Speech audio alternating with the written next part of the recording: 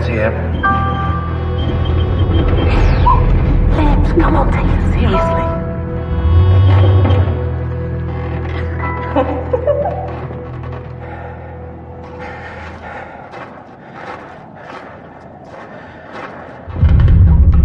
Follow me.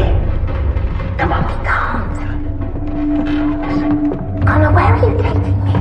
Trust me.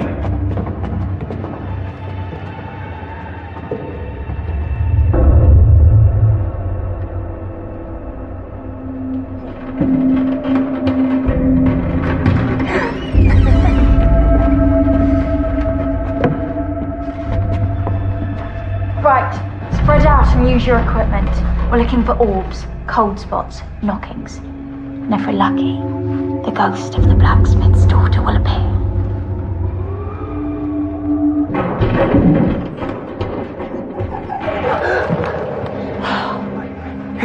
It's the ghost. I'm scared. Temperature's just plummeted. Where are Connor and Felicity?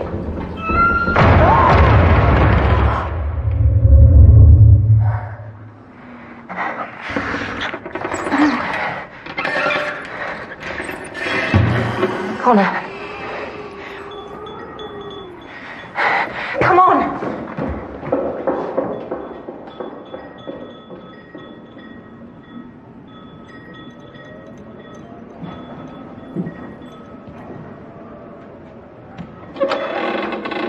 Who is it?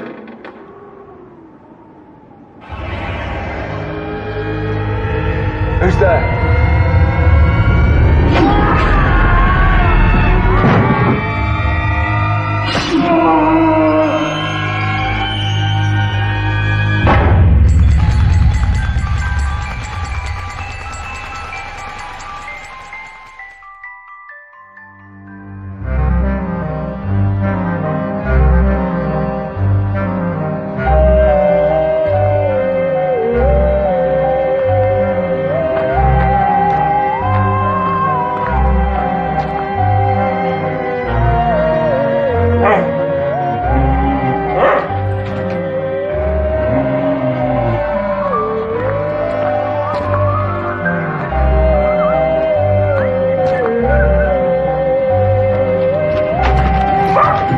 No, get off.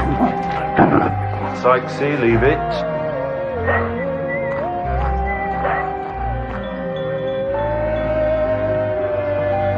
You expecting something? No? You?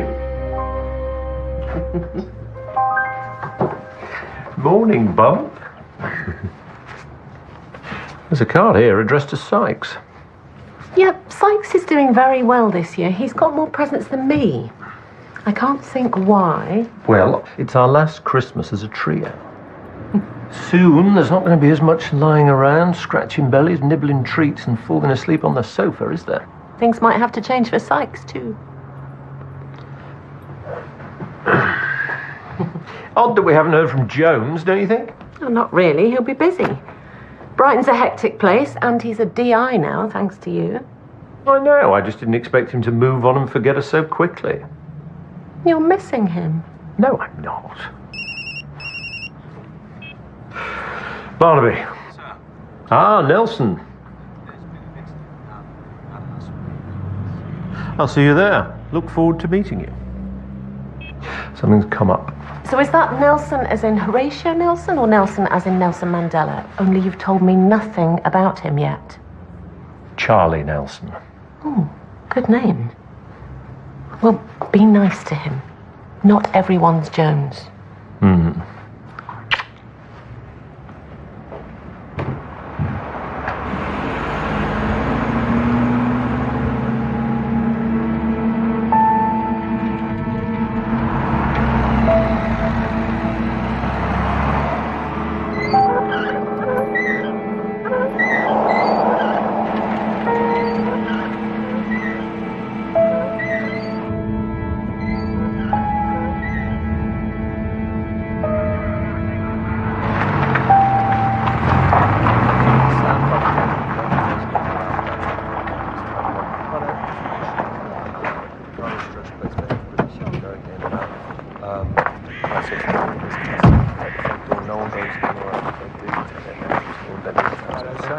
Do you know what you need? Detective Sergeant Nelson, I presume.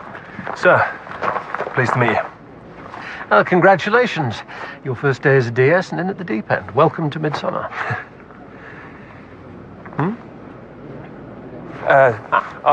The victim is Connor Bridgman, male, IC1, mid-30s, bespoke furniture maker. He was killed in the middle of the night, run through twice by a sword. His wife lives on the other side of the village, she's been informed. And what was the victim doing here in the middle of the night? Fright night. It's a paranormal investigation, something to do with the ghost of a blacksmith's daughter.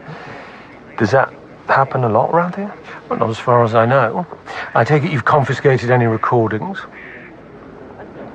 I'm assuming a paranormal investigation uses some kind of recording equipment. I'm onto that, Gov.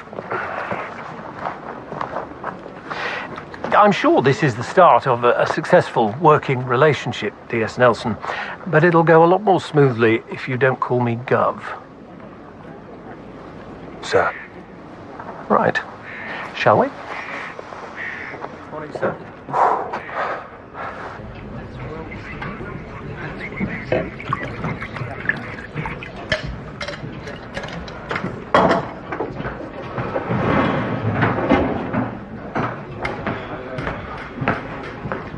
Do you have to? Yes, I bloody well do. Tabby. Thanks for coming round, Val. Oh, it's all right, Tabby. You okay? Not really, no.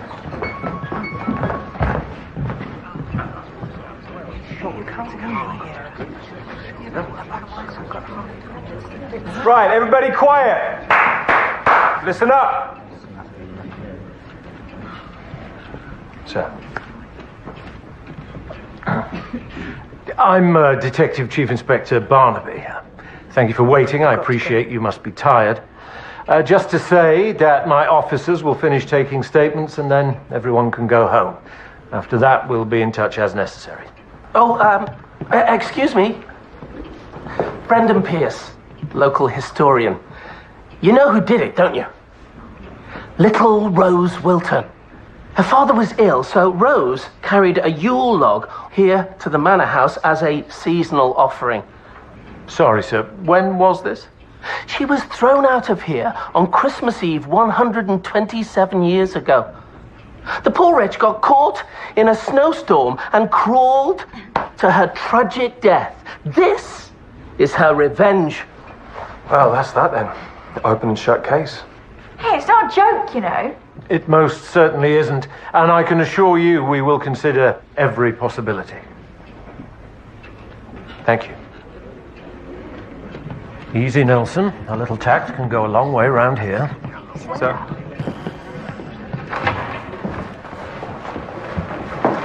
Dr. Kate Wilding, Detective Sergeant Nelson. Detective Sergeant Nelson. We've already met. DS Nelson was first on the scene. Oh. Okay. What can you tell us about Mr. Bridgman? Time of death around 3 a.m., give or take.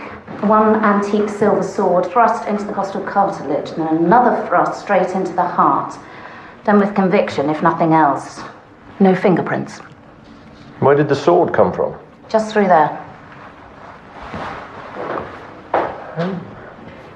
Can you find the owner? We'll need a tour. Yes, sir. He seems keen. Do you think so? I hadn't noticed. Are you missing Jones? Not in the slightest. You might be interested in this. It's in his pocket. Stop the fright nights. Do not meddle with forces beyond your control, or vengeance will strike. Sir. Thank you. Mr. Fergus Johnson. Oh, Simon, please. Can I just say that we are all totally devastated. Con was such a great bloke. Clearly not everyone agreed. Pippa? It's all right, love. I'm here. Felicity. No. Oh, no, thank you very much.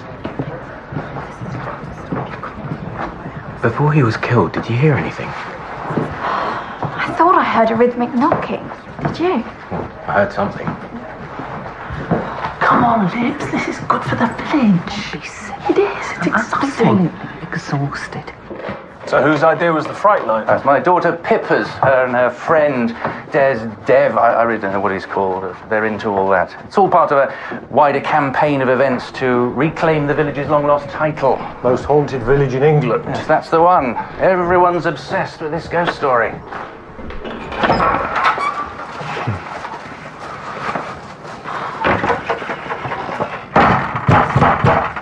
It's not exactly Fort Knox, is it? Do you have any security cameras? There's one out front, should be working. We'll need to see copies of the recordings. Yes, of course. How many of you live here? There's just me, my daughter Pippa, my wife Tabby, though she'd already gone to bed. My older sister Valerie has keys. But she doesn't live here. Not anymore, no. She looked after Dad and moved out when he died. She lives in the village now. Thank you. That'll be all for now. Good. Check out the rest of the house. Talk to the girl, Felicity, and start making your way through the recordings. Where are you going, Gov? Sir? To talk to the victim's wife.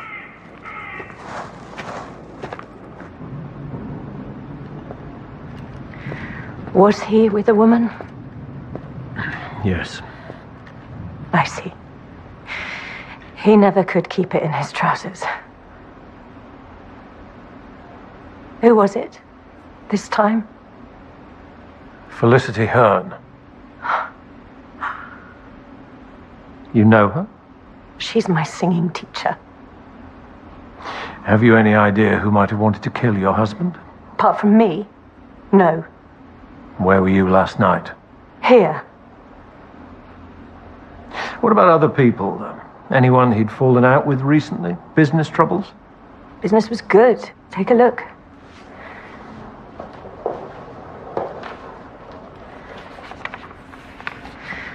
Ross Clymer owed him money. I know he was chasing that.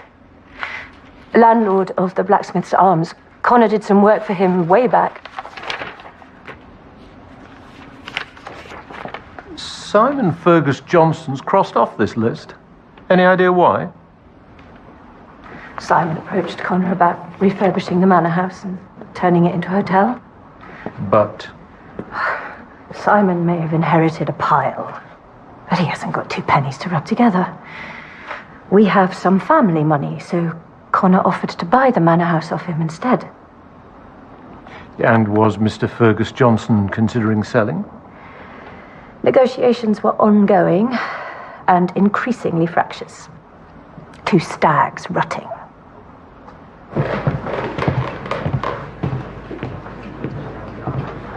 Miss Hearn, D.S. Nelson. Can we talk?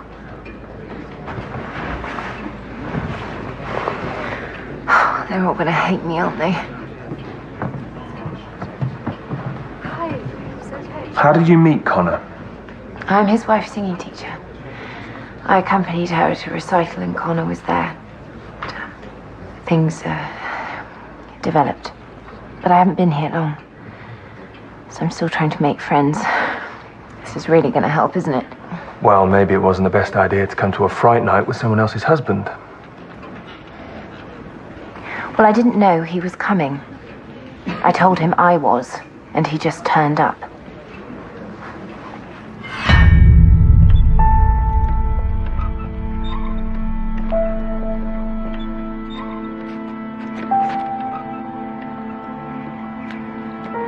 We're not open yet.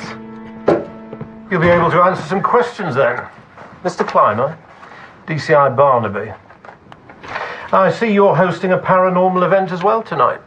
Hopefully we'll all survive this one. I see you've been leafleted too. Any idea who by? Some nut. Village is full of them. So, the pub's connection to the ghost story is? This is the old forge. The Wilton family lived here. You're standing in their front room. People staying here have reported hearing voices, footsteps, you name it. So, you believe? I can give us stuff, as long as it keeps the punters coming in. We've been doing these events for years. We are the original ghost location. As opposed to... The manor house and Simon Dudar, what's it? I mean, that loser tips up, claims the ghost is his.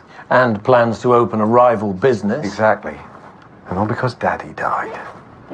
It's not like he even deserves to be there. Everyone knows that place should have gone to Valerie. She was a saint to their old man. Have you any idea who might have had issues with Connor Bridgman? Half the husbands in the village? How about you? Not married. But you did owe him money, I believe. I was a bit overdue, that's all. Why? You're pointing the finger at me. You knew that someone had been killed up at the manor house, even though no one has left there, and I didn't mention it. Care to explain?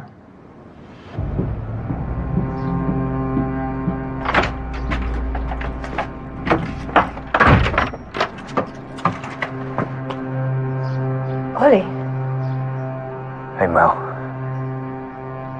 what the hell are you doing here? Can I come in? This really isn't a good time. I know it must be a shock me coming back, but I just wanted Connor's dead. He's been murdered. Don't suppose you had anything to do with that? You need to stay away from me. Do you hear?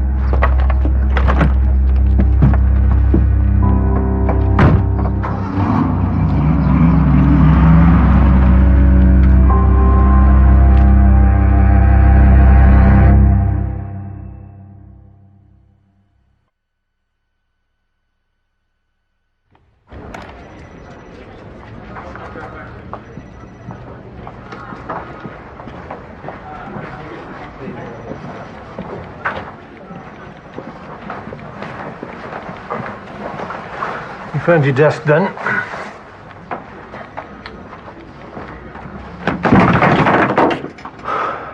You all right?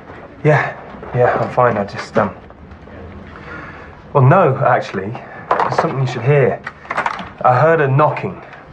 Well, it's an old house. It could be the plumbing, anything. Yeah, but what about this?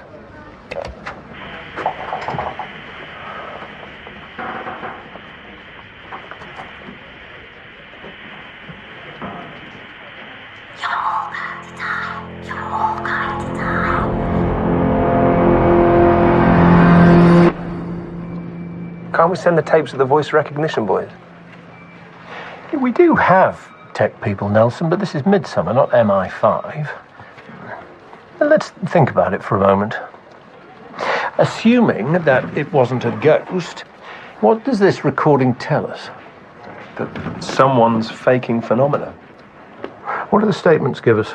Well, nothing conclusive. No one saw or heard anything. And the woman Connor was with? Felicity Hearn, yeah, she's a bit neurotic, but she seems harmless enough. Seems, Nelson, seems. Don't forget your ABCs. Assume nothing, believe no one, check everything, and never take your eye off the bigger picture. Here, come on. 1. Connor's wife, Mel Bridgman. She has no clear alibi. She knew he liked to play away. She could have snuck in by the back door. 2. Ross Clymer. He owed Connor money. He knew about the murder and couldn't really explain how. 3. Simon Fergus Johnson.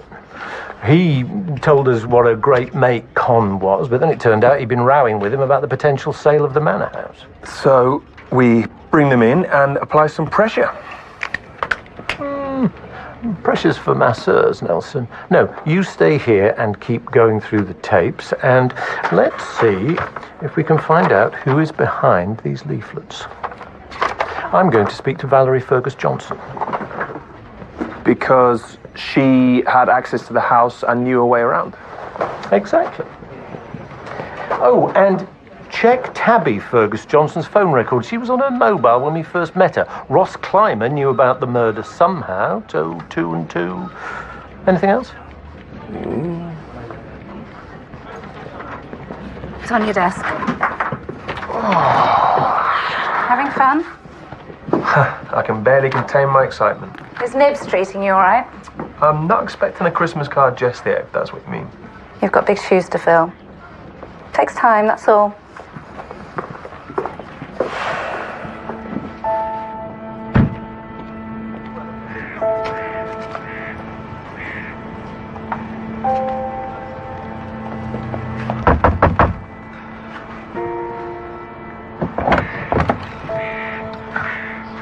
Peter. Do come in. Would you like a cup of tea? Oh, that would be very nice. Thank you.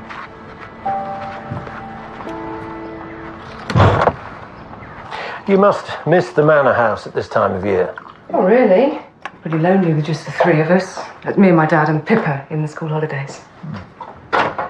I understand that you still have a set of keys. Did you go over there last night by any chance? No, I'm not a big fan of this ghost story stuff. It frightens me, to be honest. Dad was always going on about it. You looked after your father, is that right? Yeah, he had a stroke when I was 13. I think it was the stress of Mum dying the year before. Yes, I took care of him after that. From the age of 13? That must have been tough. Only recently, seeing him deteriorate. It was a blessing he went in the end. Oh. Did you have any support? Someone to give you a break? I've never had a holiday. Barely left Midsomer. So where were Simon and Tabby all this time? Oh, off travelling the world, living the high life, developing Si's latest harebrained scheme. They came back when Dad died. I hope you don't mind me asking, but did Simon inherit the manor house outright? That was always the deal. I think Dad thought Simon would need it more than me. Give him a project. I have everything I need here. Thank you.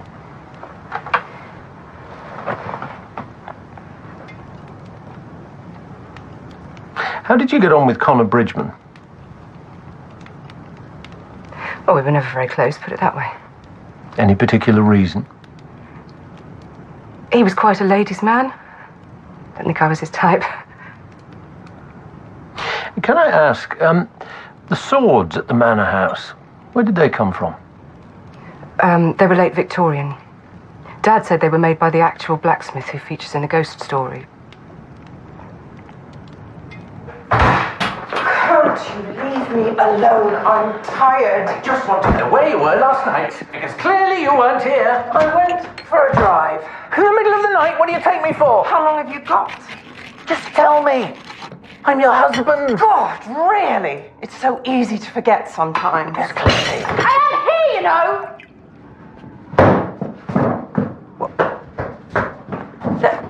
Do you have to wear those clothes? I mean, can't you put on a pretty dress or something?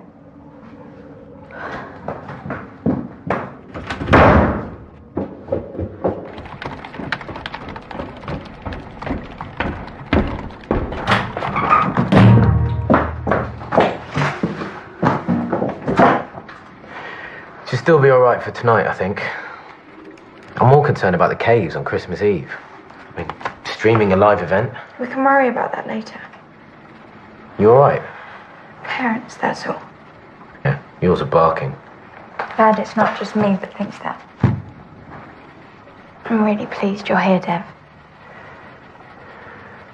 I've got to go out.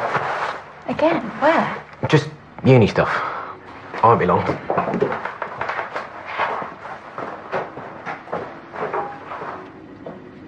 Merry Christmas! Morton Shallow's Christmas appeal. Please give generously. Ho, ho, ho! What's that? Someone came and they found me and took me home with them. Oh, I'm the happiest Christmas tree. Ho, ho, ho, hee, hee, hee. Look how pretty they dress me. Oh, lucky, lucky me. I got shiny bells that jingle. Ho, ho, ho! Merry Christmas! Give generously! Ho, ho, ho! How's the appeal going this year? It's going to be another bumper year this year, Val. Best yet, I'd predict. And, what are the funds going to be spent on? Committee haven't decided yet. I have a suggestion. The playground has been neglected for so long. Yes, but the playground doesn't bring in any tourism, though, does it? Well, no, it's not meant to. It's a playground. They're for children to play in. What would you care? You haven't got any. Well, at least if I did, mine might still want to see me. Ho, ho, ho! Merry Christmas!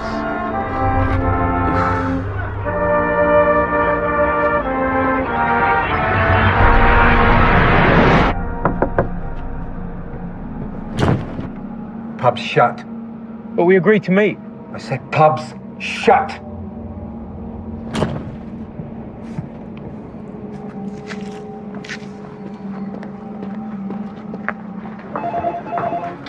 A few of us are going for a festive drink later on. Do you want to join? Look like you might need one. Oh, I'd love to. Thanks.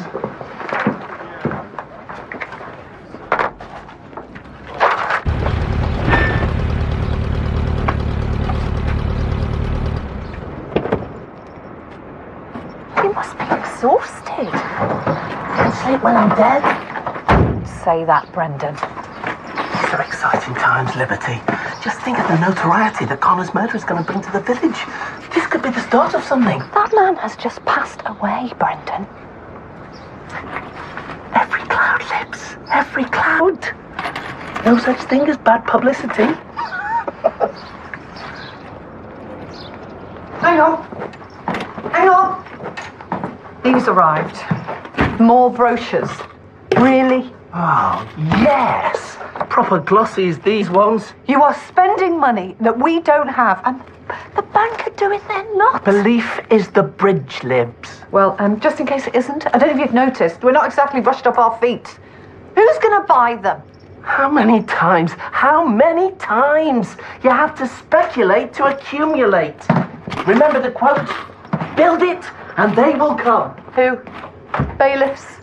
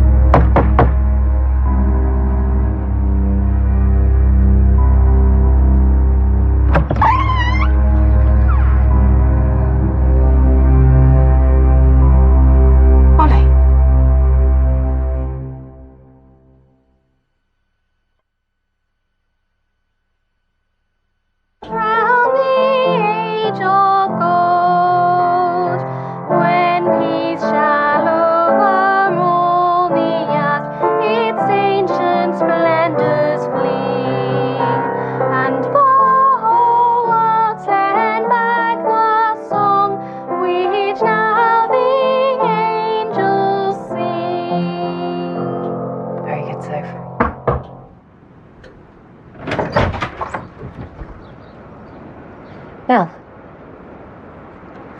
Thanks. Thanks very much, Soph. See you next week. Thanks, Miss Anne. Bye. Bye. Can I come in?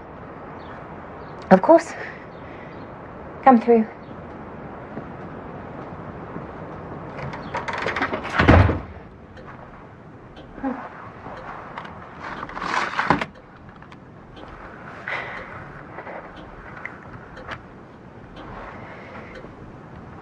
This was Connor's favourite.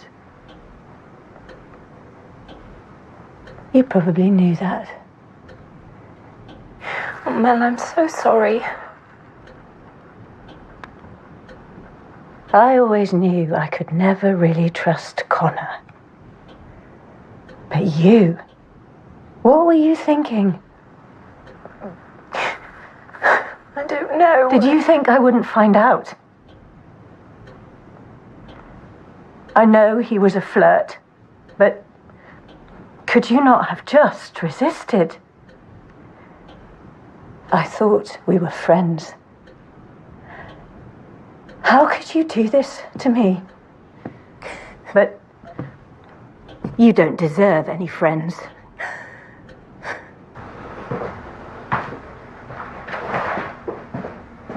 I just can't believe it's you. Have you seen Mel? I tried.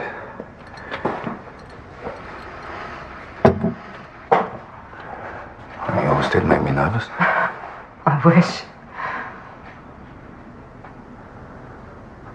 You look so tired. I'm just world weary. That's all. You haven't changed a bit. In 24 years, you've lost none of your charm then. What are you doing tomorrow night? we used to go? I'd love to. I told you I'd come back. No, I said I need time. Hi, Stop Mum. hassling me. Well, who knows? Yes, maybe. Dad? Look, the more you pester me, the less time I have to think. Please, don't ring again.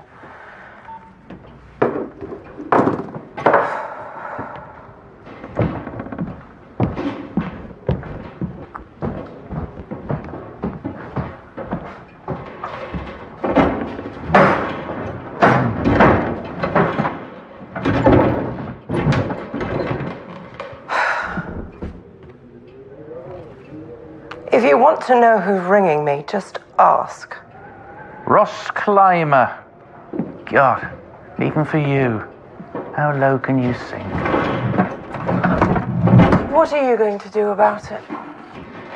I just thought now we were back, we could do without all that. Did you now? Well, you thought wrong. So, be a man about it for a change. Get angry, throw things, but for God's sake, do something, would you?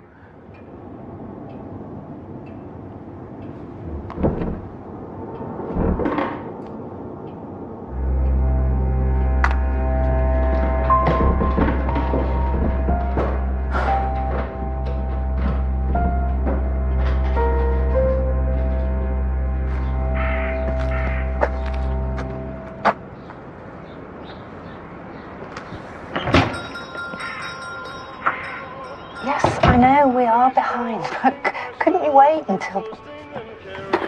Right. And a Merry Christmas to you too.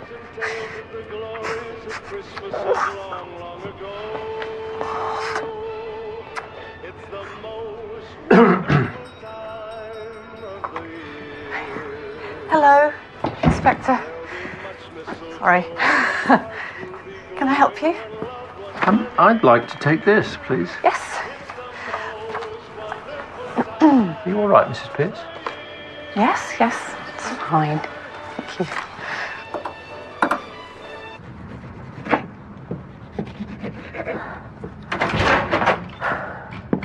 What are you doing ringing me like that? People will get suspicious. I just thought we should talk about what happened last night. What is there to talk about? It's important. I think we should just leave it. What's done is done, all right?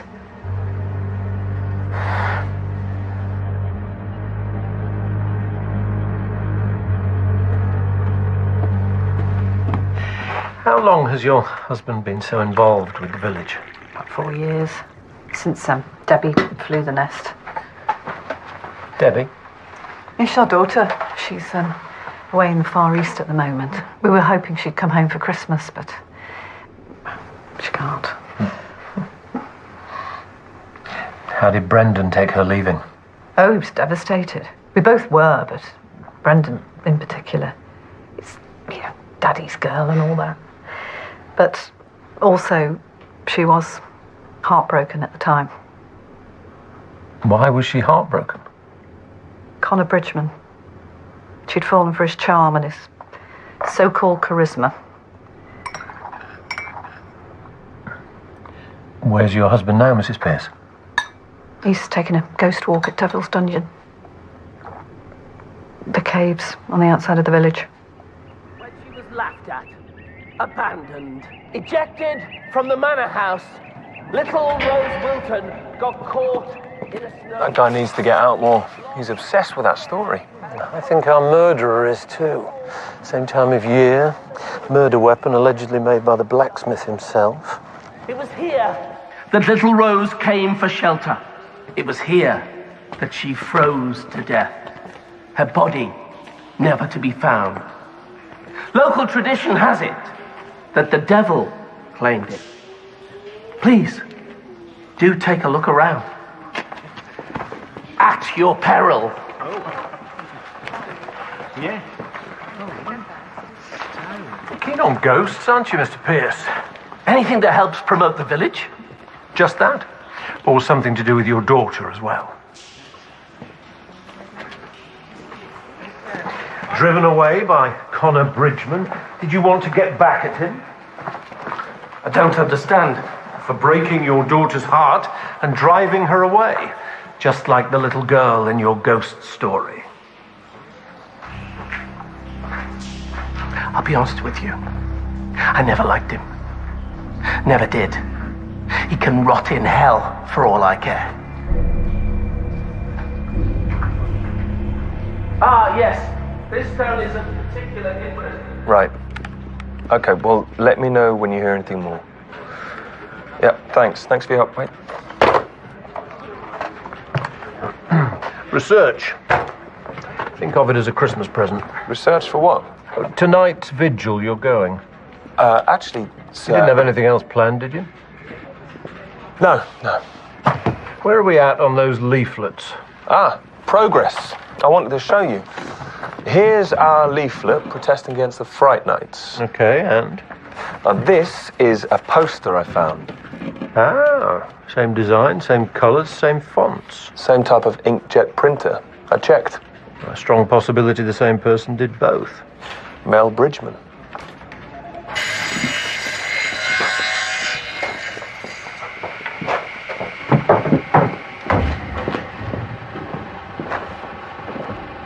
We're here to talk about the leaflets distributed around the village.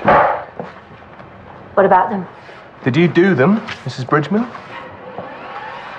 The paranormal isn't meant to be investigated. It's too dangerous. Some things are better left as mysteries. As detectives, you'll forgive us if we disagree. It's just the tone of the leaflets is quite threatening. All that talk of vengeance. Because they're a warning. It wasn't heeded, and your husband was killed. Do you think there's a connection between those two things? Absolutely. The universe has a way of kicking you in the teeth if you don't respect it. Well, something bad was bound to happen. I just didn't know it would be to Connor. She's definitely a challenge, and no one can confirm her alibi that she was at home when her husband was killed. She's certainly strong enough to handle a sword. Nelson? Okay, thanks. Ross Clymer's phone records. You were right. He rang Tabby Fergus Johnson more than once this morning and last night.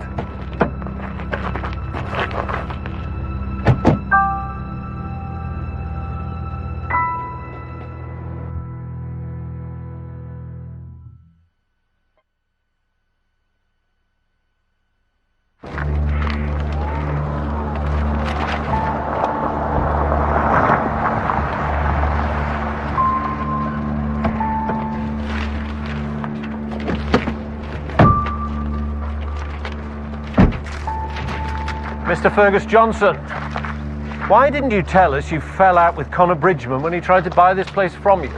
Didn't think it was relevant. Isn't that for me to decide? He made an insulting offer. I ranted and raved, told him to shove his offer where the sun don't shine. Was that the end of it? Finances aren't exactly flush.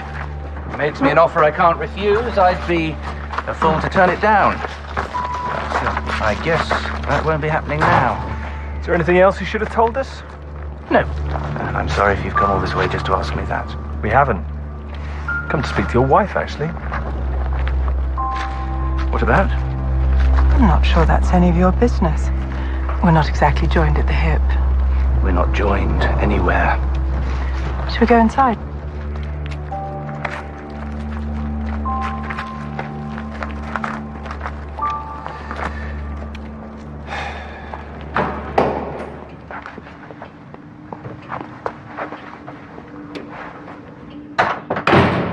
Come this way. Do you want to lead on this? Love to. How well do you know Ross Clymer? Local pub landlord. Yeah, he is, isn't he? Take a seat. I'm all right, thanks.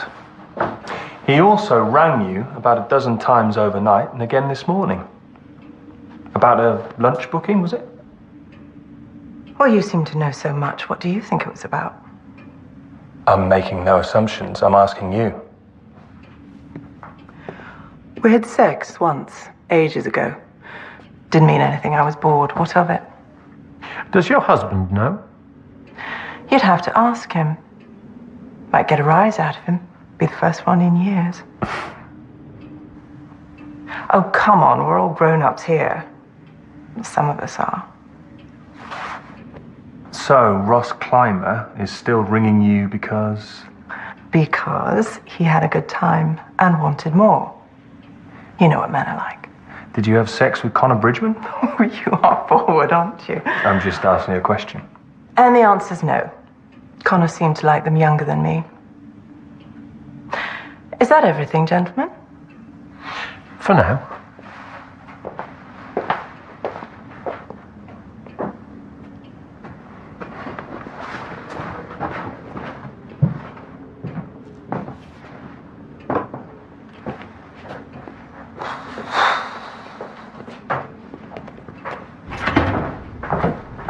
Hello. How's Bump? Bump is fine. Oh, film night. My favourite. If you like 8 hours viewing in which the camera doesn't move. Didn't we watch a Russian film like that once? It's work. So? How was he? How was who? The new guy. Who do you think? Oh, him. All right, I suppose. That's it. All right, I suppose. What do you want? His life story? Well, something, a bit more. Like where's he staying, for example? I have absolutely no idea.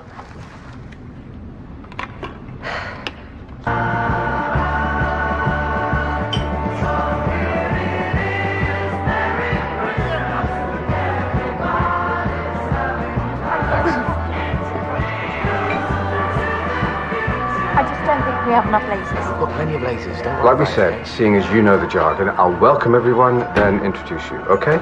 Yeah, we know how it works, Ross.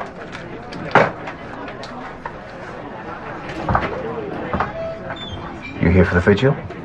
D.S. Nelson. Yeah. Copper. Good. Keep your wits about you. Will do. I've just been doing my research.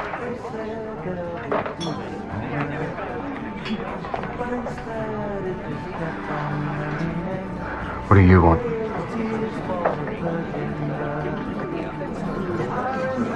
Drink. You got a problem with that? Yes. You're not welcome. Can you leave my pub? On what grounds? I don't need any. I'm the landlord. All I want is a pint. You owe me that, don't you? I owe you nothing. You're still sticking to your story then. Still peddling the same old nonsense. I said get out, now. Are you gonna make me? If I have to. Oh. With the help of this copper. If needs be.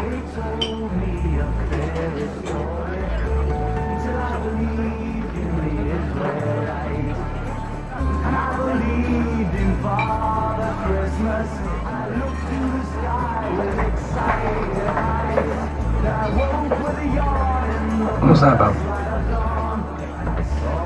So what does he look like? Come on, describe him. He's male. Oh, that narrows it down.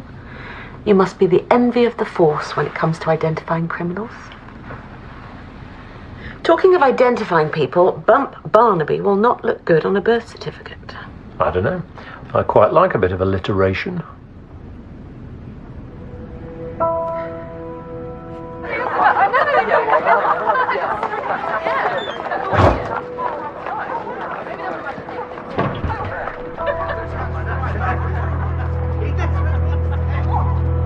Do you know how to use that? Take one of these.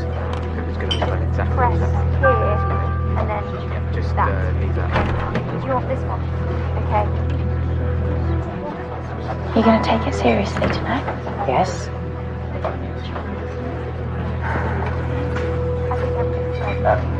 Evening. Thanks everyone for coming, especially after events elsewhere. But don't worry, breakfast is on the house tomorrow morning. Assuming we all make it. I'm going to hand you over to these guys who are helping out tonight as part of their research. Right, mobile's off. This is all about listening. It's a vigil. We spread out around the building, spaced apart. We take up a position each and wait. Who or what exactly are we waiting for? Most likely audible manifestations. This is where Rose Wilton lived. Footsteps have been heard. Crying. We want to capture that on our monitors. If you hear something, record it. Don't scream and shout and come running, okay? Let's go. I'm gonna go and check this out.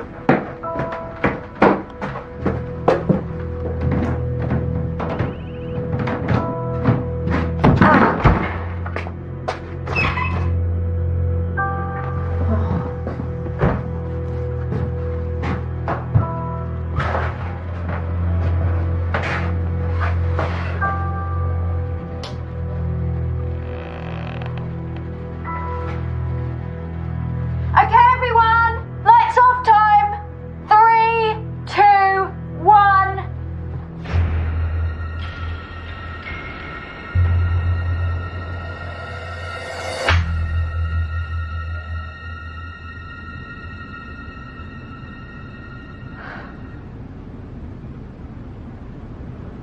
So does Charlie have a girlfriend? Boyfriend? Well, I'm worried about him. He could be on a park bench somewhere. He's at a paranormal investigation. Oh, I like that. He's got interests, a sense of wonder. Someone was murdered at one last night. What? And you're sat here watching the telly with your feet up, while that poor good-looking boy has gone into the lion's den. Who said he was good-looking? And it's the Blacksmith's Arms, actually. Well, what if something happens to him? Keep on like this and it will. He'll be getting his P45 in the morning. A DS is not just for Christmas, John. Right. Oh, I'm going to bed.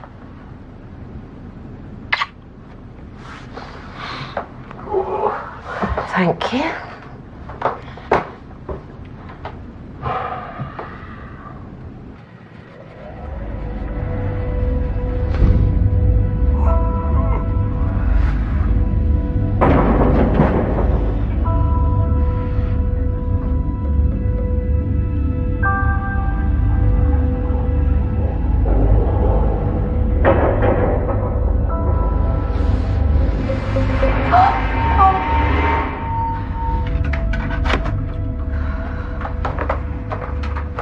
Esther's kicking. Esther? Esther? I'm just trying it out for size. Or Archie, if it's a boy. Oh, come on then, you think of something. What about Barnaby? So good they named him twice. Why don't I think you're taking this seriously? Are you in denial?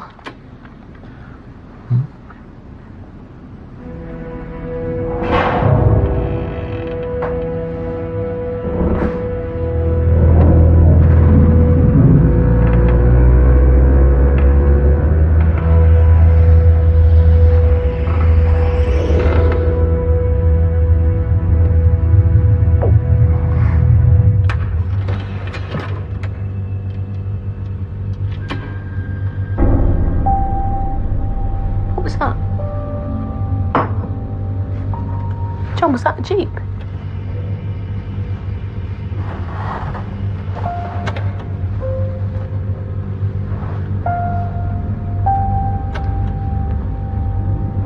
No headlights. Who's driving?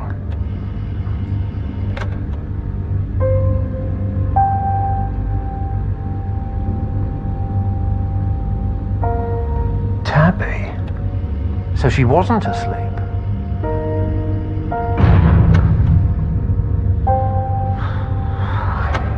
Ross Clymer, landlord of the Blacksmith's Arms.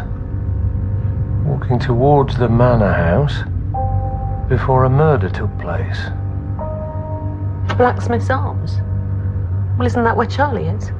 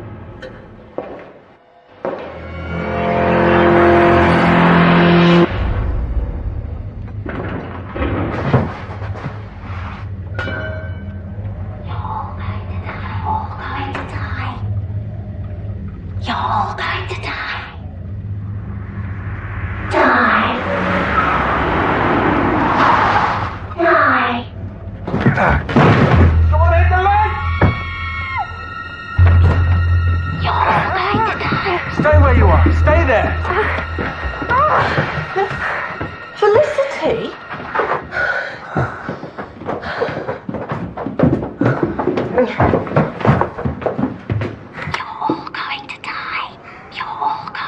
Miss Hearn. What are you doing? What did you do that for? I was trying to help. Help? Well, you all seem to take it so seriously. It seems to matter so much to you all. I thought I'd try and help. By faking it. I think that's awful. We could, of course, always spin this. Brendan. Pretend it's genuine. Ross, what do you say? Ross? Ross? Mr. Clymer?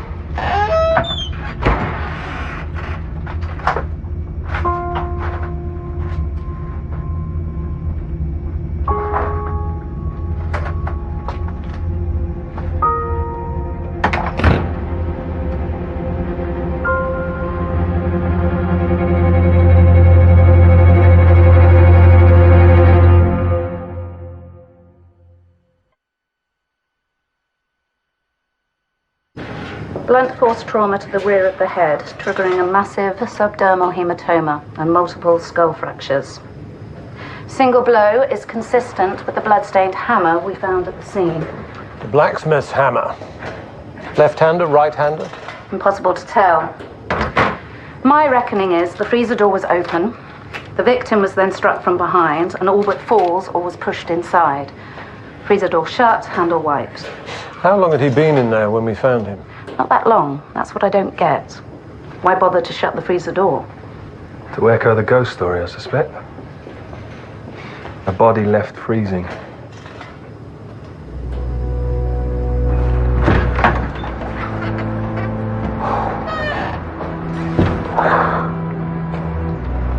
You all right, Nelson?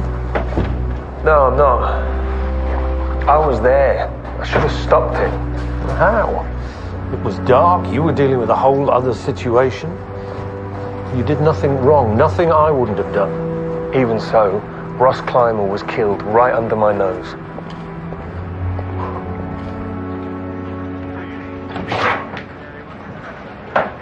I've given Felicity Hearn a stern warning. Good.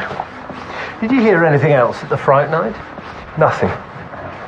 Could any of the people around you have snuck into the kitchen or someone come in from outside? Well, Felicity clearly thought you could move around unnoticed. Everyone was so spread out. I did notice one thing, though. A faint red glow coming towards me. And then it disappeared. Are you sure? And then there was this man in the pub beforehand, Ollie Tabori. He was asked to leave. There was clearly some bad blood between him and Ross. The barmaid seemed to think that Ollie Tabori used to be Valerie's sweetheart, but then he was sent away to military school. Let's check him out. I already have. He's a major in the Marines. I put a call into his commanding officer, but I haven't heard anything back yet. My point is, what if the red glow I saw was the glow given off by night vision goggles. Military man. Motive? I don't know. Unlike Simon Fergus Johnson, whose enemies seem to be dropping like flies. I want to know where he was last night. Yeah, we should also check out Dev Kardec. The barmaid said that he'd been in several times for one-to-ones with Ross Clymer.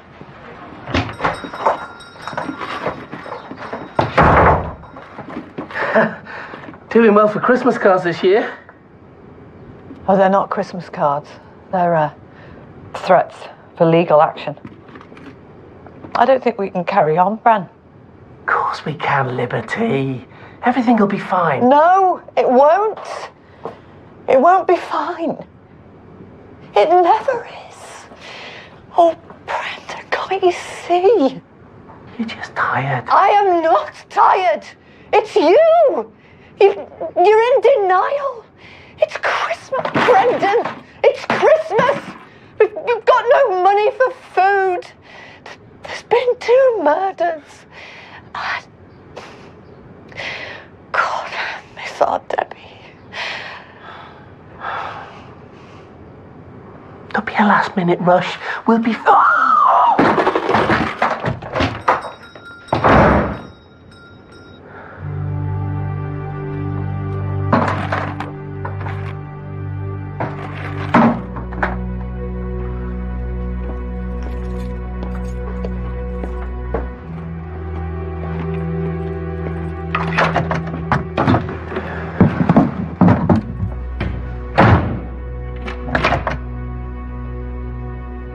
Ross Clymer was killed last night.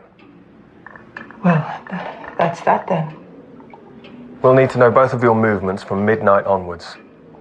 I was here holding the fort. Simon? Went for a walk to clear my head. From when till when? I don't know. I left around 10ish, was gone for a few hours.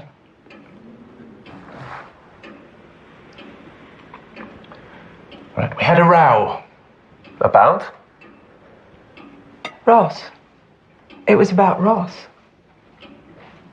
Did you go anywhere near the Blacksmith's Arms, Mr. Fergus Johnson? What? You didn't finally go and do something, did you? You didn't finally stand up and get counted? No, I didn't. I went nowhere near the pub. No, of course not.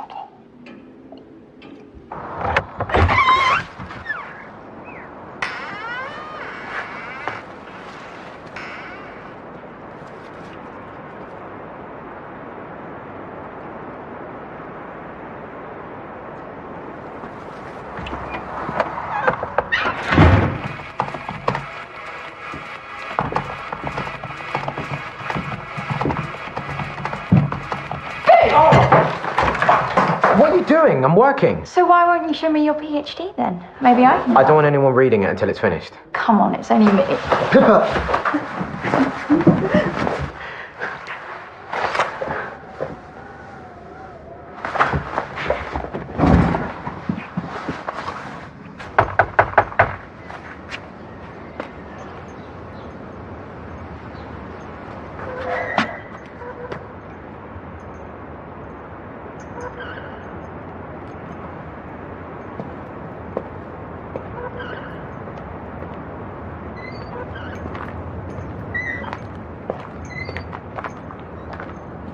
I love it here. It reminds me of my childhood. Join me. I'm a bit rusty. Aren't we all, Inspector? Ross Clymer was killed last night. Who by? Are the 2 murders connected? We're exploring every possibility. We need to talk to Ollie Tabori. Do you know where he is? Why do you need to talk to Ollie? He's only been back a couple of days. All the more reason to speak to him. Why does everyone always point the finger at Ollie? Who's everyone?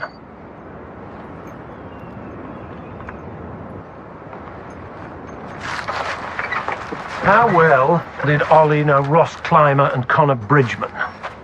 They were at school together. We all were. Till Ollie got kicked out. Is that why he left the village? He was expelled for messing with the brakes on the school van. Teacher drove it into a ditch. No one got hurt. But Ollie took the rap for it. Only it wasn't him.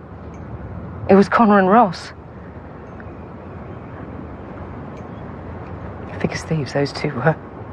Ollie was a bit of a loner, so it was their word against his. Everyone believed them. Except me. Valerie, I need to find Ollie. Do you have any idea where he might be staying? It's a long shot, but you could try Mel. Mel Bridgman? Yeah. She's Ollie's sister.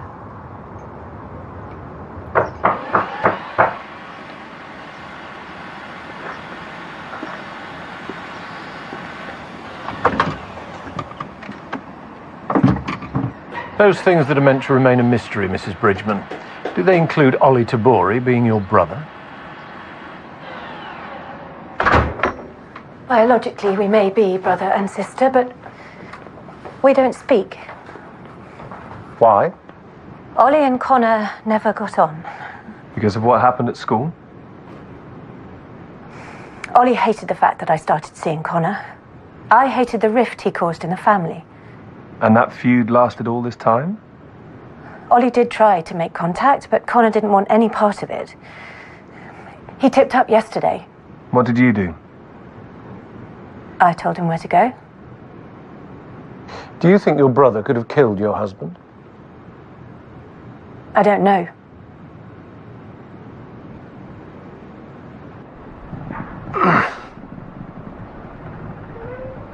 Didn't think we'd be doing this again. Feels like yesterday.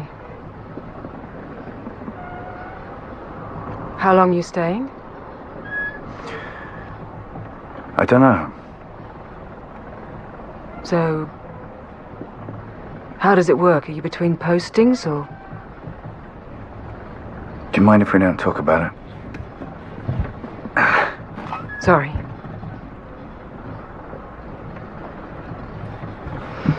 This place needs brightening up. You made a pretty good start. Did you learn all this in the Marines? I think the idea there is to stay hidden.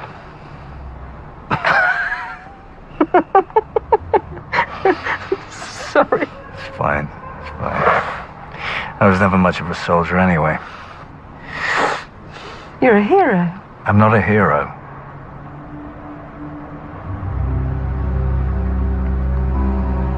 Sorry. You stop apologizing.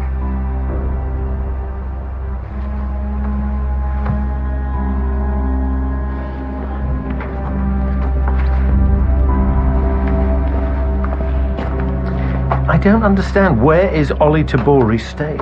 I've tried every pub and B&B in the area. Nothing. Sarge. What is it? It's from his regiment.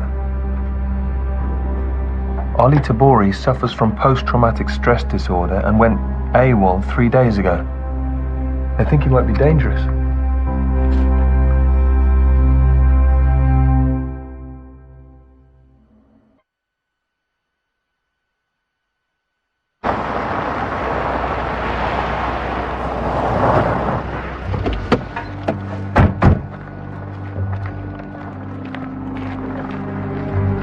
Valerie? Inspector? Major Tabori, Detective Chief Inspector Barnaby. You need to come with us. Why? Why does he need to go with you? We need to ask him some questions. You've got it wrong. He hasn't done anything. It's fine. Don't worry. It's okay.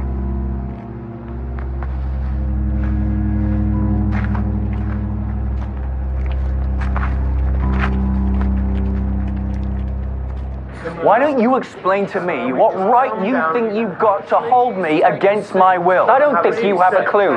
Thank you, gentlemen. Sir.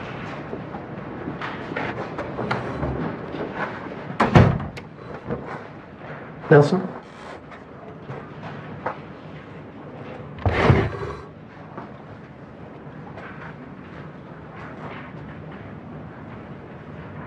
Well, you're wasting your time. I'm sick, but I'm not a murderer. We have 2 bodies in our mortuary, Connor and Ross. People you were at school with, people you fell out with. We have a murderer who knows how to use weapons and night vision equipment. You can see where we're coming from.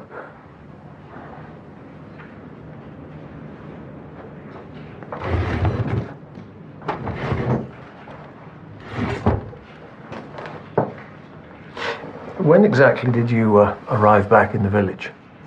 A couple of nights ago. When, a couple of nights ago? Middle of the night. By car? Train? Is there any way you can verify your movement? Oh, really? I hitched from London. And why did you come back? Why not? Did you want to get back at Connor and Ross for driving you away? You must have been angry, unjustly accused, banished.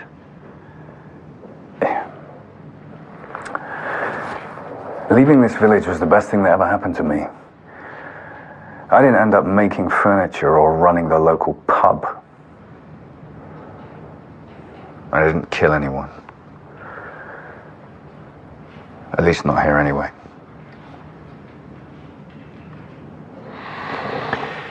You still haven't said why you came back.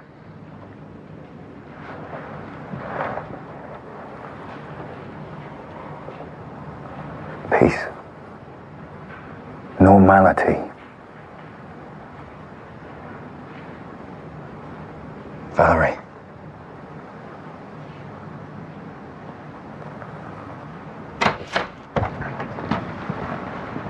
Do you believe him? I don't know. If his doctor says he's okay, we have to let him go, don't we? Oh, yes. We have no evidence.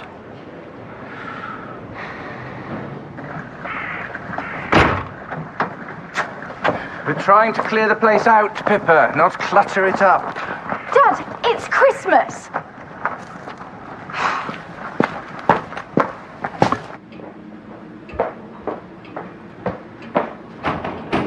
Mum? I got a tree. I thought maybe we could put decorations on it. You start. I might come and join you later.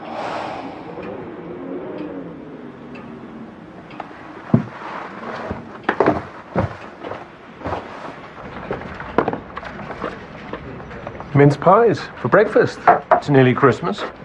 I spoke to Mel Bridgman. She told me that Dev Kardec went to see Connor a few days before he died. She's not sure what about. Chase's uni. Interestingly, she thought it might have something to do with the Christmas Appeal Committee. Brendan and Connor were both on the committee. And guess who else was? Ross Clymer. Brendan's our last man standing. If someone's trying to take out the committee, Brendan's either a target or a murderer.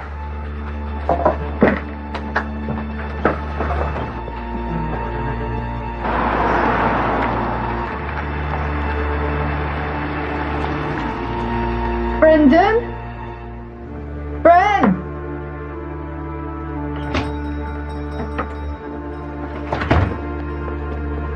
Mrs. Pierce, we need to talk to your husband. Brendan didn't come home last night. I thought he might have been here when I got in, but I'm worried something might have happened to him. He's been under such a lot of stress. It's locked. He's taken to locking it. All the more reason we need to check it out. Do you know where the key is? No need. Oh my.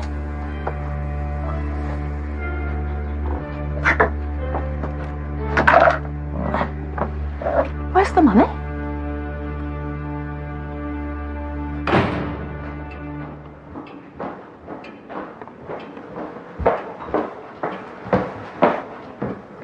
Auntie Valerie. What's wrong?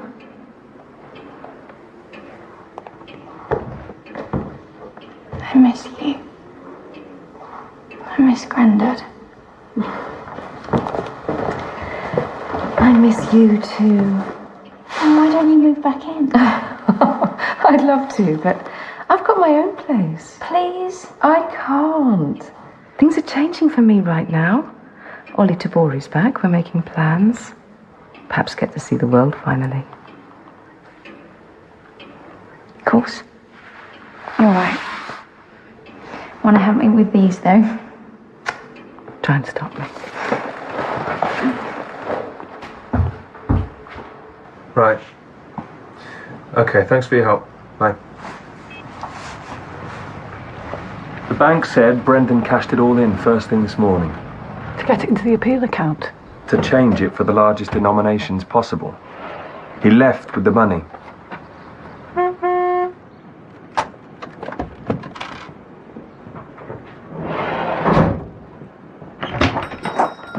Hey, Liberty!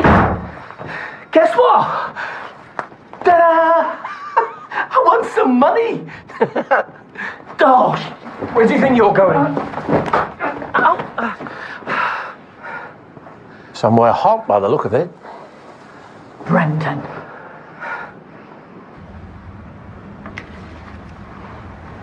How could you? Your Christmas appeal money.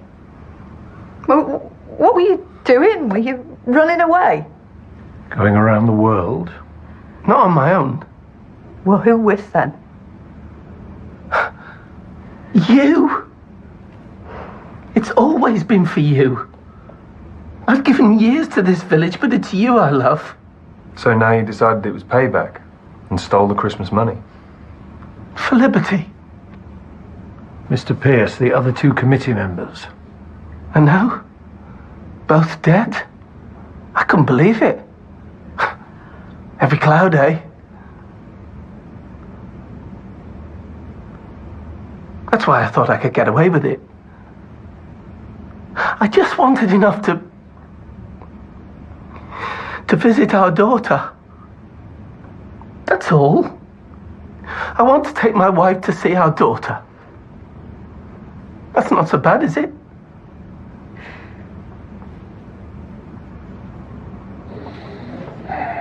Brendan Pierce may mean well, but his head's all over the place. It's not his head that's the problem. It's his heart. What people won't do for love. That's very profound, Nelson. And Brendan's not the only one. I'm going to speak to Valerie Fergus Johnson. Something's been bothering me. Hello? Ah, yes, thanks for ringing back. It's about one of your students, Dev Kardec. He's doing his PhD in the paranormal phenomena. And what is it about them? Okay, thanks. Bye. Sir! Dev Kardec's a fake.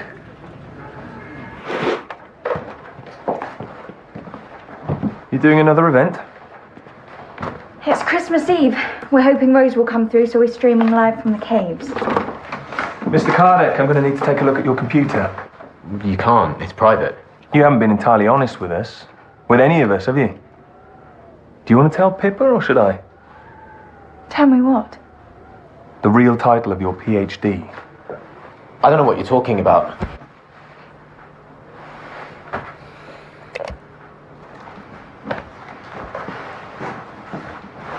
Gullibility, irrationality, and the inability to confront reality.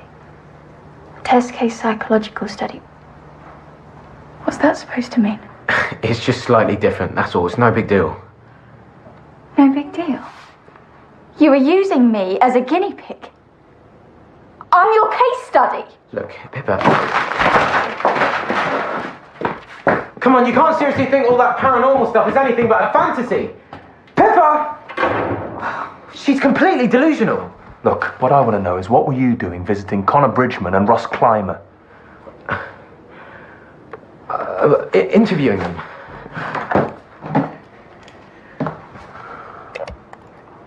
There were skeptics too. Perspectives on my primary source.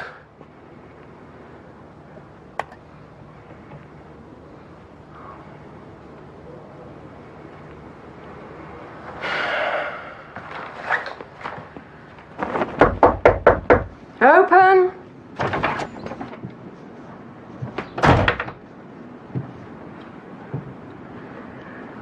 Inspector, Ollie's not here if you want to speak to him. And I know about his condition. Actually, it was you I wanted to speak to. Connor and Ross's lies, as you see them, drove Ollie away from the village, away from you. That must have been painful. Very. Did you not resent them? I learned to shut it out. There's something else that's been troubling me. You were so convinced that Ollie hadn't done anything. How could you be quite so sure? Love is not love which alters when it alteration finds. I've had 24 years to think about him. I had complete faith in him then, and I do now. I gather his return has not been universally welcomed. What would you do to keep him here? I would do whatever it takes. Quite single-minded, really, aren't you, Valerie? Yes. I'm definitely not the saint everyone thinks I am. But people don't see that, do they? People only see what they want to see. We're home. Who's we? Me and Nelson. Sexy. Hello. Charlie. Pleasure to meet you. I'm Sarah. Oh, pleased to meet you. Both. Oh, didn't John tell you we're having a baby? Yes. Hasn't stopped banging on about it. He's got you lying for him already. Marvellous. Well, you'll go far. Cup of tea? Oh, we can't stop. We just came back to check something. So where have they got you cooped up? Some shoebox on the edge of town. Well, you can't stay there over Christmas. Sarah. I'll be fine, honest. Would you have family nearby? Sarah. Sir. I told you he was good looking. Yes, the footage. I'll leave you two to it.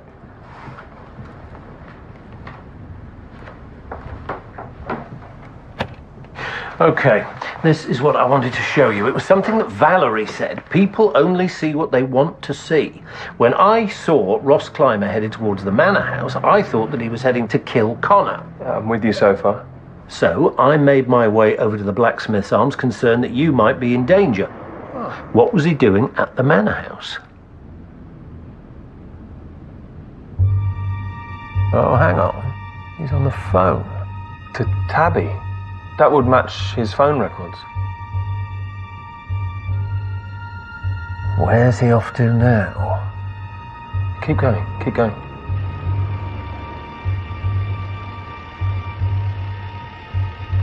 Ah, Tabby's back. With Ross. They met up, of course. So Tabby was lying about it being a one-off then? This lot's so screwed up. Dysfunctional, I think, Nelson. What people won't do for love.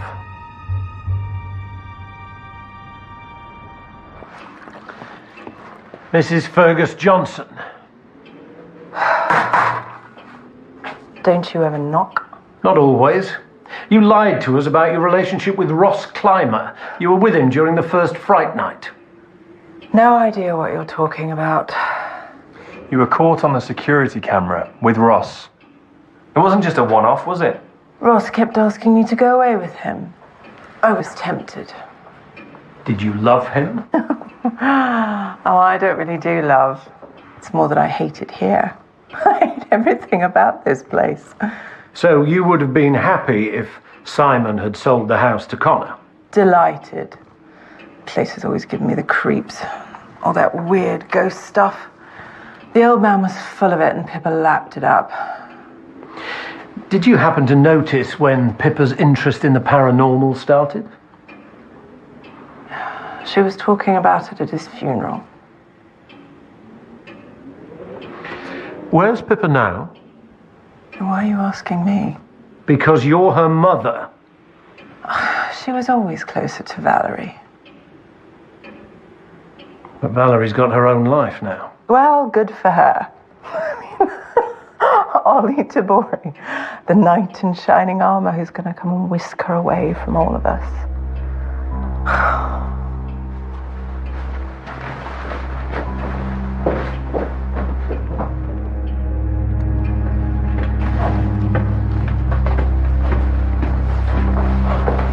There's people left for the caves. Yeah, she's about to go live. Get over there now. Can you show me on here, please? What, now? Yes, now.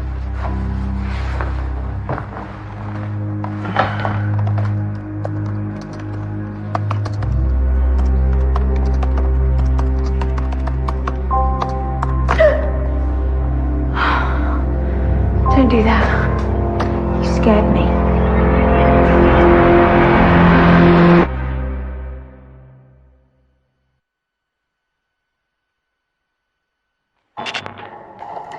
Rose Wilton died a terrible death 127 years ago tonight. I believe her traumatic death triggered the creation of her ghost. I want to replicate that. No one's ever created a ghost before. I want to prove it can be done. That's strange. We've lost the fee. We didn't lose it. It was pulled.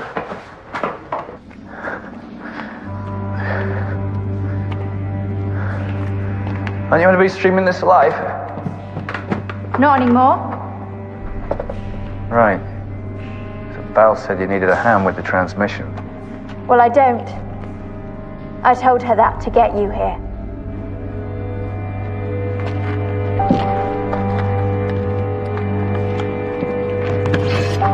Pippa!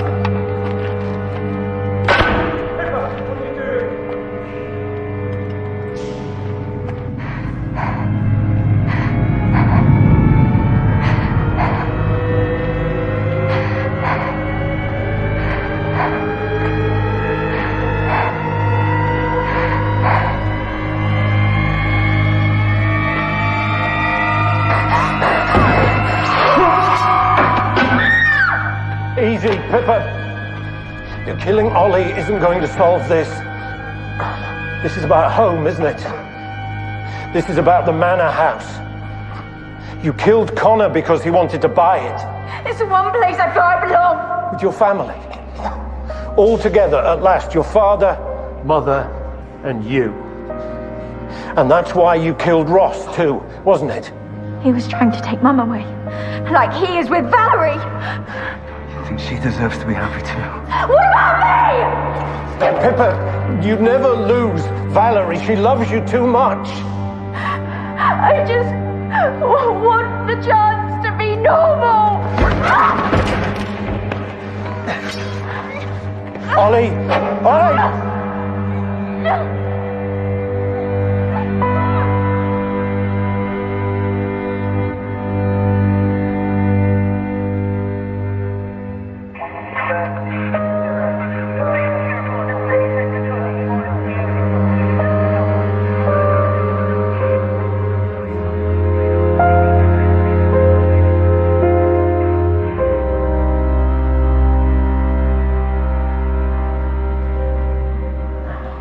You all right, Nelson? Yeah, fine. A bit gung-ho at the end there, but well done.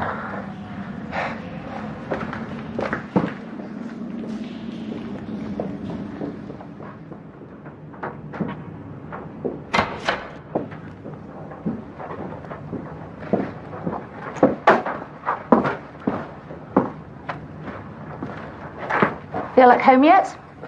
Getting there. What are you doing for Christmas Day?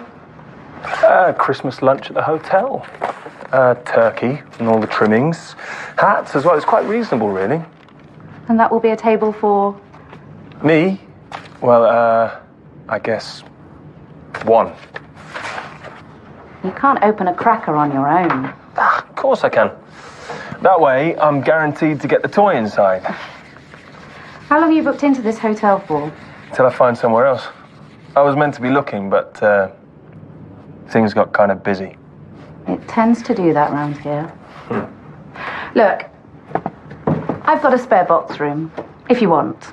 Reasonable rent, no funny business. I could do with the extra cash, and if you can put up with my sherry-soaked nan stuffing the turkey, you could move in tonight. What do you think?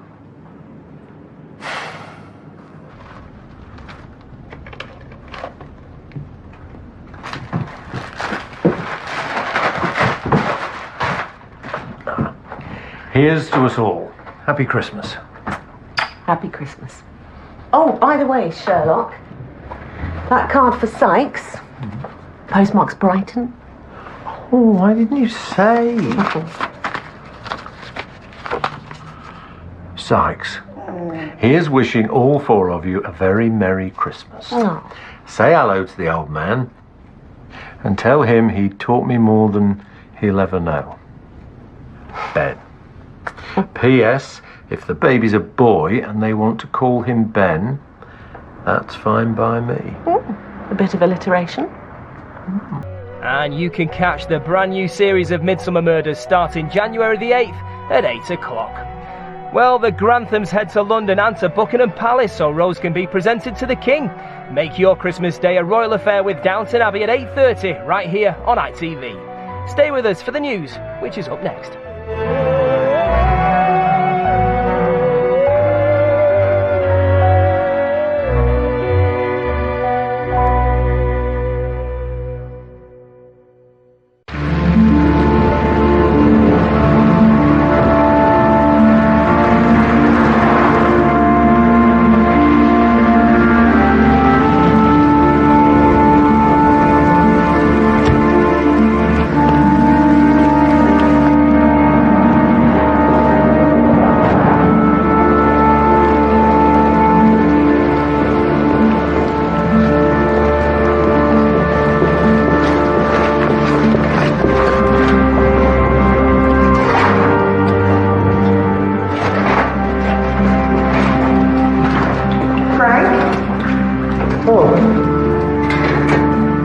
Wall came away, Vicar.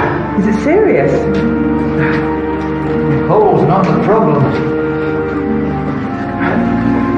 It's what's on the other side. Right. Careful.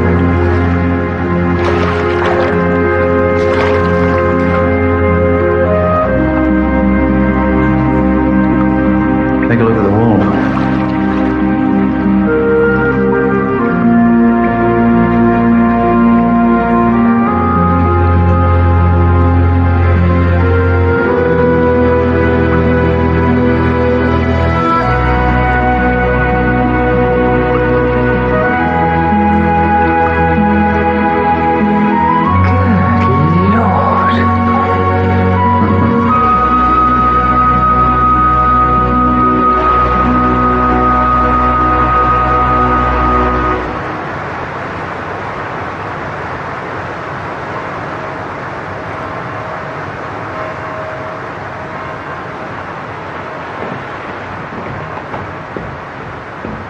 She's running at 387 and she's up 5 feet. Better call the Environment Agency. You really think she'll burst? Well, depends how much rain we'll get. Ava, I was wondering if maybe, Zach? you might like to go out sometime, you know? Zach!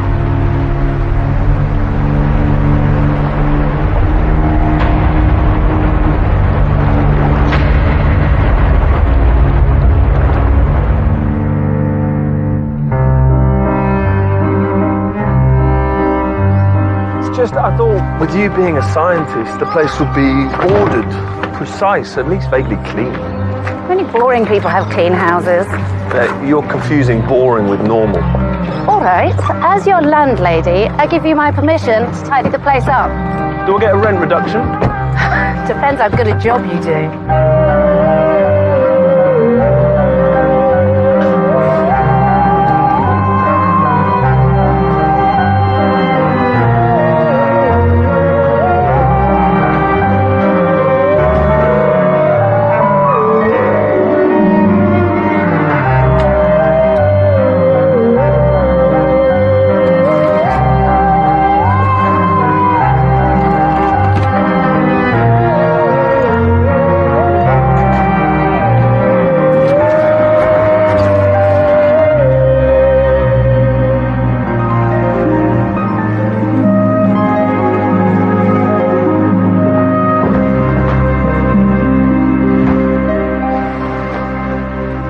many babies are we having? This is just the essentials. And we're planning on putting it where? In the back room. You mean my study? Well, call it a study. You don't really do much studying in there, do you? I contemplate things in there. No, you store things in there that I tell you to get rid of. But that's over. Baby's coming and we need the space. Oh, but babies are tiny. How much space does something that small really need? Oh, look at you. You're so sweet. So naive. You have no idea what's coming, do you? Don't look at me. Barnaby.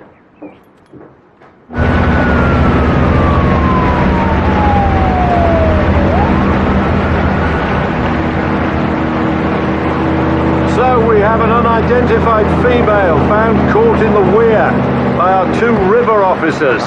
Nelson, take their statements. Sir.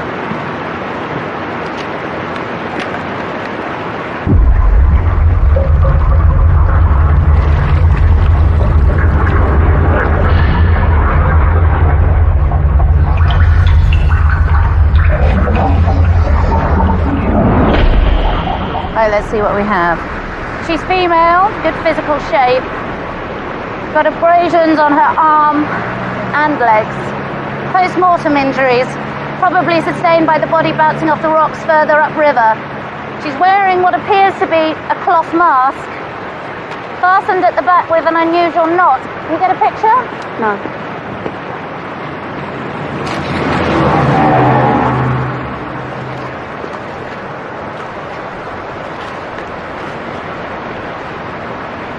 Pretty girl. Foam around her mouth is consistent with drowning. Suggests she was alive when she went in. How long has she been in there? No sign of adipocere. The skin's in good condition. I guess I'd say 24 hours. Chances of us finding the entry point? You'll be lucky. The river runs for 60 miles through 3 separate counties. Hang on. We've got blood. Blunt force trauma to the back of the skull, sustained before death. The mask went on after she received the blow to the head. And you found the body wedged under the steps. It must have got carried by the current. Did you notice anything else? It's Nancy. It's Nancy! Zach, it's Nancy! Hey, take it easy. Take it easy. How do you know her? She's my friend. Nancy Dewar, 28, lived her whole life in St. Clair. Works as a nurse for the Midsomer Health Trust. Family? She's got a husband, Michael Dewar. He's a local builder, apparently. Then we start with him. Maybe not.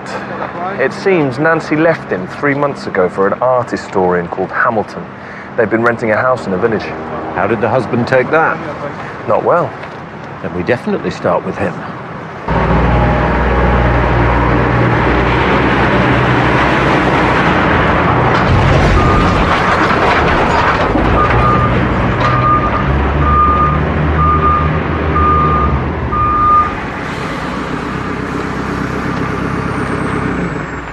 Michael Dewar? Who wants to know? How did it happen? We don't have all the details yet. For an accident? Or what? We are treating it as suspicious. We understand that you and your wife had recently separated, Mr. Dewar. Oh, it's nothing serious. But she'd moved in with someone else. Well, Hamilton turned her head, that's all. She's a dreamer. She was. My wife. Easily bored. He was something new, but she would have tired of him sooner or later. So who is this Mr. Hamilton? Professor Hamilton, he likes to be called. An art buff. He's here for the fresco. We have to talk about him.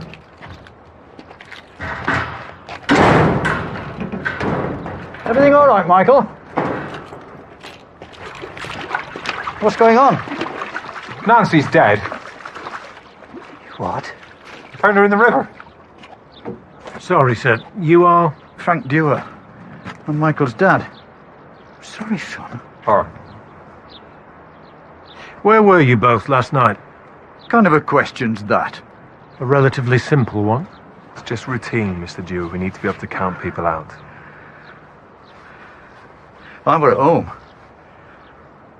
Michael? I was out with some people. Can I ask where? Lots of different places. Well, that wasn't weird at all. Run a background check on Michael Dewar. I want to know more about him. You didn't push him on his alibi. No point till we get a time of death. Meanwhile, let's go talk to Hamilton.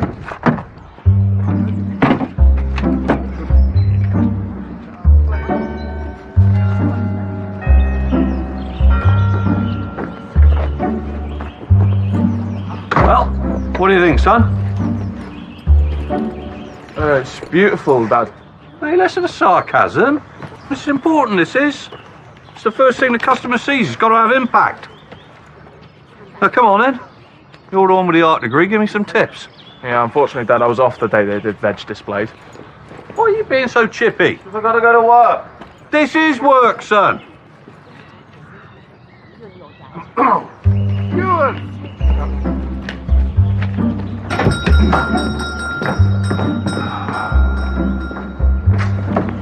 Ewan! There you are. Victor, Stella, what can I get for you? Here on official flood business, Ewan. We need to discuss your preparations. Is there any chance we could do this another time? I can't put it off any longer, Ewan. And you haven't ordered any sandbags. See, the thing is, if I block my doorway up with sandbags, my customers can't get in. And if you don't, you may be knee-deep in river water. Zach, how are the levels? Up another 5 feet. Listen, you haven't seen Michael about, have you? No. Why, is there a problem? Nancy's dead. What? I mean, don't get me wrong. I appreciate her taking me in, but you should see the house. It's like a pigsty. I tried to square the place up, but I don't know. I didn't know where to start. Nelson, Sir. you do know I don't care. Yes, sir. Just checking.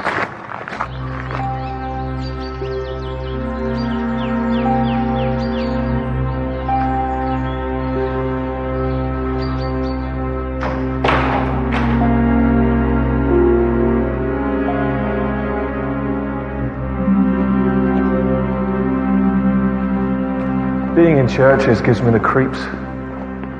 The feeling of being watched. Every move catalogued, every thought recorded.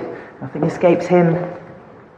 I've often thought God's a bit like the Stasi, only more effective, and with nicer agents, obviously. Reverend Hillcott, call me Martha. DCI Barnaby, this is DS Nelson. We're looking for Professor Hamilton. Oh, yes, of course, poor Nancy. Terrible shock. Sorry, how did you know about Nancy? His first time out of the city. Transferred from London a month ago. Still a tourist, then. News travels fast in a village. Word of Nancy's death reached us this morning. The professor's distraught. And where is the professor? He's working in the crypt. Oh, so not that distraught then?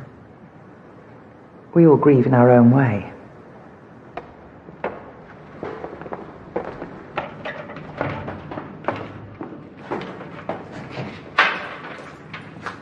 Want me to upload these? What? Oh, sorry. Yes, upload them. Professor, this is DCI Barnaby and DS Nelson. They hear about Nancy. Why don't you take a break now?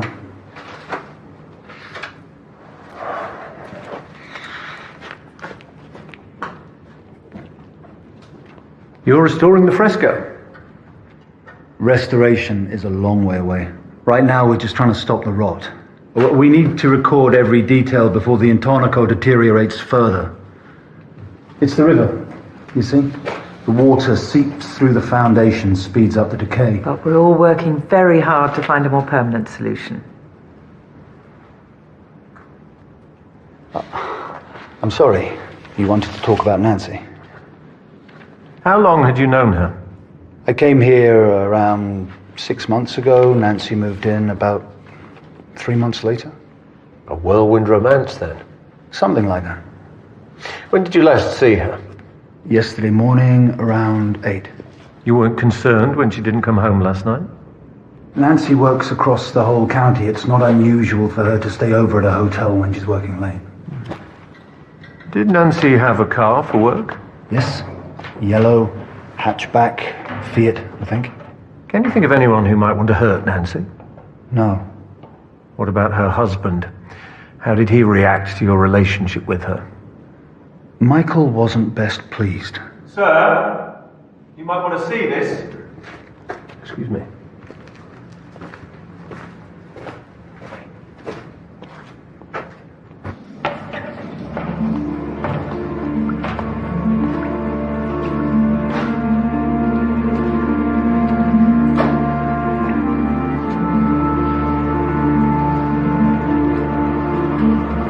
Remind you of anyone?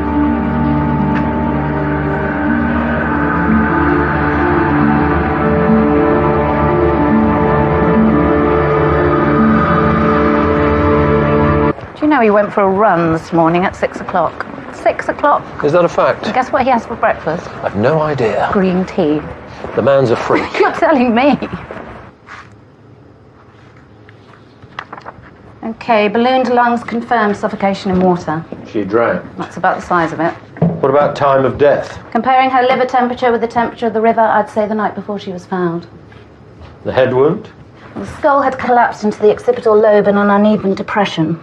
She had tissue damage and hair loss. There were no signs of any defense wounds and nothing to suggest a violent struggle.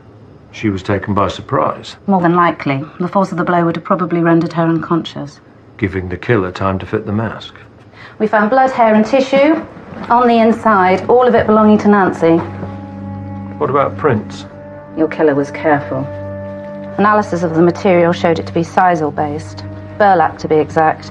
Sackcloth? And it's been around a bit too. The process used to bleach it is over 30 years old. The mask was cut from a larger sack. We found a fragment of the logo on it. You can't see it with the naked eye, but with the UV... SHC. It's not much to go on. Printed on the sack, so let's start with local agricultural organisations, feed suppliers, independent producers. Pretty much half the county then. Pretty much, yeah. Where are we on the car? Looking for a yellow Fiat Punto hatchback. Traffic is still looking for it. I'll tell them to get a move on. It kind of just disappeared. Right, we have a 28-year-old woman killed in a similar way to a character in a medieval fresco.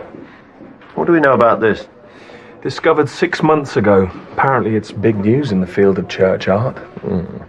How many people have seen it? Well, it's got its own website.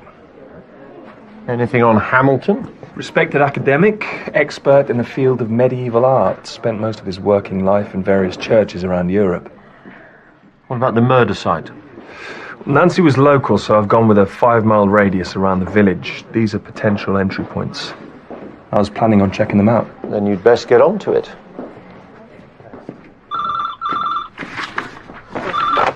Corston CID. Can I ask who's calling? It's Reverend Gould, former vicar at St. Clair, wants to talk to you. DCI Barnaby speaking. Okay, well, if you'd like to come down to the station, we'd be more than... Okay. Give me your address.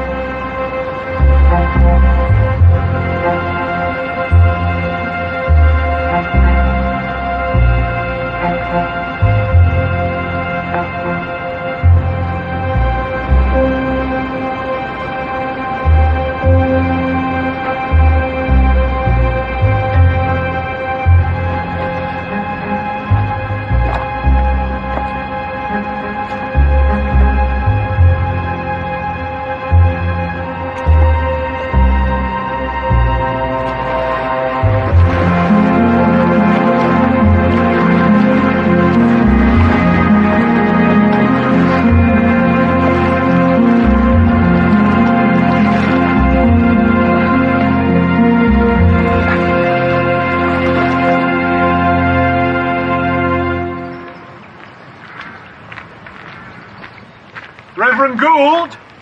Through the back.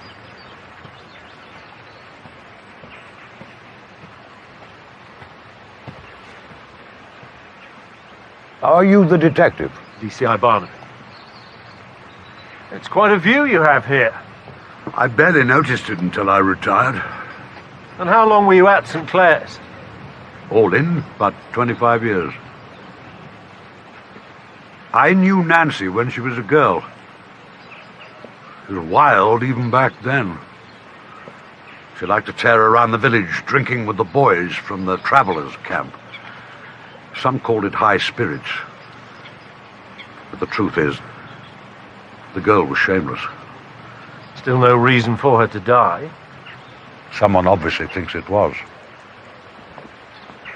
Any idea who that someone might be? No. But I know what inspired them.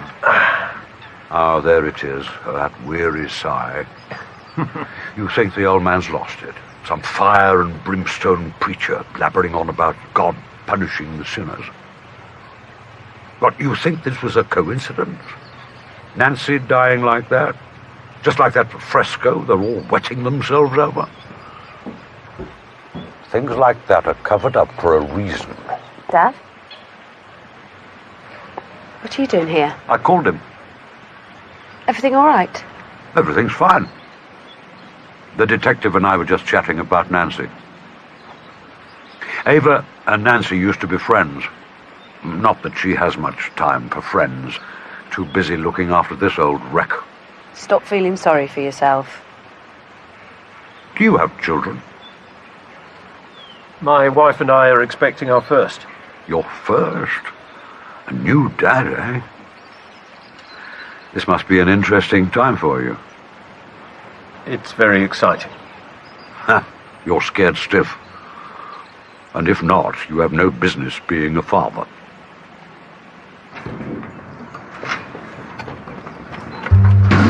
I say.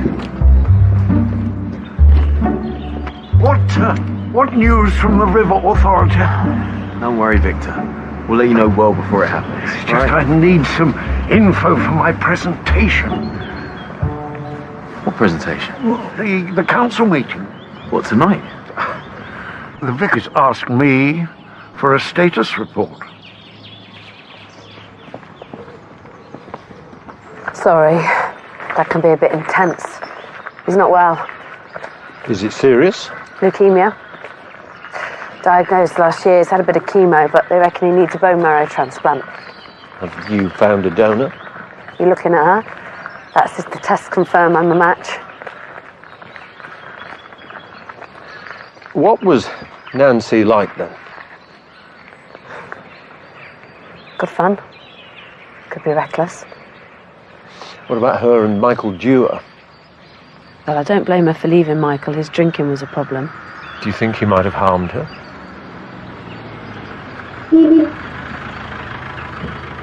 Martha's holding the vote tonight. How?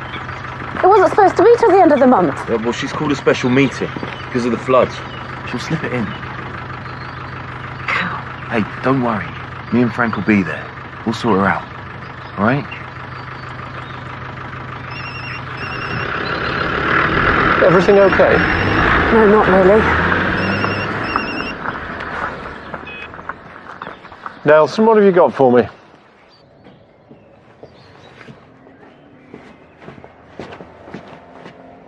You're not going into work, are you? Got to make a start on them quotes. I can do that. No problem.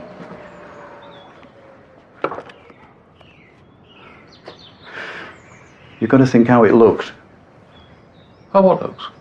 You, swanning into work while your wife's body's still in the morgue. You stay here, keep your head down. I'll take care of the yard. Right, we need the riverbank combed, then let's get some cast of those tyre tracks, okay? Thanks, everyone.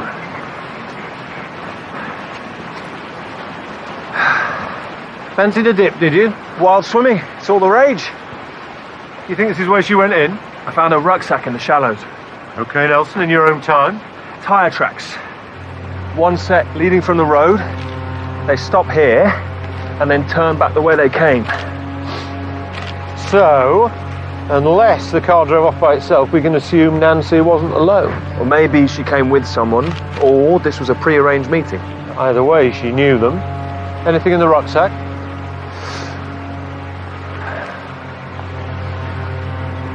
Change of clothes, toilet bag, books, water, passport, air sickness pills. She was taking a flight. Australia, one way, due to fly out the night she died. And a work visa. So she was leaving until someone stopped her. Been trying to call you all morning.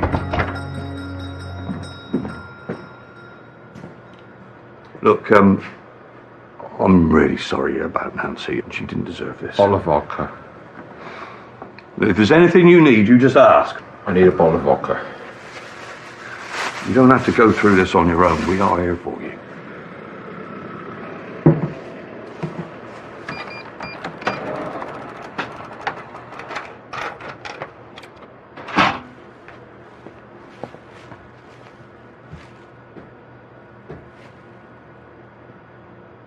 There's one thing you'd do for me. Just name it. We must think about the future of the church, Stella. But should we really be discussing the fresco so soon after Nancy? Nancy's death was tragic, but that doesn't mean we neglect our duty. But the way she died, Vicar, it was just like the poor girl in the painting. The fresco wasn't to blame for Nancy's death. Whoever killed her was evil, and they will face the consequences. We've more ingress. Then I'll order another pump. It won't help. The problem's structural. You want to save the fresco, you have to make the crypt watertight. And that's what I plan to do. The thing is, you keep saying that. All will be sorted by tonight. Professor Hamilton. What do you mean Nancy was leaving? You don't think it odd that Nancy didn't tell you she was going? Why would that be odd? You were in a relationship with her. I don't know what idea you have of me and Nancy, but it wasn't serious. She left her husband for you. I wasn't the only reason Nancy walked out on Michael. Care to expand on that? Well, the man's a drunk, and he has a temper, and when he gets angry... Look, all I know is Michael wasn't above taking his anger out on Nancy. Did you ever see him do this? No. But the whole village knows he put her in hospital last Christmas.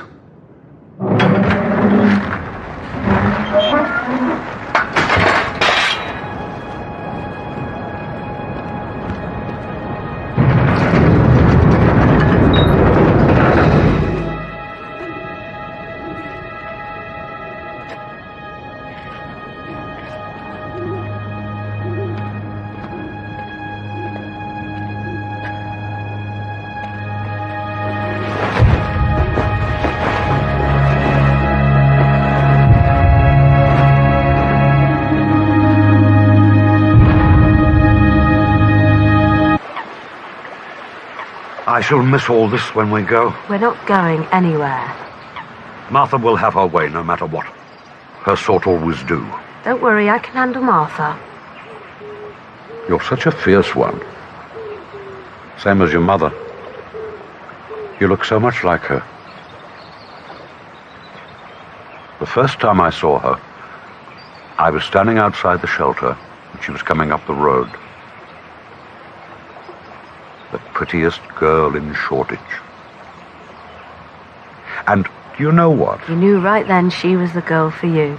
So, you took her for tea in a cafe and you talked all night till the waitress threw you out. Have I told you that story before? I just wish you could have known her. Yeah, me too. It's not been so bad, has it? I mean, you're happy enough, aren't you? I'll be happier when we get the test results back and we can start living again. The question is where? Listen to me. This is our home. I won't let Martha take it. I promise. Hamilton's a liar. Yes, Nancy and I had rows, but I'm not a wife beater. What about Nancy's trip to casualty? Well, that was nothing. Concussion, 2 cracked ribs. Well, she was plastered. She was dancing in the kitchen and she fell. You can ask Dad. He was here, he saw the whole thing happen. Then why does the village believe you were responsible for her injuries? Well, because they like to think the worst.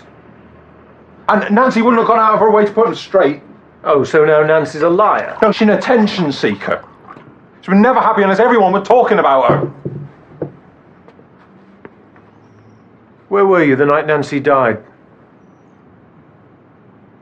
I told you I was out. You need to be more specific. All right, I was at a mate's. Does your mate have a name? Ewan Evans. He runs a shop. Why didn't you tell us this before? Oh, I only just remembered. Ah, here you are. Listen, I've arranged a meeting tomorrow with the solicitor. I thought you might like to come along. I've got to be at the church. Look, this is important, Noah. It's about the future of the shop. Your future. I need to be there. No, you've been back for 3 months. I want to get this sorted out, once and for all. And we will, I promise.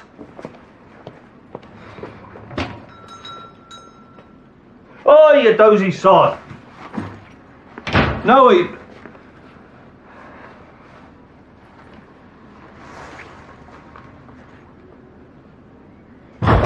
He's hitting the bottle early. I don't think it's early for him.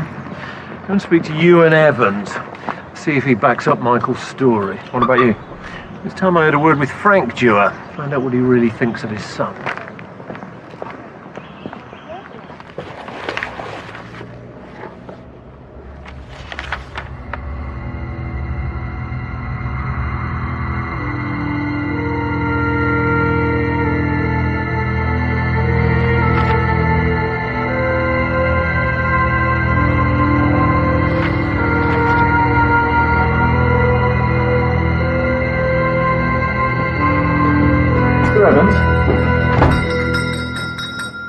D.S. Nelson.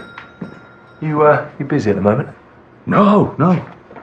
Always got time to talk. You're a friend of Michael Dewar's. Yeah, we're good mates, me and Michael. You were with him on Wednesday night?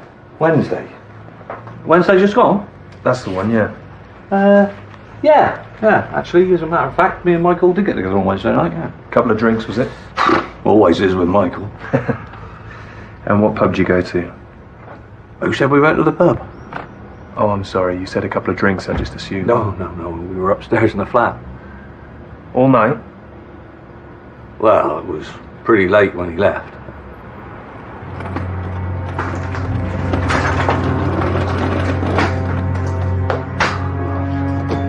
Sorry, I'm gonna have to deal with it. Sorry, Lil. Here. Oh, I told you. I didn't want any sandbags.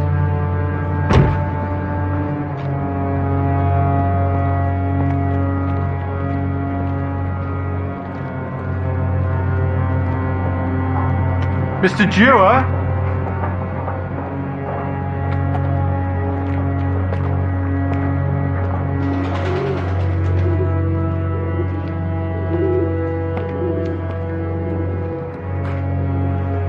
Frank?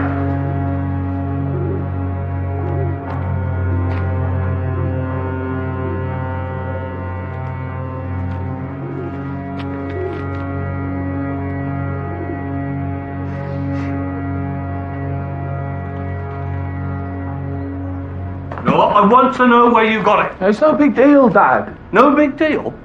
There's some nutcase running around murdering people and you practically got the handbook. Those pictures are vile, sir. That's your expert opinion, is it? Well, 20 years working in a epoxy shop and suddenly you're an art expert. That ain't art. And this poxy shop puts a roof over your head. Yeah, well, I hate it. I don't know how you can stand it here. Every day, the same thing. No, not the same thing, because every day I build this business up just a little bit more. And why? So I can hand it on to my son. Your son doesn't want it. No, Ed.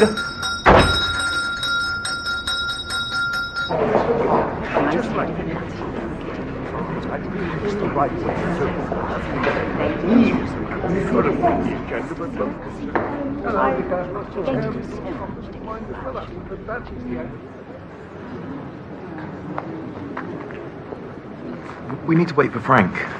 Oh, don't worry, he'll get here.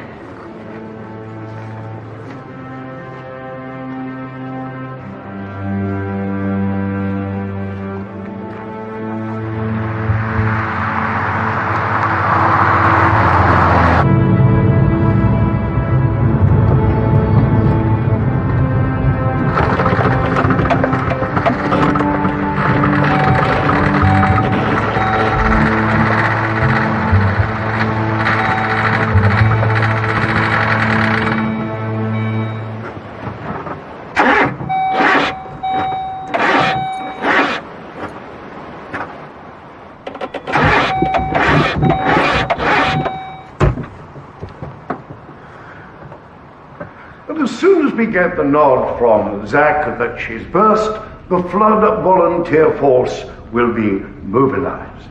That's me, Stella, and anyone in one of these. First priority is to get the word out. We go door to door in case we lose mobile communications. After that, we need to evacuate the vulnerable. Red dots represent households with elderly persons or children. Now, we'll get them to the church. That's going to be our HQ, headquarters. Stella's on top of all that. We'll be providing tea, coffee, and hot soup. Tomato and cream of chicken. Now, should the worst happen and the church be flooded, then we go Surely, to... if the church floods, Victor, then the whole village is lost. Not necessarily, Vicar. I like to believe we've got a pretty solid plan B. Well, then we'll pray you never have to use it. Thank you, Victor. Oh, thank you. Now, shall we talk about the cottage? I think you mean the Gould's home. Well, it's not technically their home. The property belongs to the church. You all know the decision we have to make. It's not an easy one.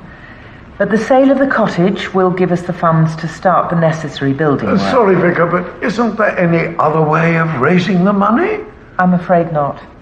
And I should tell you that Professor Hamilton believes the fresco will perish if we don't make the crypt watertight soon. But evicting Reverend Gould and Ava, well, it does seem a little bit extreme. Hear, hear. Thank you. Of course, you're right. It is rather cruel that the Reverend should have to leave his home, and for what? To save some silly old painting. But then I remember something Reverend Gould said to me when I first came to St. Clair. He said to me, Martha, your job is to take care of the church, and for that you must make sacrifices. So, while it pains me to do so, I propose we take a vote on the cottage. Well, hold on. The council rules say that you can't vote if more than one member is absent. So... Well, there's only Frank missing. You're forgetting about Nancy. No. Nancy gave me her vote a few days ago and asked me to cast it for her. Why would Nancy give you her vote? I don't know, but she did. And I, for one, feel that we should respect her wishes.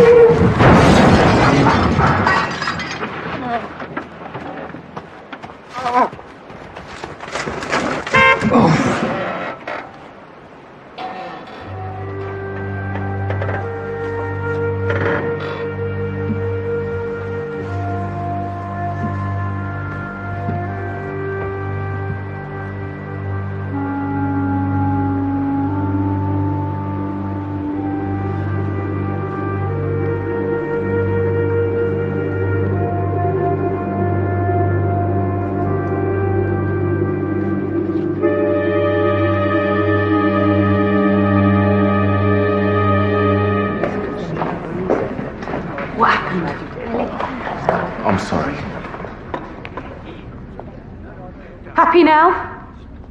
Got what you wanted? It was a council decision. To make a sick man homeless. Ava, you know we've provided alternative accommodation for you and your dad. Oh, yes. I've seen it. A poxy caravan on the other side of the village. It won't happen. I'll pull that place down before I let you take it from us.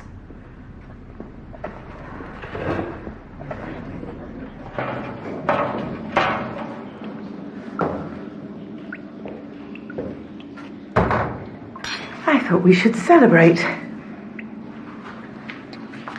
You mean you got the votes? I must admit, I was surprised, but Frank did us a favour by not showing up. So, looks like we both get what we want.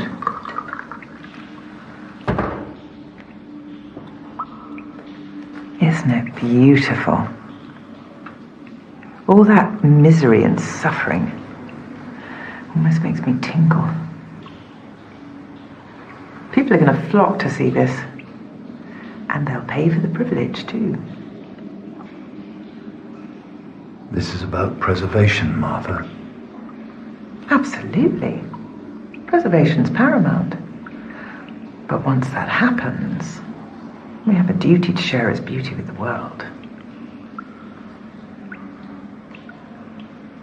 You know what I like about you, Martha. You know exactly what you want. To the fresco.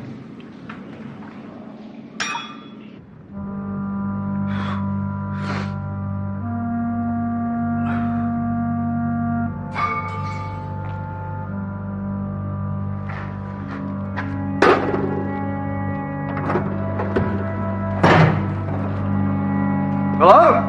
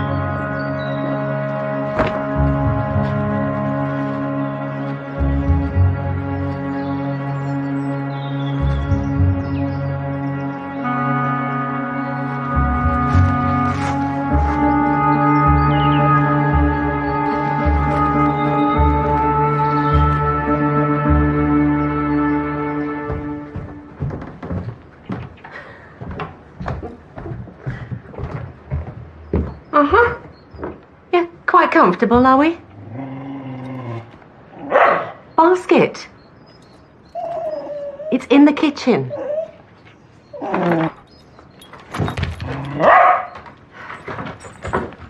We may have to sit Sykes down and talk to him about the changes that are coming. What if it doesn't like me? What? The baby. What if we just don't get on? Well, it's not much to get on with. They're practically blobs for the first year. No, I mean after that. What if it grows up and our relationship breaks down? You know, you hear about it all the time. Parents not talking to their kids, vice versa. That's other people. Is it? I'm sure they didn't set out to have bad relationships with their kids. Something must have happened. Where is all this coming from? I don't know, I just...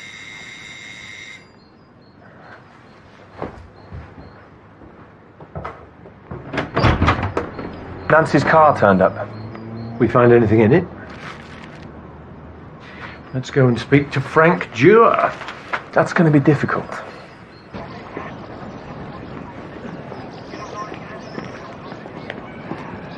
You know him? Name's Frank Dewar. Any relation to our river girl? Father-in-law. Well, 2 ton of rubble fell on top of him, so we have multiple injuries to head and upper body. None of these injuries were enough to kill him outright, though. In the end, he bled out. Slowly. First drowning, now stoning. Stoning on an industrial scale. Yeah, it's quite a murder weapon. The forensics got anything off this? Not yet. Let us know if they do.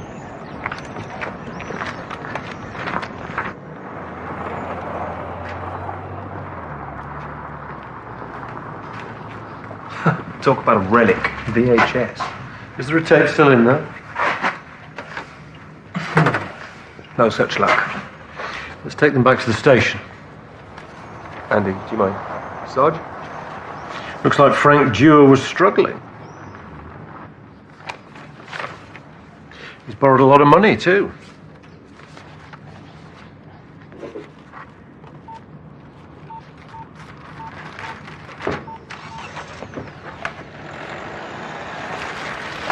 Frank tries to get rid of Nancy's car. And then someone got rid of him. So why was our second victim trying to hide evidence relating to our first? Because he was protecting someone? Michael Dewar. Find him, bring him to the station. You don't want to come with me? According to this, the last call Frank made was to the Gould's cottage. You have to admit it's frightening. I'll admit it's disconcerting. But the drowning and the swooning, Reverend... I prefer to think of the friends we've lost rather than how they died. But it's just like the fresco. You're not suggesting the fresco killed them, are you, Stella? No.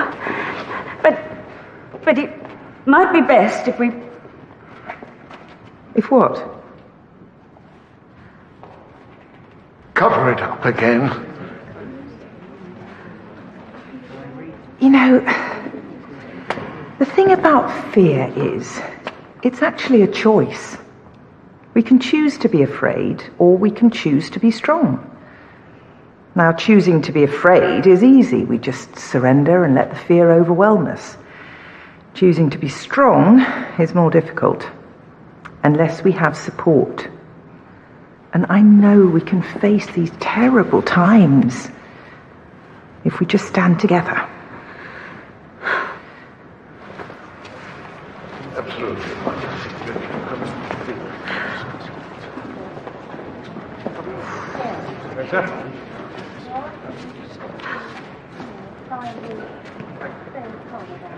Frank Dewar was stoned to death. What? That lot are blaming the fresco. Mind you, a bit of notoriety wouldn't do our profile any harm. Excuse me. Poor Frank.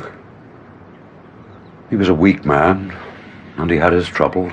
You mean like his debt troubles? That, and then there was Michael, the bad seed. Frank did what he could. You see, that's the problem with having children. Who knows what you'll get? I was lucky with Ava. And I pray you will be too, when yours comes along. You never told me how he died. Unusually. Unusually, eh? Well, I did warn you. Tell me, if this fresco is inspiring someone to commit these murders, what do you suppose their motive is? Do you know what the fresco's about? It's a purge, a reckoning. They're rounding up the sinners and making them pay. So Nancy and Frank Dewar were sinners? Somebody obviously thinks so. Did Frank call you last night? About 8 o'clock. What did he want? He wanted to apologize. The council met last night and decided to sell the cottage. Frank was meant to vote for us, but he didn't show up.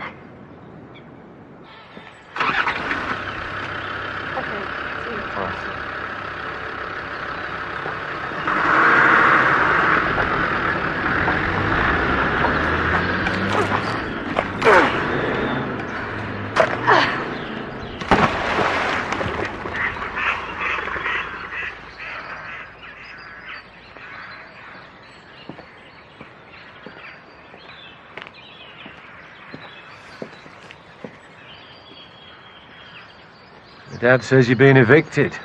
Not if I have anything to do with it.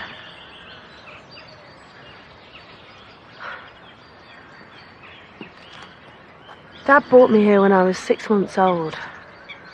My mum died just after I was born. Dad was devastated. So we left London and we started afresh. Sounds like a happy home. Dad made it a happy home, gave me everything I needed. It was perfect. That's why I'm going to fight this. When did you last see your dad? Yesterday afternoon, before he left. Where was he going? Work, I suppose. Nancy's car found 2 miles outside the village. Your dad dumped it there. Oh, why would Dad do that? He needed to get it out of the yard. Our forensics team matched oil found in your garage to a leak in Nancy's car. Hang on, how can that be? You tell us, Michael. I don't bloody know, do I? Where were you on the night that Nancy was killed? And don't say with you and Evans. He backed up your story once, but if we get him in here under caution... It doesn't matter where I was. The point is, I wasn't anywhere near Nancy. Then why not tell us where you were? If you don't, we're going to have to charge you with Nancy's murder. You think I killed my wife and my dad in the space of 2 days? Unless you can give us an alibi.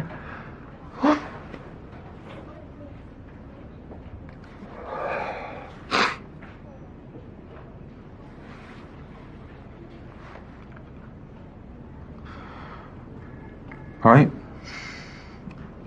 I was at Carrington Hall.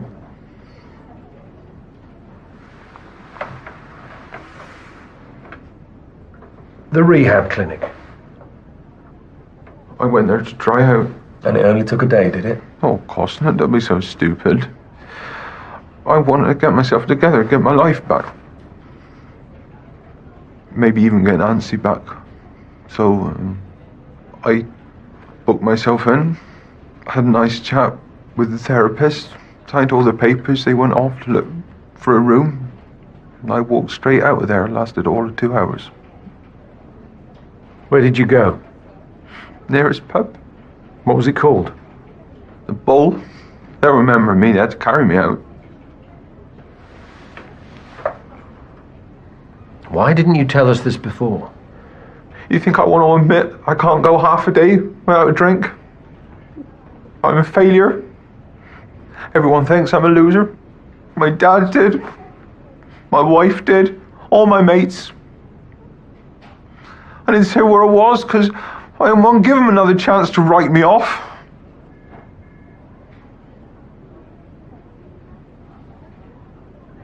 Did the initials SHC mean anything to you?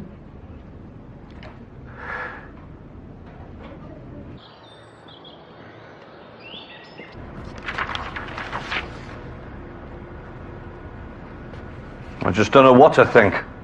Well, maybe it is a bit extreme, but... Yeah, but what the hell's Noah doing with it? That's what I want to know. Well, he's the arty type. I mean, they're supposed to be into weird stuff, aren't they? There's weird and there's weird. What would the police say if they knew he had a book like that? It's just a book. Yeah, a book full of torture and death. And with everything that's been going on around here. I better get going. Oh.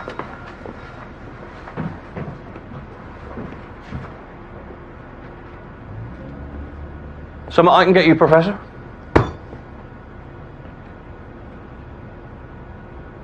Actually, I was looking for Noah. Noah's gone out. Something I can get you? No. Nothing important. Hang on a minute.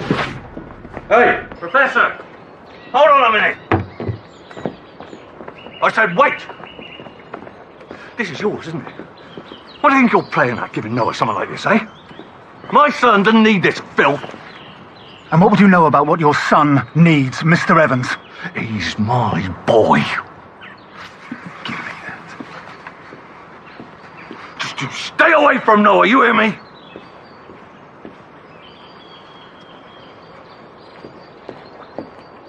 Carrington Hall confirmed that a Michael Dewar booked in but left. From the Bull? Well, the barman remembers him. Took 3 of them to kick him out at closing. Okay, so where are we on the Dewar CCTV? Can't find a VCR. You are kidding me. It's the 21st century, sir. Get a car round to my house. They'll find an old VCR player in my study. You got a study? Nice.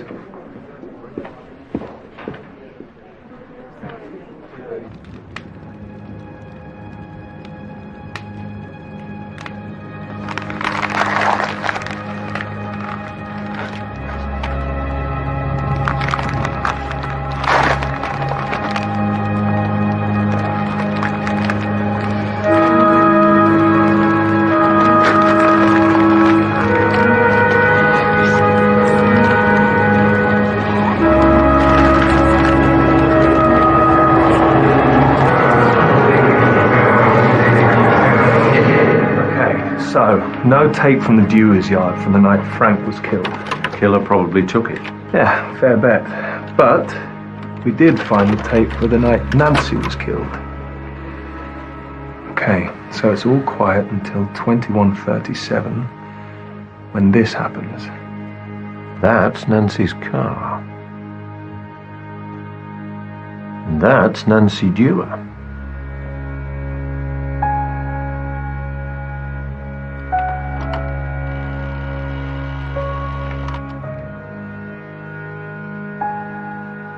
What's she doing? There. She's getting picked up.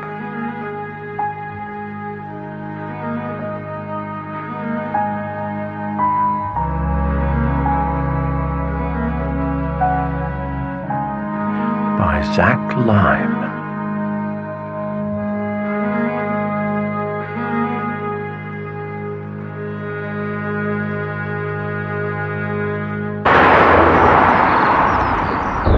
Zach Lime, 32 years old. He moved to the area from Leeds 4 years ago. Criminal record? No, there's nothing on him. But he's got a brother who was charged with identity fraud. Hold on a minute. Before coming to the area, Lime spent a year training to be a priest. Okay, thanks. Thank you. That was the Carford station. They say she's burst her bank 3 miles upriver. It might still hold here. That will be lucky. We need to speak to you, Mr. Lime. Nelson!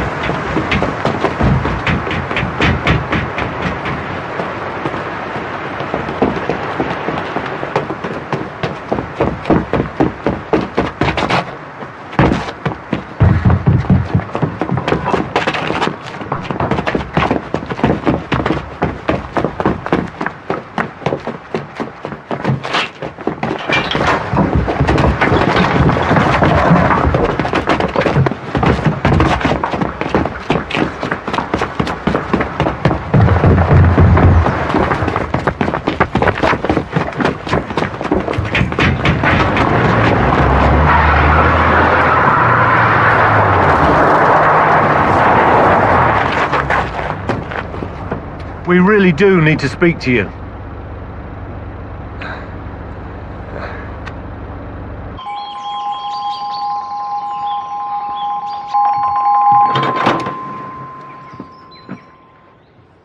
What do you want, Martha? You're not working on the fresco. I'm taking the afternoon off. Why? You ill? I've some things to take care of. Well, do you think you could attend to them quickly? We've got plans to discuss.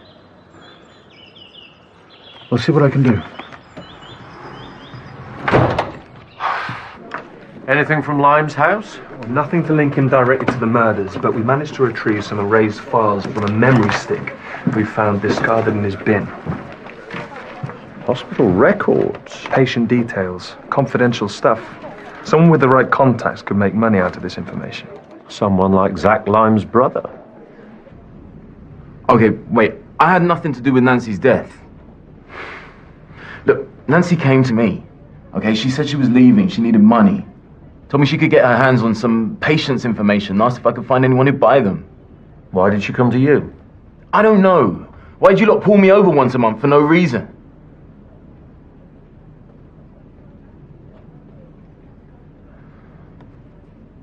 I may have told her about my brother. Why didn't you sell it on? No. It just didn't feel right. And plus, I haven't seen my brother in ages, so... In the end, I just paid Nancy from some savings. Hold on a minute, you gave her your own money. Why not just tell her you couldn't find a buyer? Nancy said if I helped her, she'd put in a good word for me with Ava. Look, I know it's pathetic, right? I know. But I work with Ava every day. And I still never seem able to tell her. Tell her what? I love her.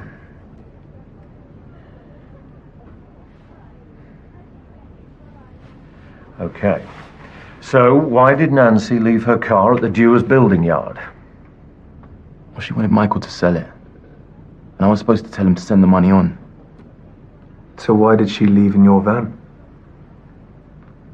She wanted a lift. Back to Hamilton's house.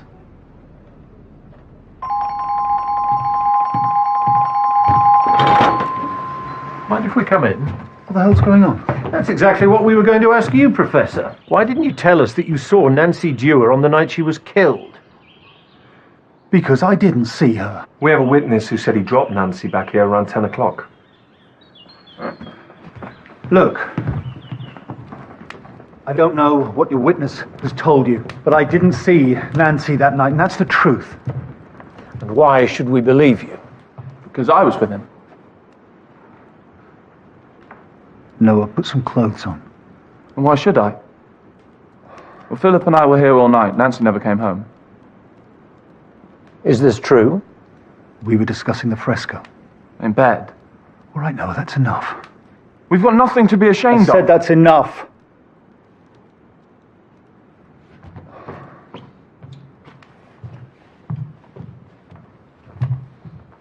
Noah. Noah, please don't overreact.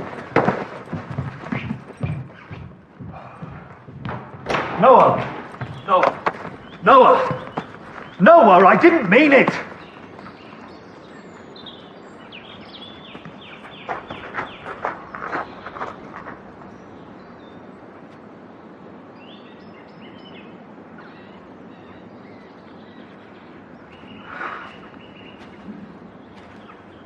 I'm afraid that Noah, this revelation, came rather late in life for me.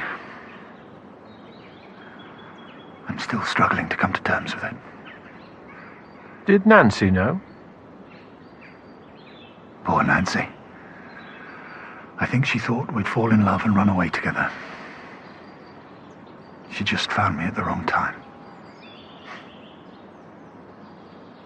So Zach swears Nancy went home, and Hamilton and Noah swears she didn't. Somebody's lying. Not necessarily. If Zach Lyme took Nancy home, he'd have dropped her here, right? More than likely. So when he drove away, he would naturally have assumed that Nancy was going back to Hamilton's. But what if he was wrong? What if she was actually going somewhere else?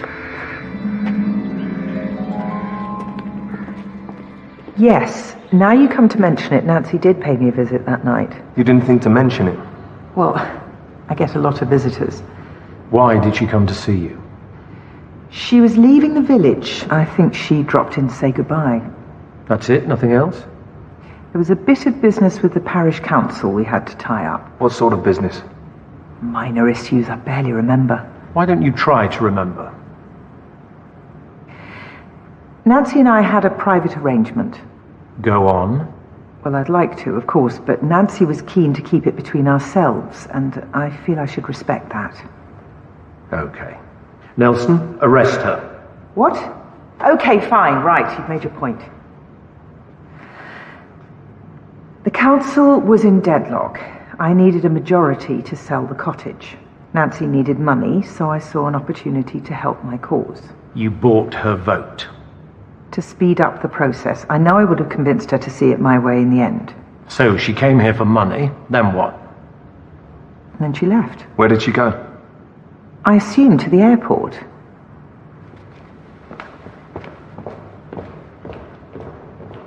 I don't trust that woman.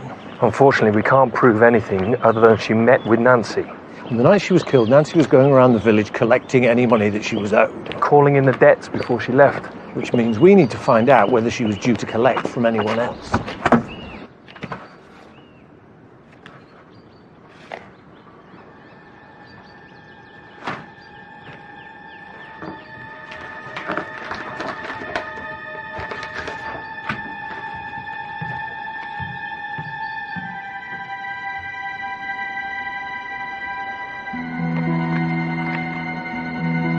Wow, that is beautiful. Beautiful. Well, not the subject matter, obviously. The quality of the work's exquisite.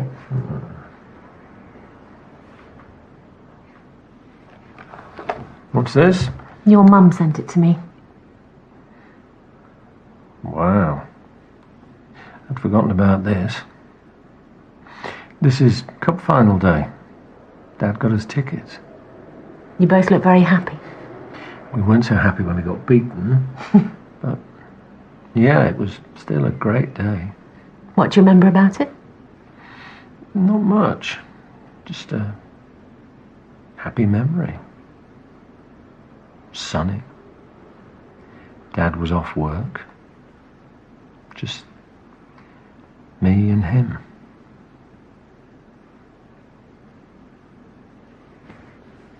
You know, you're right, of course. Sometimes relationships aren't perfect. They can be awkward and a little distant. It's never the whole story, though, is it? No. Not the whole story.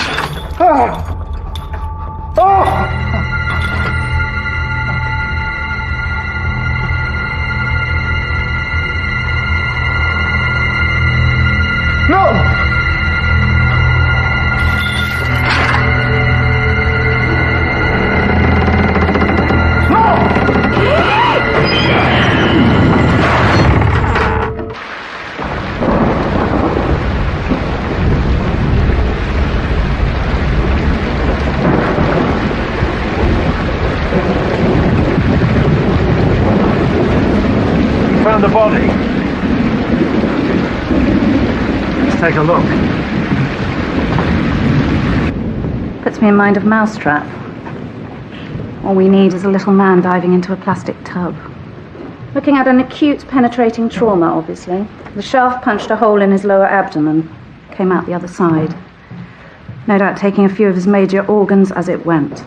If it's any consolation, this one would have died relatively quickly. Where did the chains come from? Take a look around. The place is full of medieval replicas. It's like a theme park.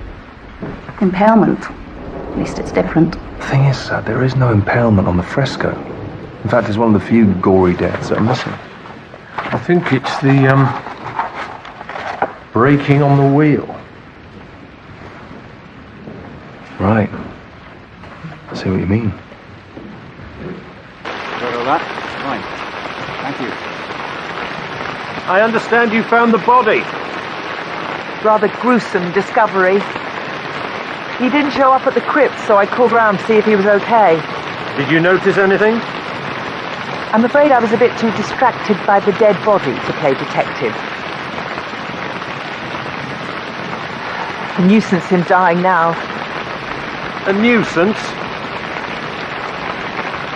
Medieval art experts are hard to find. Doesn't look like it's going to stop.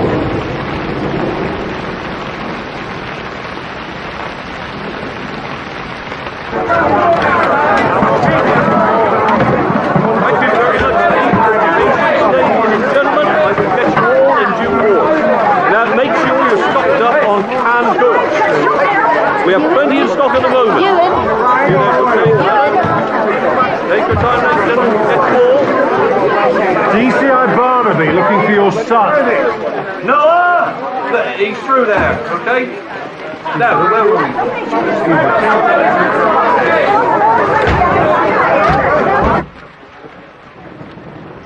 I remember the first time I saw him. Came in the shop. Bread, milk, blue cheese, 2 bottles of red. Right then and there I knew. I mean, it wasn't obvious because he was always around the women flirting. But when they weren't there, he was around me. Did you see the professor last night? Last time I saw him, he was with you. You didn't go back to his house? Hold on. You think I killed him? You were very angry with him. Yeah, no wonder. I was trying to help him, and he treated me like that. No, I loved him. Even if he was old and boring and couldn't admit who he really was, I still loved him.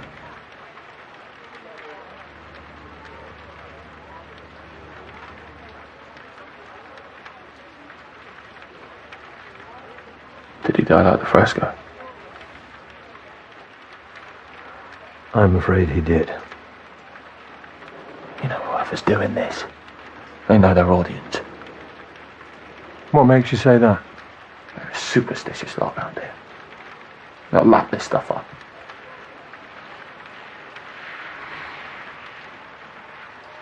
Just buying a place for us, you know. We're all set to move into the Gould's cottage. The Gould's place? He and Martha had agreed a quick sale, cheap as chips, the professor said.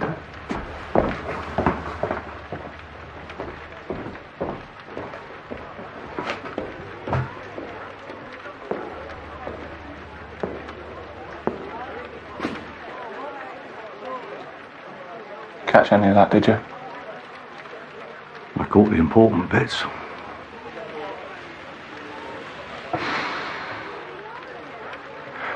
I don't want the shop, Dad.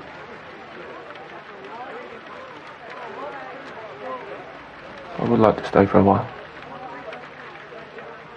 On one condition. Right, ladies and gentlemen, everyone else might be running for the hills, but we are made of sterner stuff. So, come flood, fire, famine, or the devil himself, heavens and sun are open for business.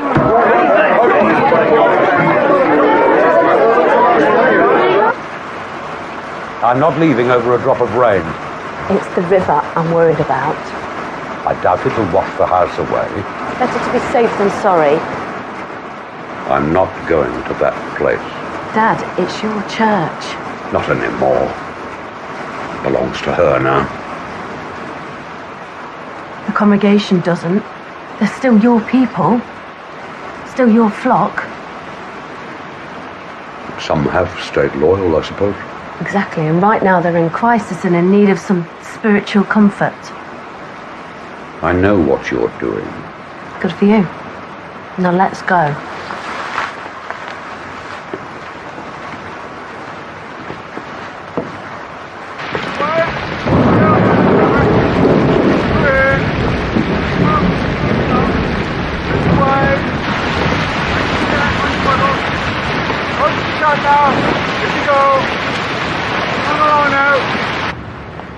He was buying the Gould's place, so Hamilton was all set to move in.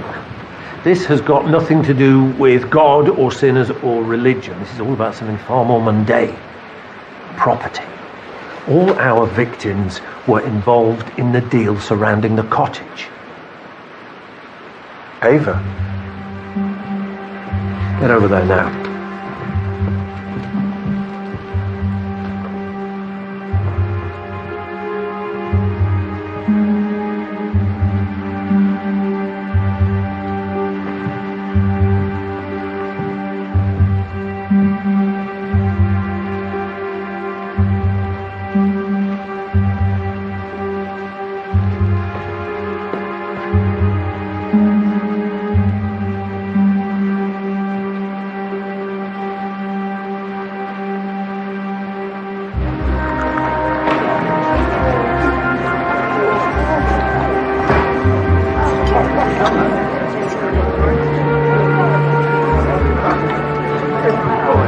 place hasn't changed at all.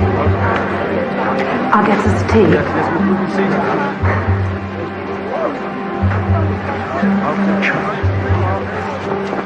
Reverend Gould. Nice to see you again, Victor. How goes the crisis? All under control.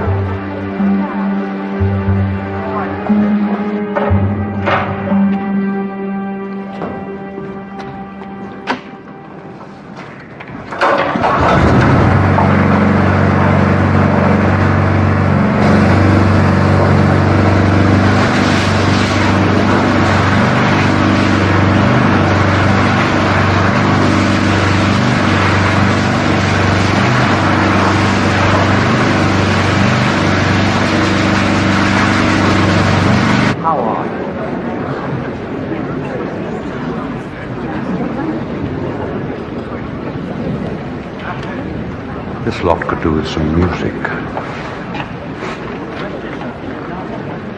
Abide with me, fast falls the eventide. The darkness deepens, Lord, with me abide. When other helpers fail and comforts flee, help.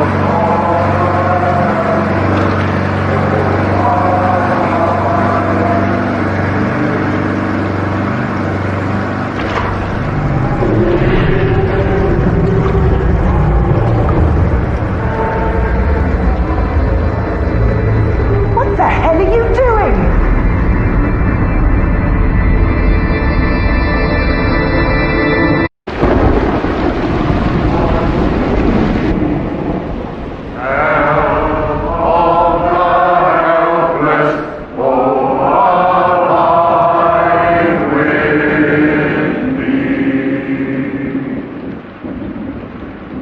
Been a long time since I heard singing like that.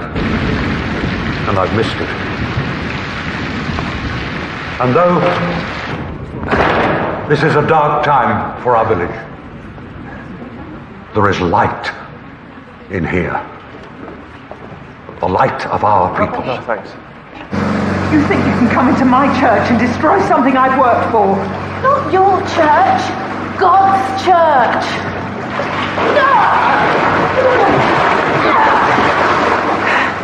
He brought me here. God put me here to protect his gift to us. Just graffiti, Martha. Granted, it's 800 years old, but still. People will come for miles to see this.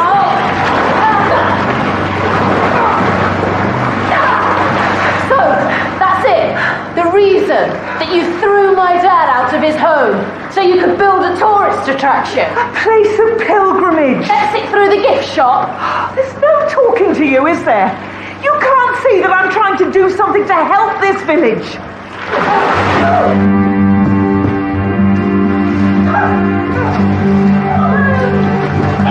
You want to do something to help this village, Martha. Stop trying to turn it into Lourdes and be a proper vicar. What, like your dad? Thumping Bibles in the pulpit every Sunday? My father is loved in this village. They couldn't wait to see him go. Stay right there. You need to arrest her right now. She tried to destroy this church. Don't be hysterical. And she tried to kill me. You saw her. Right, you need to come with me now.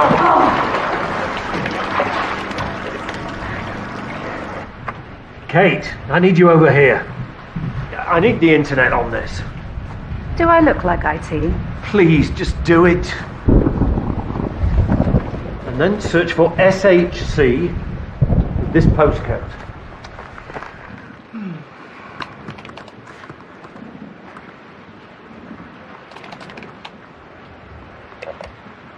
Ta-da! Oh, look at this. Is there a phone number? There.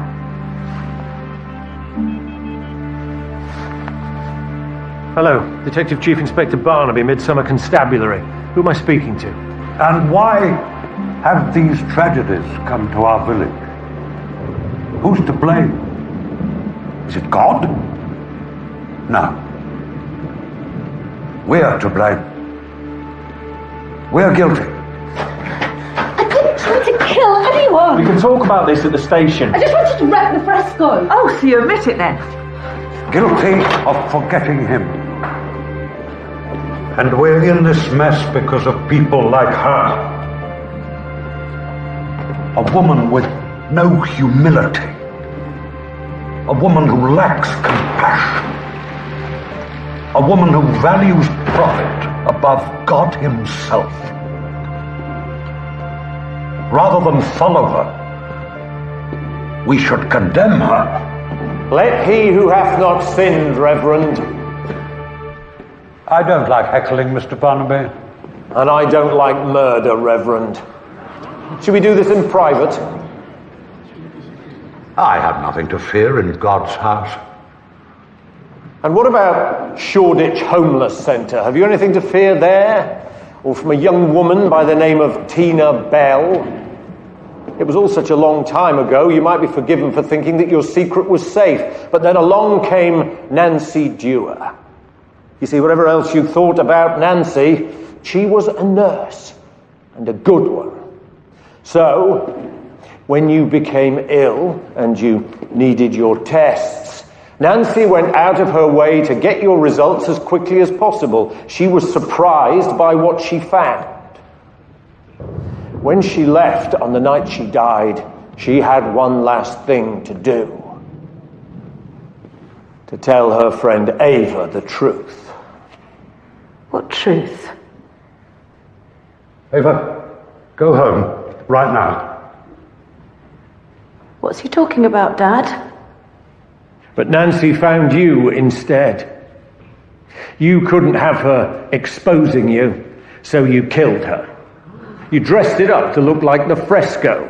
Same with Frank. He found your test results in Nancy's car, so he had to go too. And then you were safe. Until Nancy came back from the dead to spoil your party. A reply came to a letter that Nancy had sent to the homeless centre asking about you. Professor Hamilton received it yesterday. I imagine he contacted you about it. What letter? Nothing important, my love. It explains what Nancy had discovered from your test results, which the Health Trust have very kindly emailed to me. Don't read them, Ava.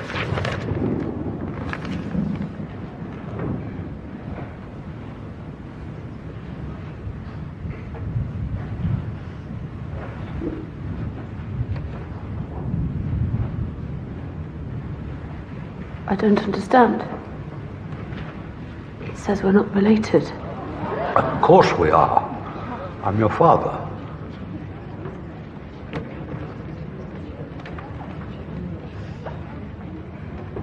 Who was my mother? You know who she was. Marjorie Gould. She walked into the centre. We went for tea. There was a waitress. You are the daughter of Tina Bell, a troubled young woman who walked into the homeless centre. You were taken from her and never seen again. Tina was an easy target. A young girl, drug user, mental health issues. So when she claimed that her newborn baby had been stolen, nobody believed her.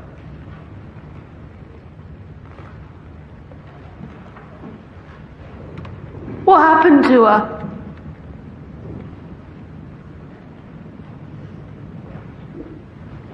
She died 5 years ago. But she never gave up looking for you. You took me from my mum. She wasn't a mum. So full of drugs, she never even woke up. She couldn't take care of you. I took care of you, Ava. You were so small, wrapped in a dirty towel. She birthed you in a car park. A car park, Ava. She wasn't capable of looking after a child. You have to understand, I spent years trying to help those people. I couldn't save them. Not all of them. So I decided to save one. You changed everything. You gave me a purpose again. A reason to believe. You lied to me. Only because I loved you. Oh. Ava! Ava! That's as far as you go, Reverend.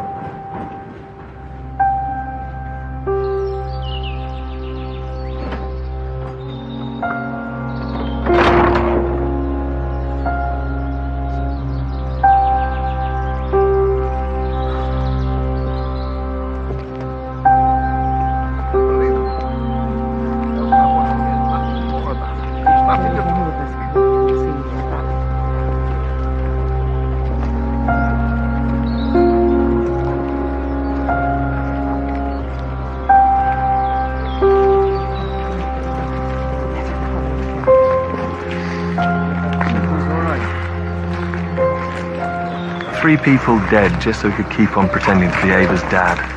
Well, I wasn't pretending to him. As far as Gould's concerned, Ava is his daughter. Except she's not. Well, he brought her up, watched her grow. Stole her from her mum's arms? My point is, he killed three people to protect Ava from the truth.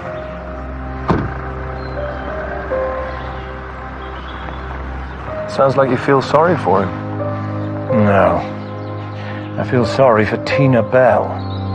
Imagine what she must have felt when she found her baby gone.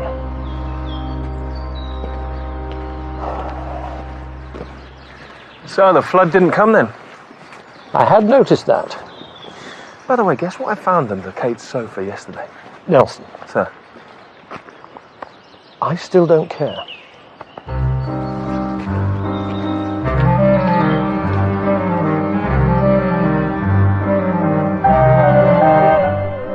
And we return to Midsomer in 2 weeks' time, as next Wednesday night we have the FA Cup replay, Manchester City versus Blackburn Rovers.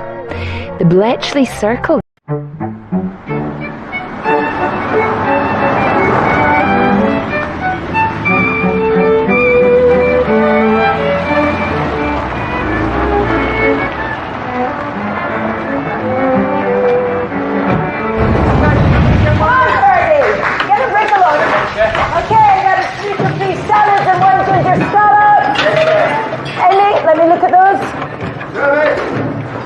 Table 5 says the lamb is underdone. Oh, tell them they're wrong. Ready to go! See, that's for you, madam. And also for you, sir.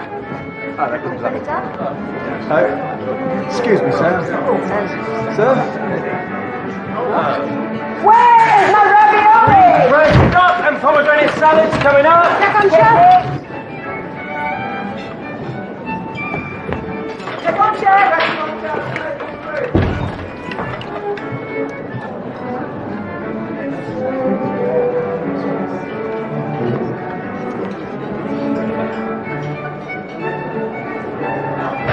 Amy, your father's here. Go and find out what he wants. No, too busy. Come on, Fergie, get him. Check on chef. Okay, 3 dozen cocktails, 1 per chicken and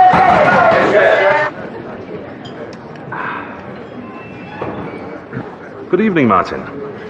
This is an unexpected pleasure. I'm afraid this table's reserved, but I'll get another one set up for you right away. I thought I'd look in and see how you're doing. Very nicely, it seems. Have you decided what you'd like to eat? I have a hankering for truffles. I'm afraid we don't have truffles on the menu. Really? I'm surprised. Ollie here has a nose for them, you know. Well, if you've no truffles, I'll be off. Don't really fancy anything else. This is for you. What is it? Business matter. It comes a bit of a shock, I'm afraid. Come on, Ollie. Come on. Good boy. Good boy. Come.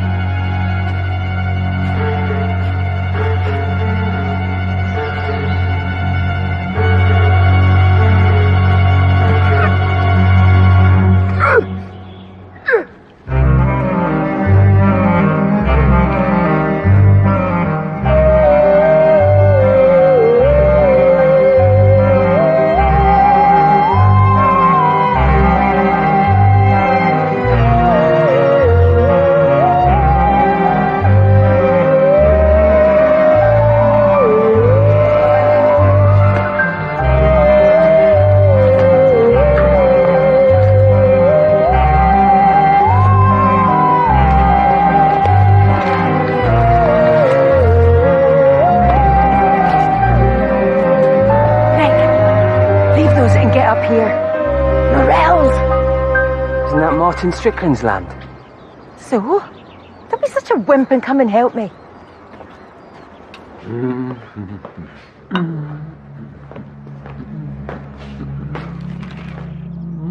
Darling, Hmm?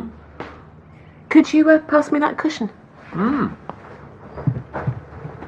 Thank you. And the footstool.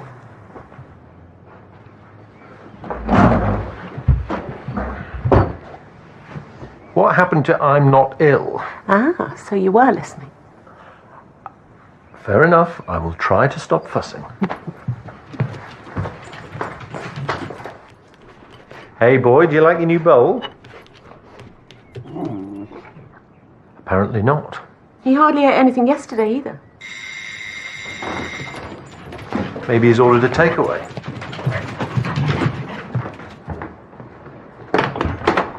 There's a body in the woods over at Midsomer Wyvern, sir. Hello, Sykesy. How you doing, boy? Hello, Charlie.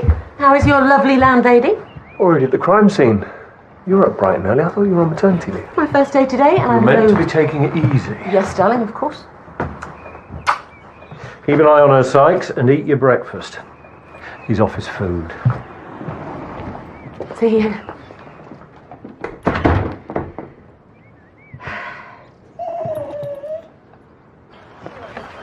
A local farmer by the name of Martin Strickland, a woman who lives nearby, found the body tied to the tree and called it in at 6:23 a.m.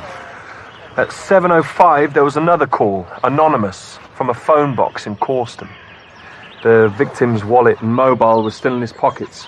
I'll check his calls once the phone's been processed. Footprints, 2 different sets. Look quite fresh. See, they make casts. Initial thoughts, Kate? He died sometime between midnight and 2 a.m. No sign of head injury. I won't be able to say whether he's been shot until I get him back on the slab, but most of his chest and stomach are gone. Not to get too technical about it, I'd say he's been eaten by something. Before or after death? Before, unfortunately. Maybe a big cat. There are meant to be dozens roaming wild all over the place. Pumas mostly. Does your book of urban myths also say that pumas are good at tying knots? This is murder.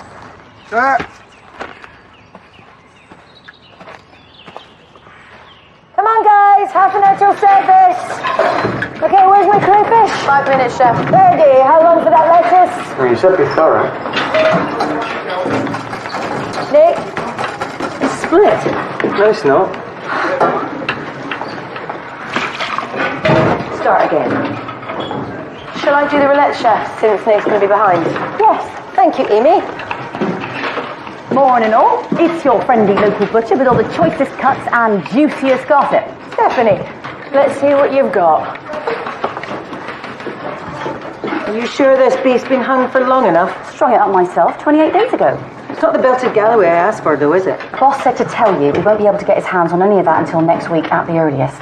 Well, if I find out the Riverside Inn's got Galloway in the menu before that, there'll be trouble. Bruce, you know we wouldn't do that to our best customer. Sign here, please. Verdi! Tom. Get his meat in the chiller.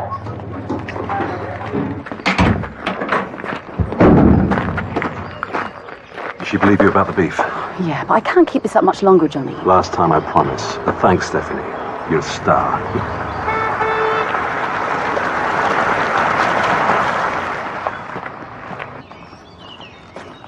Over there, I think.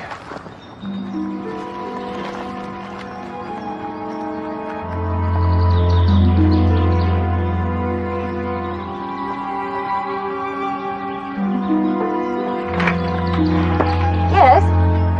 Lizzie Thornfield, Yes? may we come in? What were you doing out in the woods so early this morning, Miss Thornfield? Collecting firewood. Before anyone was around to stop you? You recognised Martin Strickland straight away. How well did you know him? Better than I wanted to. You disliked him? Why? Arrogant landowners aren't my type. Did you hear anything unusual in the woods last night? There were some gunshots. Around midnight, I assumed it was poachers. Wild oats and ginseng. Very good for your libido.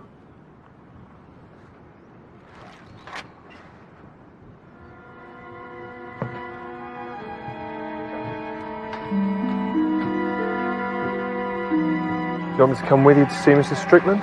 No, you stay here until forensics are ready to release the victim's phone. I guess it only takes one of us to break bad news. Look what's just arrived. Wild Harvest. Huh? This year's must-have book from one of Britain's most exciting chefs, destined to become an instant classic. Let me take a look. Oh, I'm still not sure about the cover. It's fabulous. Hello, bestseller list. It looks amazing. Cool. I'm sure the author will be happy to sign them for you. Yeah, well, later. Come on now, everyone, back to work. Come on, it's service in 10 minutes, 2 sweets. Come on, kids, come on.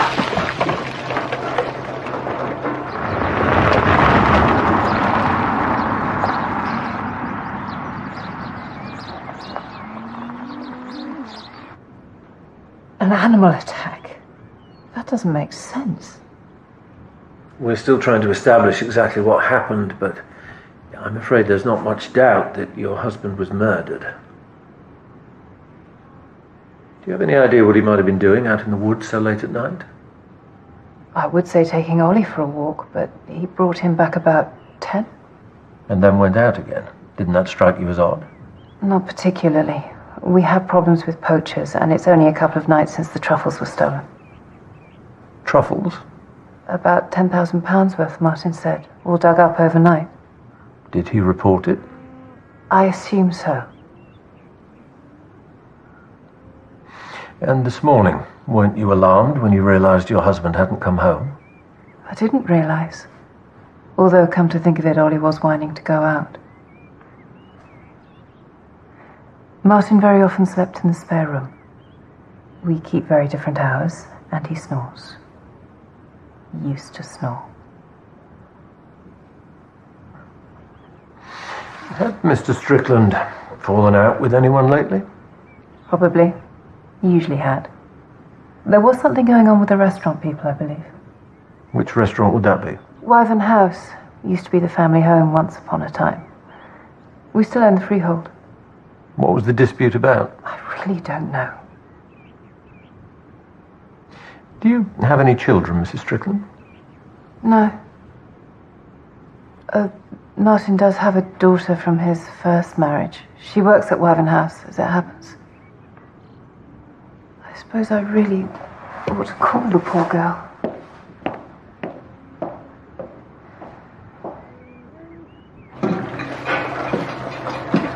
Well done, everybody.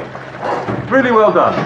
Nick, the scallops for table 2 were cooked for 15 seconds too long.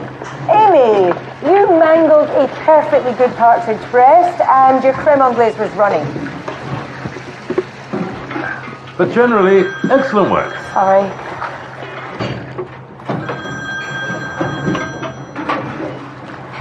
Camilla, what do you want? What?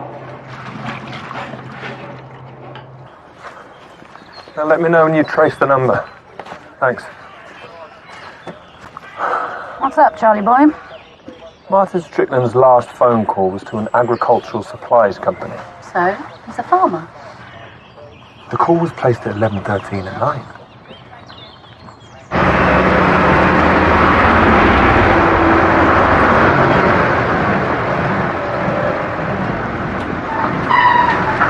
What do you farm here? Beef cattle, mostly. And Martin runs some commercial shoots up in the woods. Pheasant, deer, wild boar, that kind of thing. Camilla, do you know where Martin is? I've not seen him all morning. Martin's dead, Jamie. Oh my God, that's terrible. Sorry, sir, you are... Jamie. Weston. Jamie worked for Martin.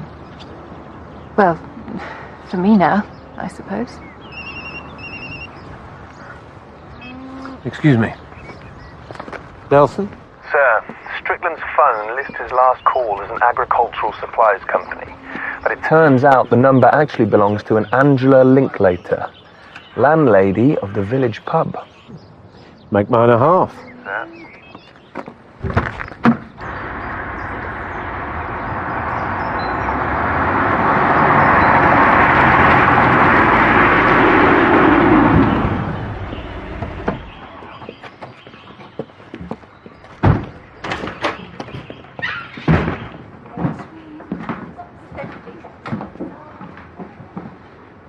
Angela Linklater. That's me. Oh, come to do a spot check on my pumps and barrels, have you? Detective Chief Inspector Barnaby, Causton CID. This is DS Nelson. Could you tell me the nature of the phone call you received from Martin Strickland just after 11 o'clock last night? Why do you want to know? Because Mr. Strickland was found murdered early this morning. Oh, God. No.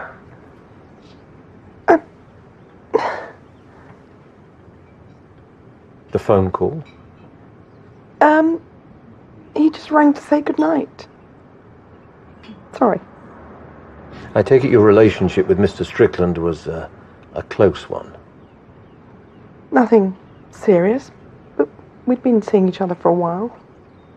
Your number was stored in his phone as agricultural suppliers. Was that to keep it hidden from his wife? Shall we?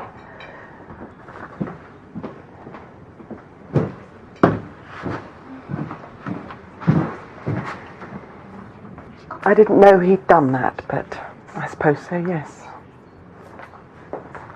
When did you last see him?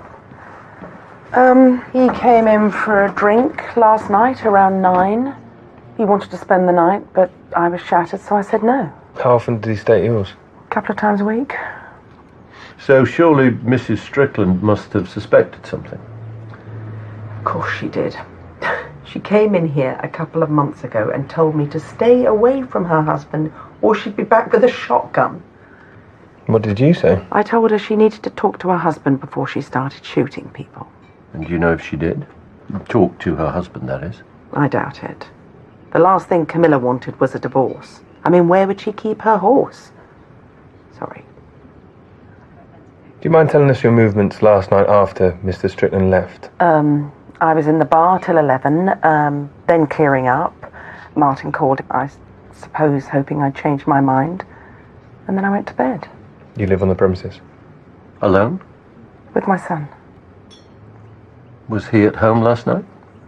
Ferdy works at his father's place, Wyvern House. He doesn't usually get back till gone midnight. Wyvern House is Ruth Cameron's restaurant, isn't it? She's married to Johnny, my ex. Don't worry, it's all very civilized.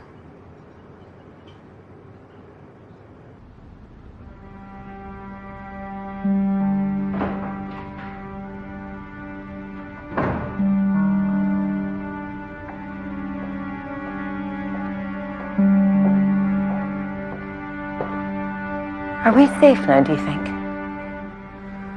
Unless Martin shared his plan with his wife.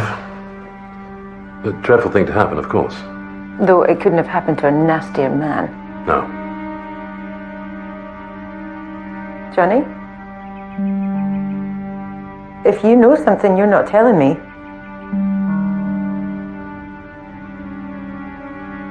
You better look at this.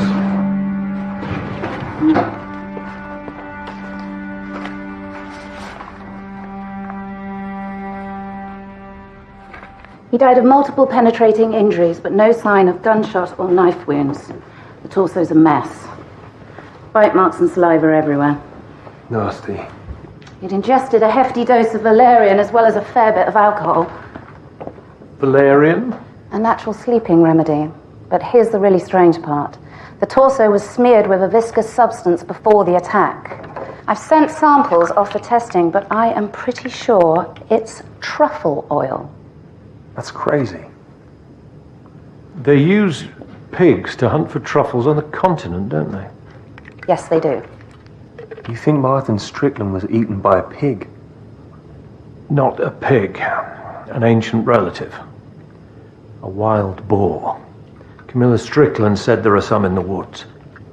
So Martin Strickland is drugged and tied to a tree, possibly at gunpoint, and then daubed with an oil the killer knows will prove irresistible to a large, omnivorous wild animal, and abandoned to his fate.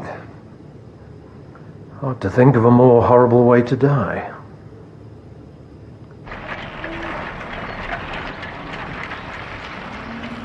Come in. Tea? No, thanks. When did it happen? Early hours of this morning, the police think. I called you as soon as I knew. I'm very sorry, Amy. He was very fond of you, you know, in spite of everything.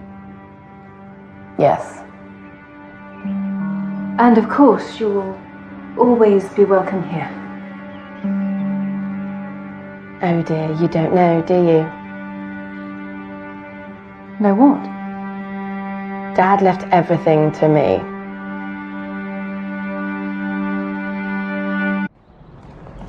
Anything on this morning's anonymous call? An adult male, probably holding his nose. But I could have told you that. What's next? A visit to the farm. The cartridges we found in the wood. What's the betting they match one of their shotguns?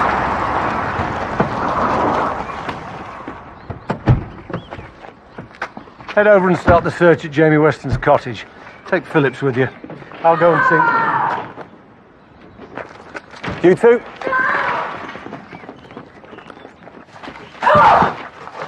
I'm sorry, Camilla, but you're not going to find anything.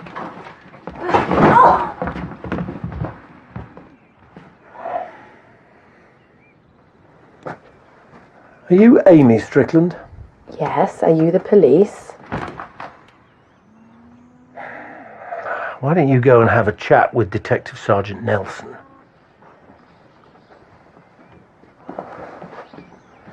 Now, Mrs. Strickland, why don't you tell me what's going on?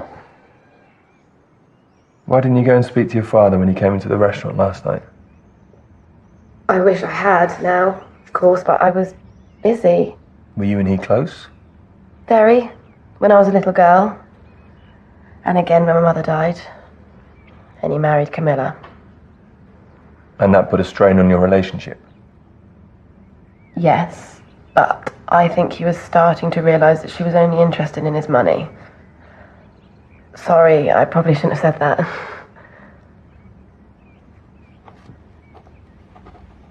Did you and Mr. Strickland never discuss his will? No. I trusted him to do the right thing. Big mistake. He always doted on that girl, despite the way she treated us both. They barely spoke for years, except when Amy wanted some money. But they'd been getting on better lately. And your relationship with your husband? Any recent disagreements? No. Or at least, no more than usual. But you knew about his affair with Angela Linklater, didn't you? You should have told me about that, you know. I was trying to preserve a little dignity.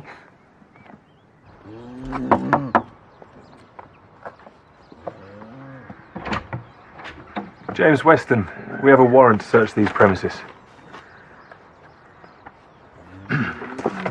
Standard 12 bore. Many people around here got them. When were they last fired? I went out Sunday. After rabbits.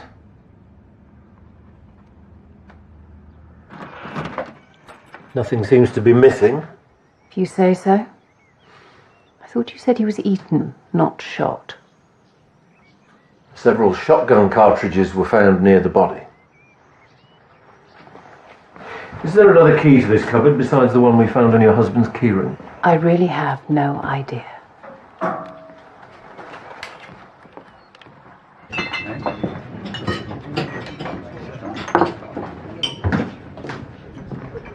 Good book.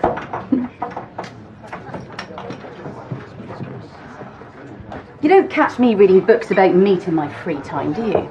You know, I swear you dream about food. What's wrong? This. She's stolen all my recipes, Steph.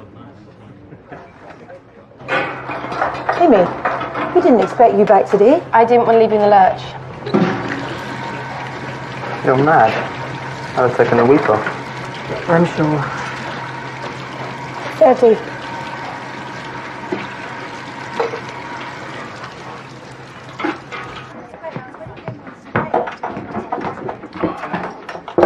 You sure you don't want one, mate? Sure, thanks. Rough day. I need to get back. After what she's done to you. If you won't quit, at least take the night off. I can't, especially not with Amy gone. Are you going to be Ruth Cameron's lapdog all your life? Let the man make his own decisions, Steph. Not until I can trust him to make the right ones. She's always been like this. The other kid was nasty to me in the playground. My little sister would beat him up. He won't say anything to her about it. I know he won't.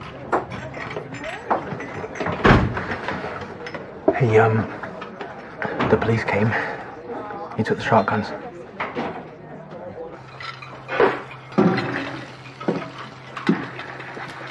Where the hell have you been? I didn't think you would notice whether I was here or not. Since, according to this, I don't exist.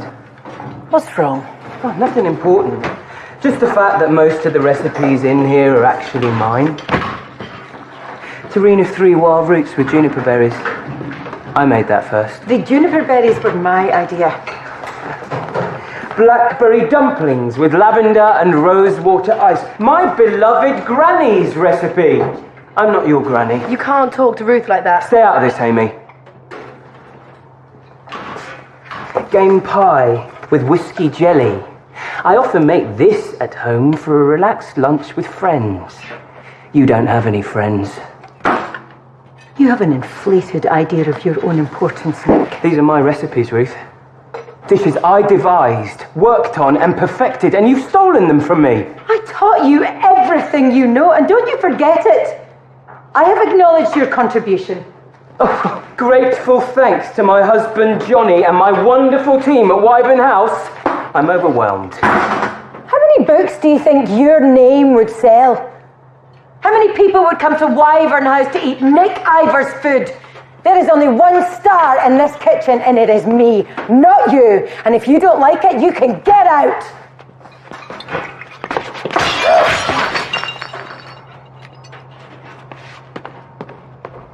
And don't come back! Traitor!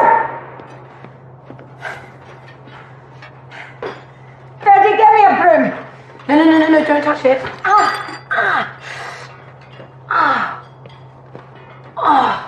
Let me see that. Get off me.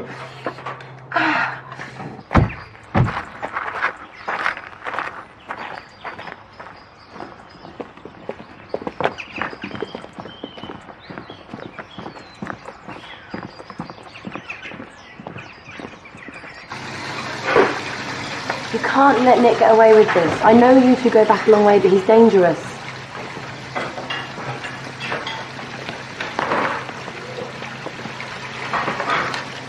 That looks nasty. Occupational hazard. What do you want? This is DCI Barnaby from Causton CID. I'm DS Nelson. We need to have a word. Is your husband about, Miss Cameron?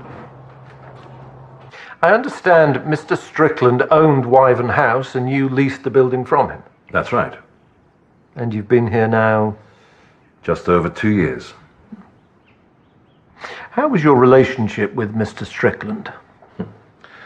The usual wrangles between landlord and tenant about who was responsible for what, but no major problems. Do you really need me? Only we're short-staffed in the kitchen. If you wouldn't mind staying for a few minutes, Miss Cameron. I'm curious about the truffles that were stolen from Martin Strickland's land. What about them? A gourmet restaurant that prides itself on using local produce. Did you consider buying them? Martin did approach me, but his prices were far too high. Why did Mr. Strickland come here last night, then leave without eating? He hadn't booked, and we were full. He had a drink, we exchanged pleasantries, and he left. Did you speak to him, Miss Cameron? No. I'm not the kind of chef that spends half their night in the dining room glad-handing guests.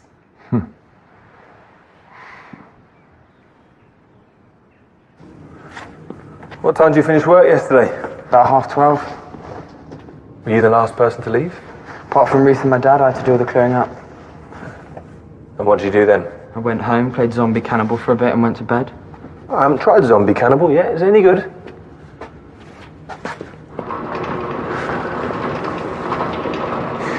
Did you know about your mother's relationship with Martin Strickland, 30? Everybody knew. How did you feel about it? I thought it was pathetic. Why is that then? They're both old. You'll be their age one day, mate. And if I am, I won't carry on like that. Like what? Stopping other people from sleeping just to prove they can still get it on. Did you feel that Martin was trying to replace your dad? He would never replace my dad. I hated Martin.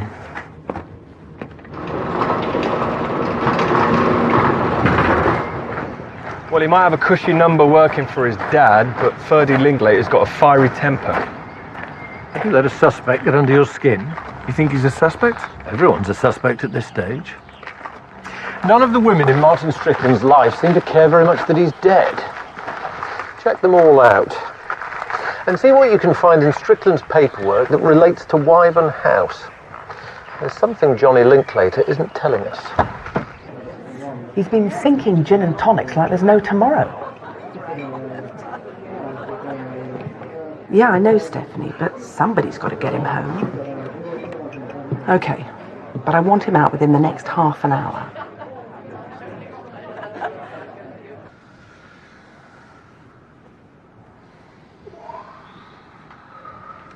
Does the name Lizzie or Elizabeth Thornfield ring any bells?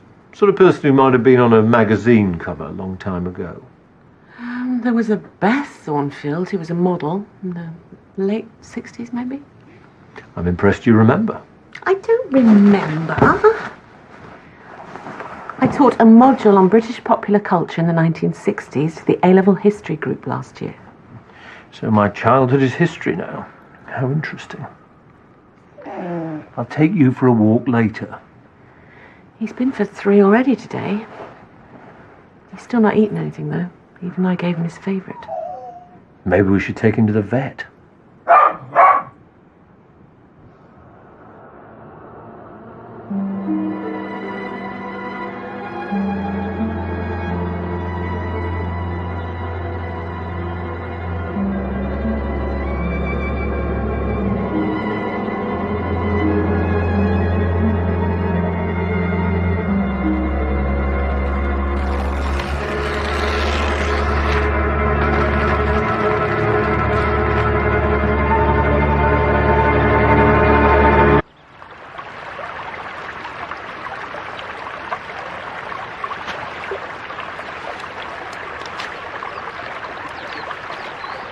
Here, take this. Wild celery. Do you really do this every day? Always. And you'll have to get used to it now there's no Nick to come with me. At this time of the morning?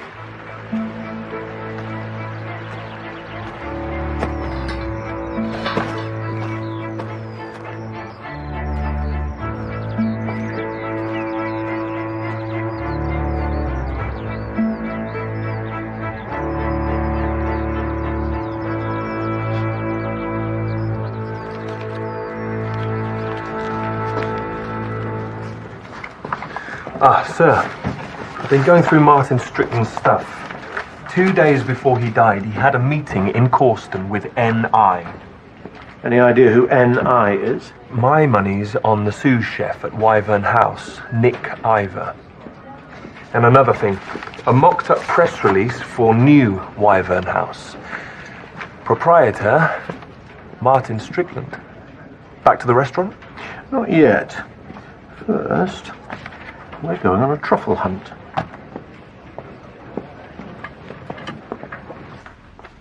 Do you have a moment? Of course. How are you feeling, Amy? Do you need some time off after all? No. The thing is, my father left everything to me. Really? Well, congratulations, if that doesn't seem too crass. So I suppose that makes me your landlady. But that's not what I wanted to talk about. I'm going to have money soon, quite a lot of it, and I want to invest in Wyvern House. I see. I was thinking we could expand the business, run courses, develop a merchandising arm maybe. The restaurant's wonderful, of course, but it could be so much more. It's a generous offer, certainly. What would you want in return? A partnership. Business and creative. The kitchen is Ruth's domain. I know I have a lot to learn, but I have ideas too, and I think together... I'll talk to Ruth. But we mustn't rush into any important decisions. I hope you both give this some serious thought.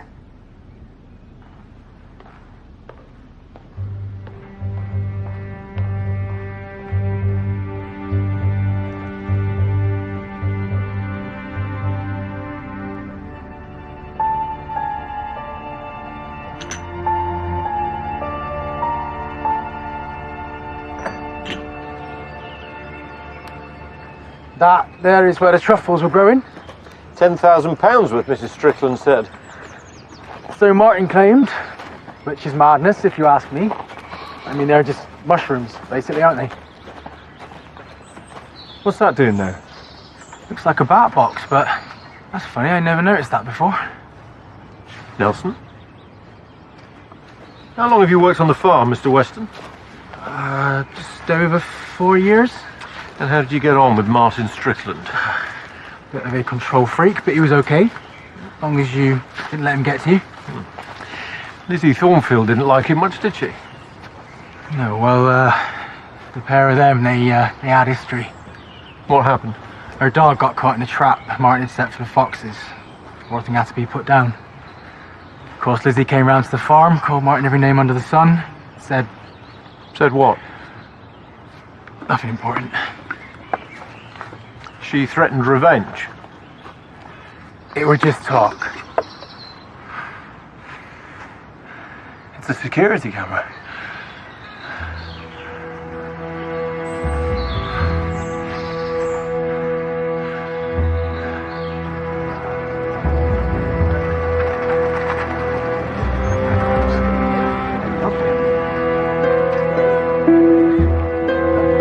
Neat piles, Ferdy, so the cover shows well. Not like that. Do I have to do this? Yes. How many books do you think you can sell at an event like this? 10? 15? Every little helps. Can I go now? Yes, and start prepping the vegetables for service. Amy will tell you what to do. How's Amy coping with her promotion? Temporary promotion. We'll see. She's got to do everything on her own today. She came to see me earlier. She wants to invest in the restaurant.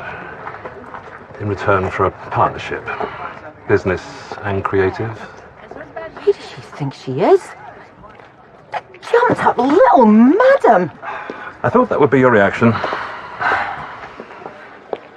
Do ex-wives get a discount? Angela. I'm so sorry about Martin. Yes, indeed. Oh, hello. Would you mind signing this? My daughter, Rachel. How are you bearing up? If there's anything I can do. Oh, stop oozing sympathy, Johnny. I liked Martin, and it was a terrible shock, but it's not going to break my heart. Right. That's the spirit. What? And they were lovely. Thank you. Martin had a security camera hidden in a tree. You idiot! How did you not know? Here we go. Thank you. Anything special you'd like me to write inside? In loving memory of Max Thornfield. Who's he? Quite a celebrity these days, aren't you, Ruth? What would all your admirers think if they knew the truth? There is nothing to know. You killed my son. I call that something.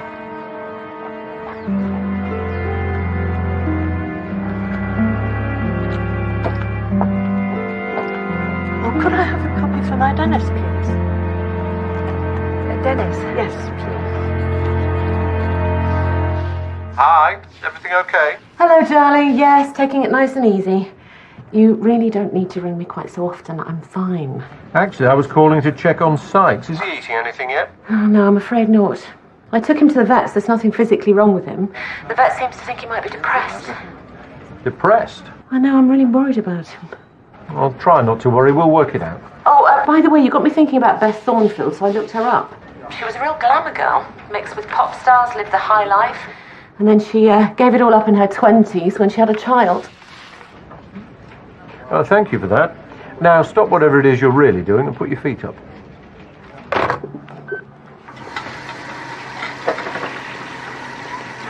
How'd the book signing go? It's done, thank goodness. I never knew there were so many villagers. Sold 42 copies. I told you it would be worth it. So, Amy, are we on schedule? Yeah, cold starters and puddings are done, salads and dressings are prepped, and the sauces are ready to go. Okay, how long for the soup? 5 minutes. Have you tasted it?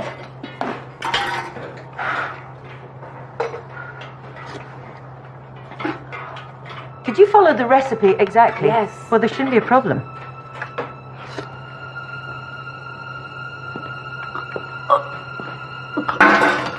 Amy?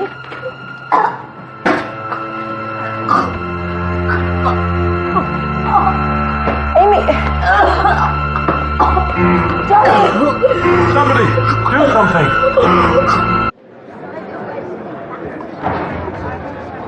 I'm sorry that you've been kept waiting, everyone. There's been an incident in the kitchen, and I'm afraid you won't be getting any lunch today. Kitchens are really hazardous places. One bite of a death cap and you're a goner. Rhubarb leaves will kill you too, even faster than foxgloves. Is there any evidence that Amy Strickland had eaten rhubarb leaves or foxgloves? No, but she tasted this soup just before she died. Wild celery and mushroom. Was it poison, Kate? Obviously, I can't say for sure yet, but I think so. That rictus grin, I've read about it before. It's symptomatic of poisoning.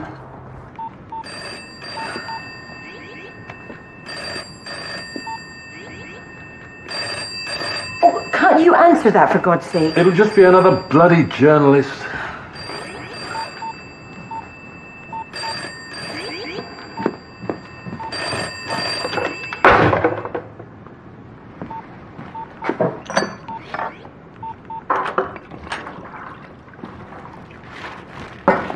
Oi, what are you doing? Miss Cameron, please.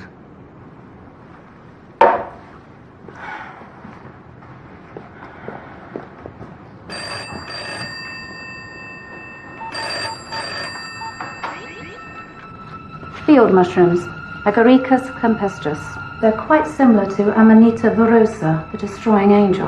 But looking at these, there doesn't seem to be anything wrong with them. But of course there isn't. I picked them myself yesterday. Are you assuming it was one of us? Not necessarily. I understand the supplier's entrance is left unlocked during the day. And the kitchen's always deserted around 11:15 for staff lunch. Did Amy prepare all the ingredients for the soup herself? No, Verdi prep for her. At least I told him to. I just took the stuff from the chiller and you said it would be.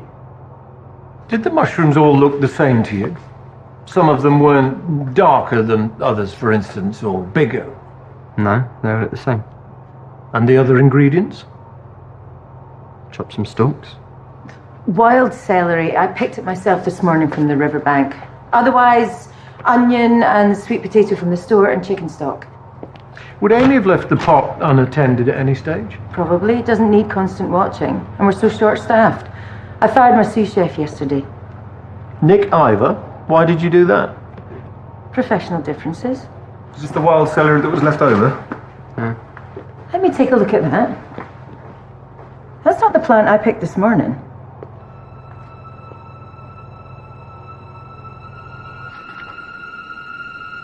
As I thought. Enanth crocata. Hemlock water dropwort. Perhaps the most poisonous plant native to Great Britain. The leaves smell characteristically of celery or parsley. The roots are the most toxic part of the plant.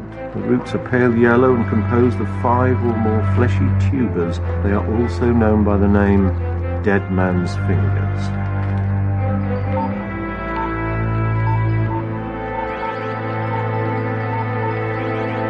Ferdy. Do you want to tell me what these are? They're not mine. Oh, okay. So when we test the bag, we won't find your fingerprints? There's a website with pictures. They tell you which ones are poisonous and which ones get you high. I haven't hurt anyone.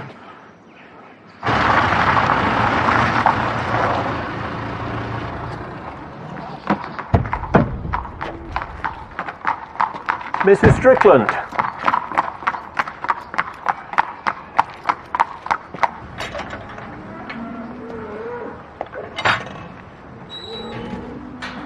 I'm sorry, I'm just... Why is someone targeting us like this? That's what we're trying to find out. Can you tell me where you were this morning, please? Out riding. Did you meet anyone? Jamie saw me leave, and I met 1 or 2 people, but no one I knew. Yesterday, when you found out about the will, you were clearly very angry. Now that Amy's dead, the entire estate comes to you.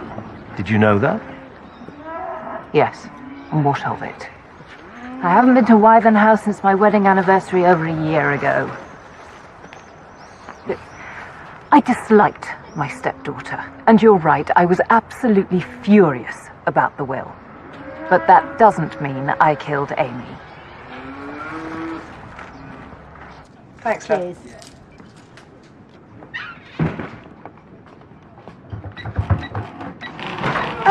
What are you doing home so early? Have you been sacked? No. Amy's dead, so they closed the restaurant. What do you mean Amy's dead? Is he not alive anymore? Birdie! Poison soup. I was there. It was pretty horrible, actually.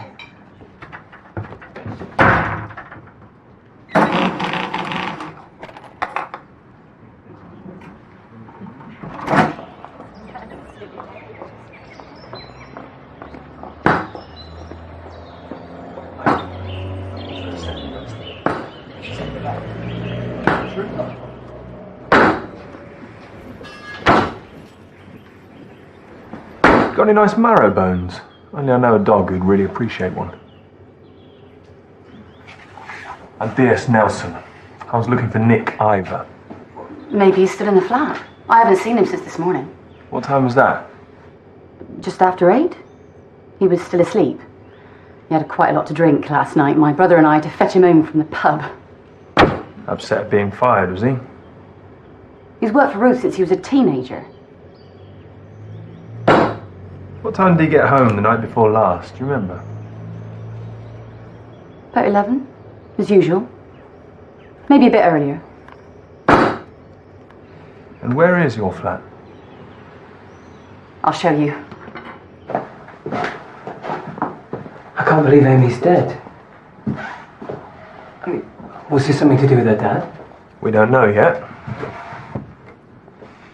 The night Martin Strickland died, Stephanie thinks you got home from the restaurant about 11.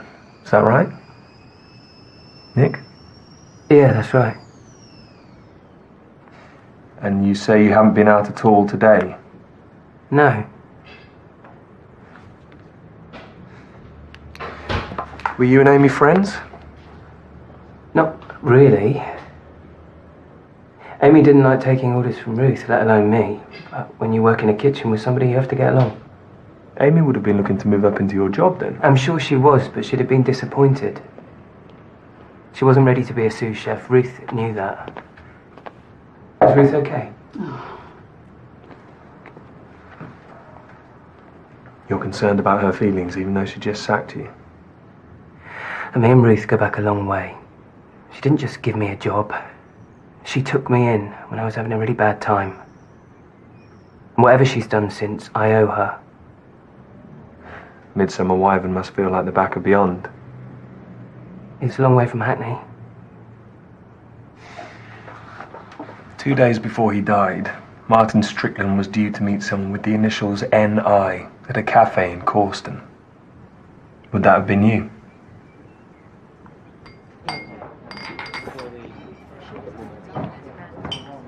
Hello. I had to get out for a bit. You don't mind, do you? Of course not. Can I get you anything? Pint of whiskey? With an orange juice on the side. It's awful, Angie. I saw that poor girl die. I'm sorry. The police can't think you had anything to do with it. Who knows what they think? And there's other stuff going on. What do you mean? I shouldn't come moaning to you. I don't mind. Turns out running a restaurant is harder than I thought and a lot more expensive. And now this. You don't seriously think you'll have to close? It's possible. And if that happens, I think Ruth will leave me.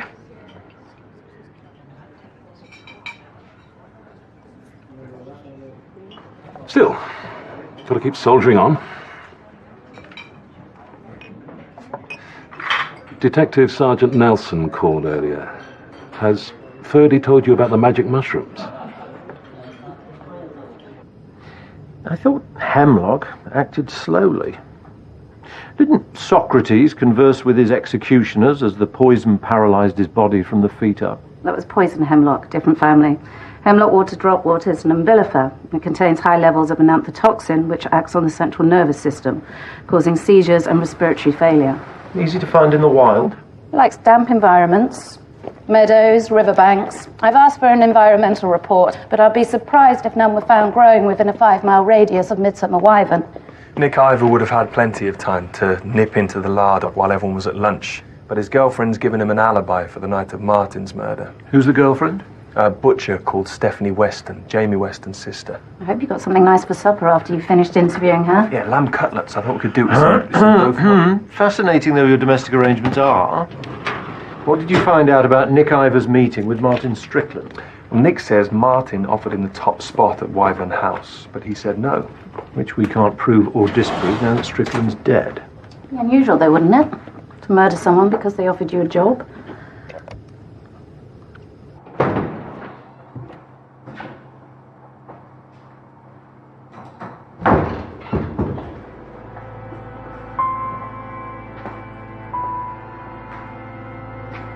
What are you doing, love? Nothing.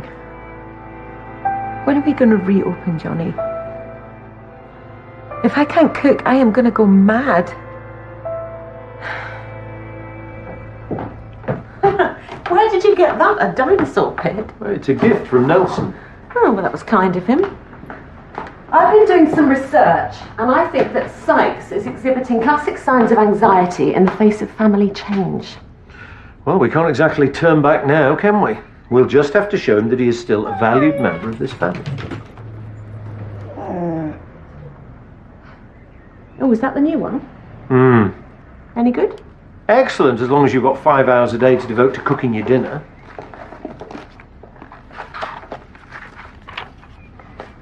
Oh, God. Is this the fatal recipe? Wild celery and mushroom soup is one of my signature dishes. Even when the kitchen is busy and I have 101 other things to do, I always try to make this one myself. Well, lucky for her, she didn't make it today. Oh, I think you're right. The poison wasn't meant for Amy. It was Ruth Cameron that was supposed to die.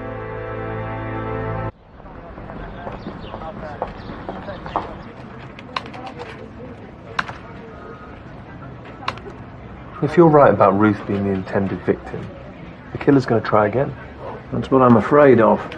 We should start by finding out what the connection is between Ruth and Martin Strickland.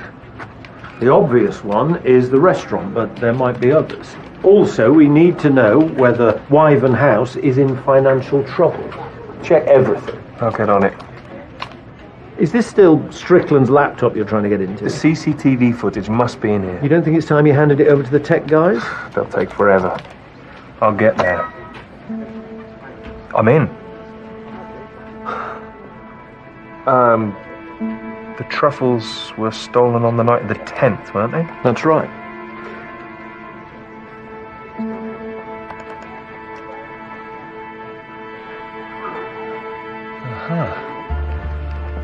Strickland's been here before. And our thief is...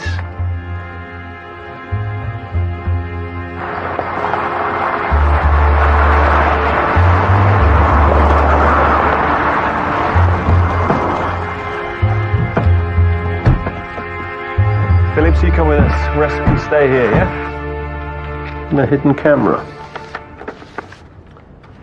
In the woods. We've been having cash flow problems. The suppliers were pressing for payment. When I found out about the truffles, well, it seemed too good an opportunity to pass up. It was sheer stupidity. I see that now. It was theft, Mr. Linklater. Yes. It's always struck me as odd that Mr. Strickland didn't report the crime. Was that out of the goodness of his heart, do you think? He was blackmailing me. Threatening to expose me unless I agreed to break the lease and let him take over the restaurant. With Nick Ivor in charge in the kitchen. How much does Miss Cameron know about all this? She knows there's a problem about the lease, but she doesn't know about the truffles.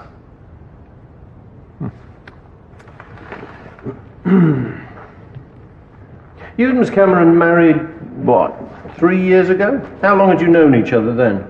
18 months or so. And when did your first marriage break up? Long before. 8 years. My fault. When I left the army, I started drinking too much.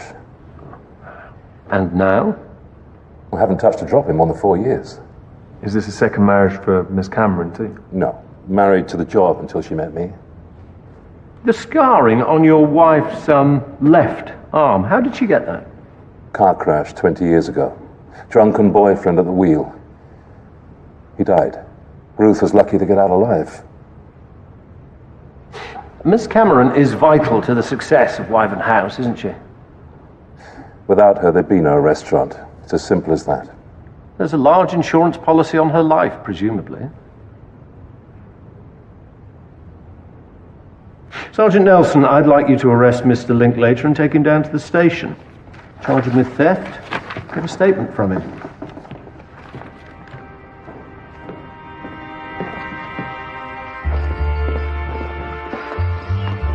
I am calling a lawyer. Who told you that Johnny took the truffles? It's rubbish. Someone is out to hurt the restaurant. Hurt me. No one told us your husband took the truffles, Miss Cameron. We have hard evidence, but I'm afraid you're right. Someone is trying to hurt you.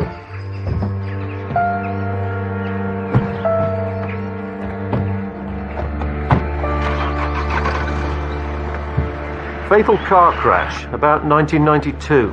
Teenage driver. Thanks. Oh, it's all right. I'm on hold. National Archives. Has Johnny been processed? And sent home, tail between his legs. I want you to look into his army career and find out everything you can about Nick Ivor. He's from Hackney. I've got a mate station there. If Nick is as fond of Ruth as he claims, why was he even talking to Strickland? Oh, hello. Yes, thank you. Well, that's very helpful. Could you give me the exact date and place of death, please?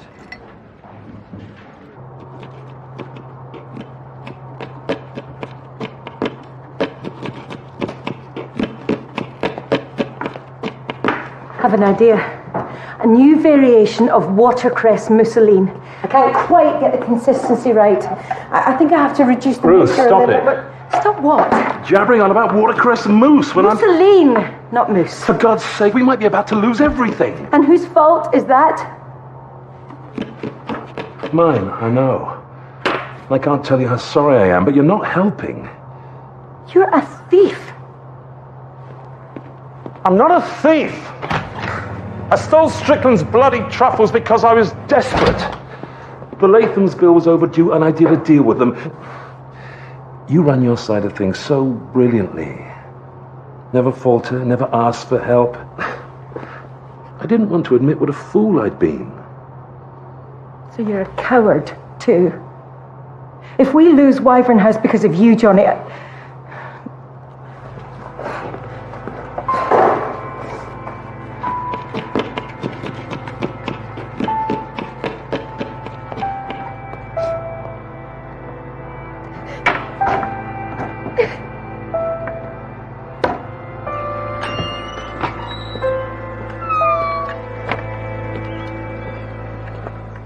Good morning, Miss Thornfield. I'd like to talk to you about valerian. Oh, having trouble sleeping, Inspector? If I were, could you sell me some? Valerian tea, yes. Have you sold any recently? Well, not for some weeks. I remember because I have to tell people not to prepare it with boiling water. Are there any other local sources of supply? Well, most health food shops sell capsules, and the herb itself's easy enough to grow. Is there something else I can help you with, gentlemen? That first morning when you told us that Martin Strickland wasn't your type, I'm wondering why you didn't tell us about your dog. A man was dead. Fond as I was of Bailey, it hardly seemed to be the right moment to be talking about him. But you understand my concern. You're suggesting that I killed a man because his actions led to the death of my dog? Do you think I'm insane? And I didn't even know Amy Strickland.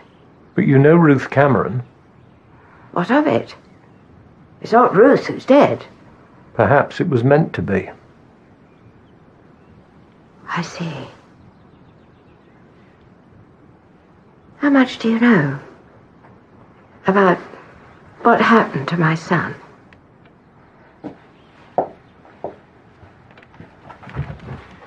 Max was killed 22 years ago when the car he was driving crashed. There was a high level of alcohol in his blood. Ruth Cameron was in the passenger seat and escaped with comparatively minor injuries. That's the official version. But I believe that Ruth was driving. I agree. Why?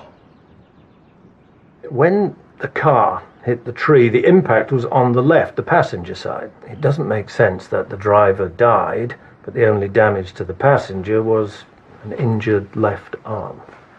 It was Ruth's car, you know, a little convertible. She wouldn't let anyone else drive, ever. Max hadn't even passed his test. You think she pulled Max over to the driving seat after the accident, even though her arm was badly injured? If Ruth had been drinking as well, she would have been desperate. And you said nothing to the police at the time? I was the dead boy's mother. They wouldn't take me seriously. Will you try to reopen the case? Ruining Ruth's life won't bring Max back. They tell you time is a great healer, but that's a lie. When you lose someone you love, really, truly love, the pain never goes away.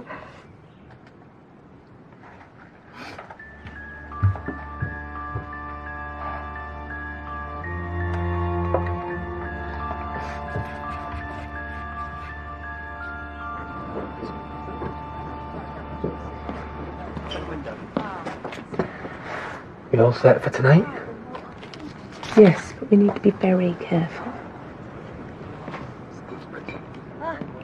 And why were the This charges is DCI dropped? Barnaby, Corston CID. Okay, I see. And chasing a ballistics report. Right. Request number MC4723DX82. Okay, when did this happen? Could you call me back, please, or better Right. still send me the report? Okay, mate. Thanks. Look, I owe you. Sir, we need to re-interview one of our suspects. Nick Ivor was arrested when he was 16 over a stabbing.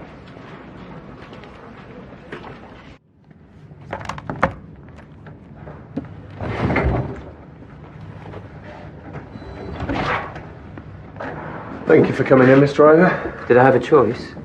For the moment, yeah. Take a seat. Yesterday you told Sergeant Nelson that you'd quarrelled with Ruth Cameron over her book. You threw a jug at her, and not entirely unreasonably, she sacked you. That's right. There was more to it than that, wasn't there? You had been talking to Martin Strickland about taking over the restaurant. Ruth never mentioned that. But anyway, I told you I turned him down. Can we go back to the recipes for a moment? Quite a lot of them have little personal stories attached about what they mean to Ruth. Did she make those up? Most of them, yeah. So when she says she always tries to make the wild celery and mushroom soup herself, is that a lie? No, that bit's true. You were very angry with Ruth Cameron, weren't you? No, of course I was, but what's this got to do with... God, you think I tried to poison Ruth? Did you? No, I adore Ruth. And I'm not a killer. But that's only a matter of luck, isn't it, Mr. Ivor? If that knife had gone just a fraction deeper, your stepfather would be dead.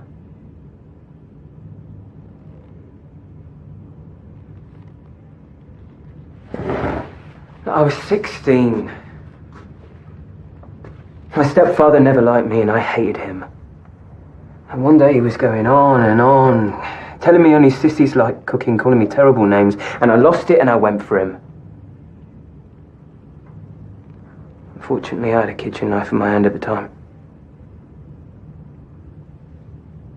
The charges were dropped after your stepfather changed his story. Why did he do that? My mother persuaded him to say it was an accident. He agreed as long as I cleared out and never came back. Does Ruth know about this? Does Stephanie? No. How did Martin Strickland find out? He had a private investigator check me out before he approached me.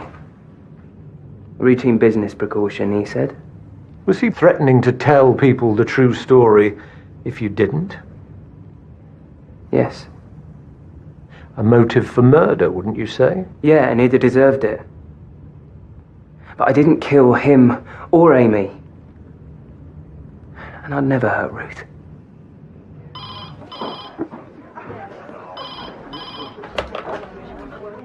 Hello?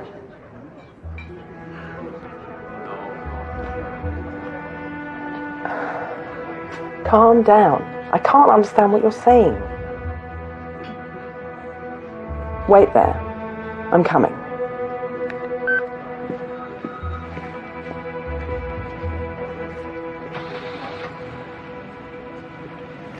You don't think Nick did it then?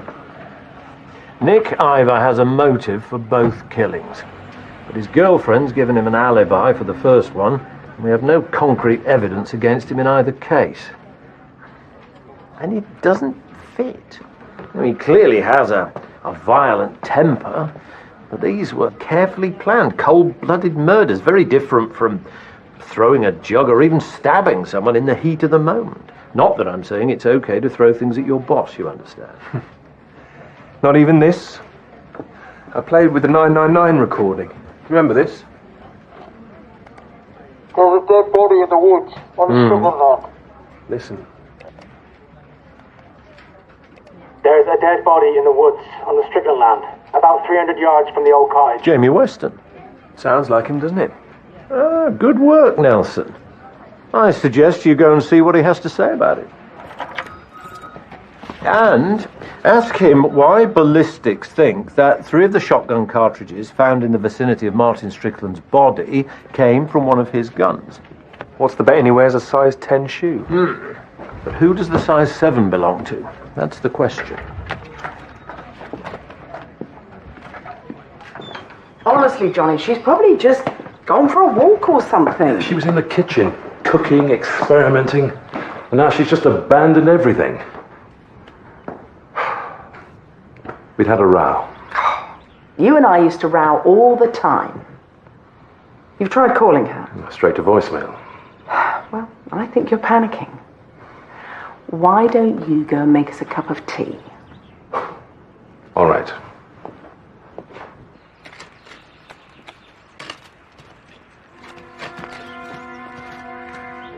Lizzie.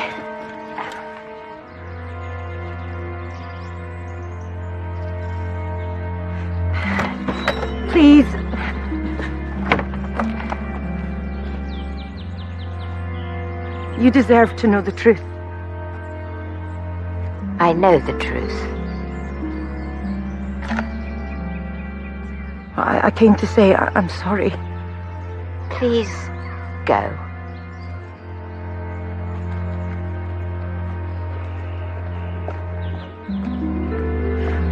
I loved him too, Lizzie.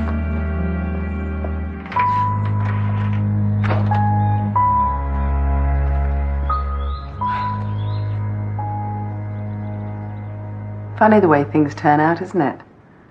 I never thought you'd come back to Midsomer Wyvern. And here we are, having a cup of tea together like an old married couple. I must go. Ruth will be back. Just remember, you've got a lot of grovelling to do. I suggest flowers.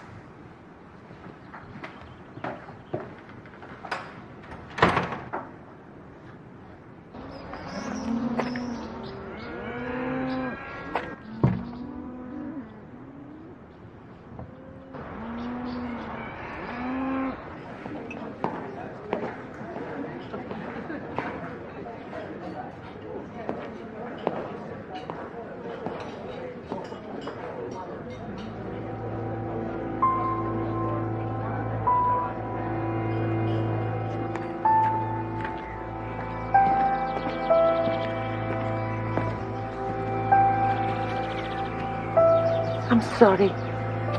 What for? For being so vile to you. You just had the worst few hours of your life, and I was prattling on about Mussolini. It's what I do. I bury myself in my work so I don't have to deal with life. That's not true. It is. Well, it was. Until I met you, I didn't have a life outside the kitchen. I love you, Johnny. And I don't care what you've done, well, as long as you haven't murdered anyone. I haven't. I promise.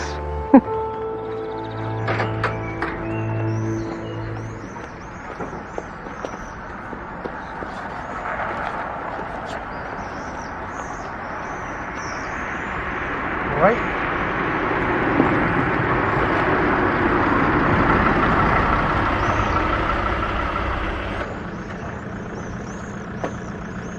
Hello? Just one more.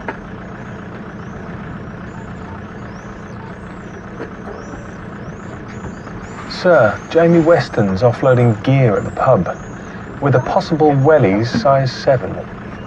Stay where you are. I'll meet you there in half an hour. Is this a good sign? Well, you know I said Sykes was displaying classic signs of anxiety? Yes. Well, apparently children can also behave the same way in the build-up to a new baby. They actually want to play the parent role. So, I bought him a present. Sykes!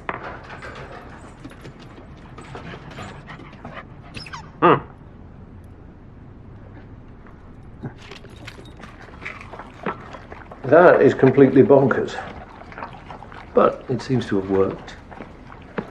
What time do you want to eat? Later, if it's okay with you, I'm going to the pub with Nelson. Oh, right. That's how it's going to be from now on, is it? I stay here with the dog and the baby whilst you go boozing with your mates. No. Sykes is welcome to come to the pub with me whenever he wants.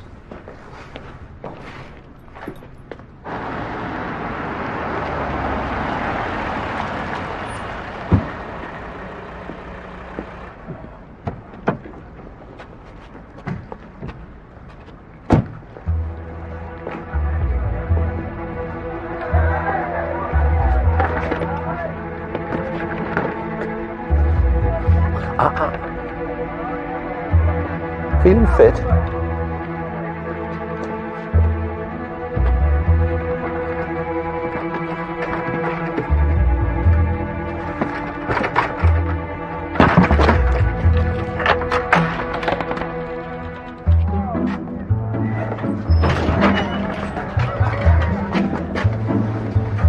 Eden? There you go, Frank. Cheap at twice the price.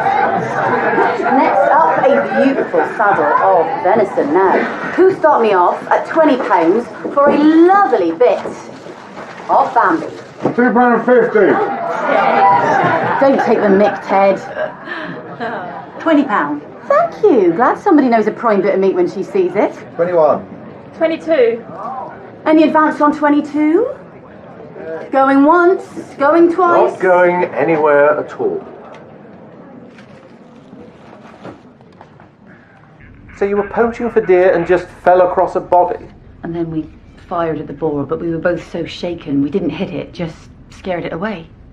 Why didn't you report finding the body immediately instead of waiting till the morning? The poor bugger was beyond help. Any fool could see that.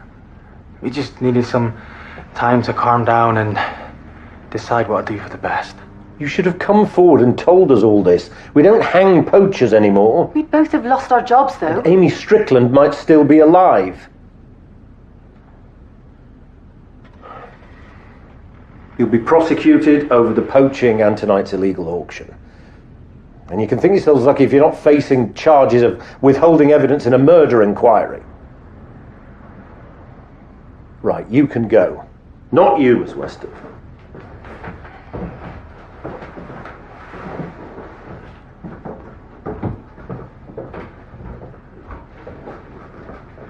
You told me that on the night of Martin Strickland's murder, Nick Ivor was home from work by 11.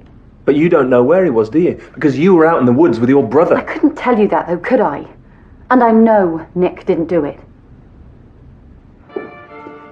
After a day like this, I need a gin.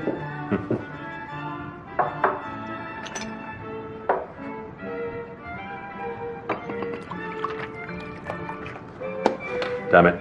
I'm going to have one too. Johnny, no. No.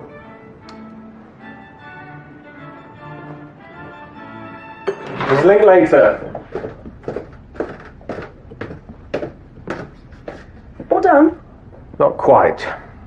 You realise that in allowing your premises to be used for the sale of stolen property, you have committed a criminal offence. What harm was it doing anyone? You'll be hearing from us in due course about tonight's proceedings. Suit yourself, Mr. Barnaby. Good night.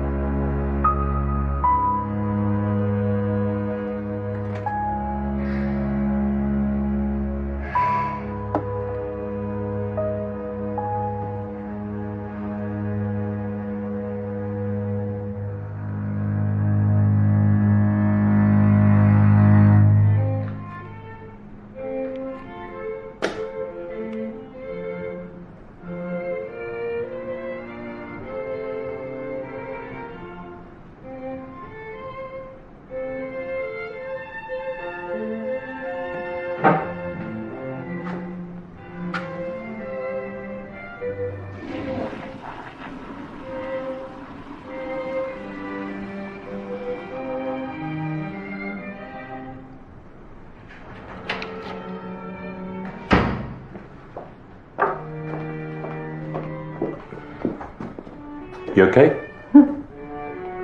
I need some air. Come on. What? Do you fancy a dance? Come on. No. Let's go to the garden. Come on, I will race you. Come on. Woo! Come on!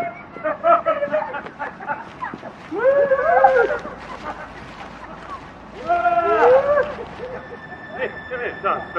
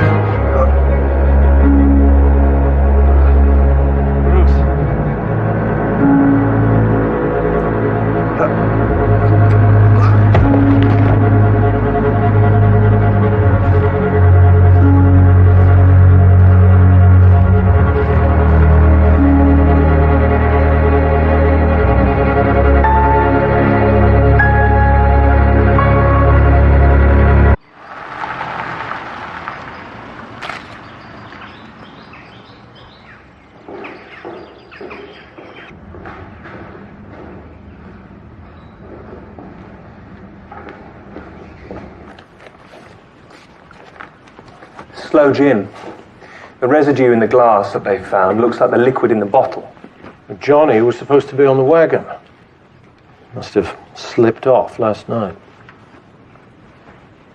Dust for prints, though I doubt we'll find anything that shouldn't be here.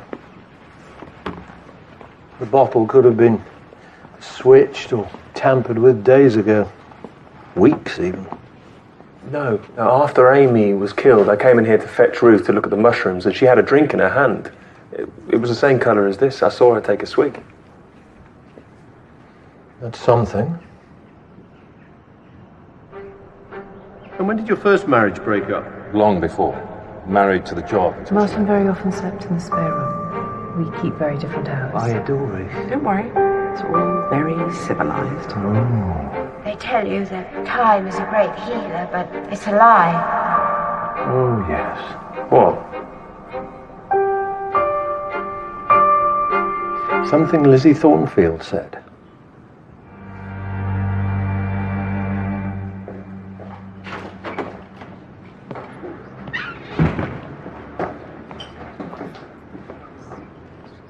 Hello. Gin and tonic, please. I can do you one of these. This is a pub, isn't it? I want a proper drink.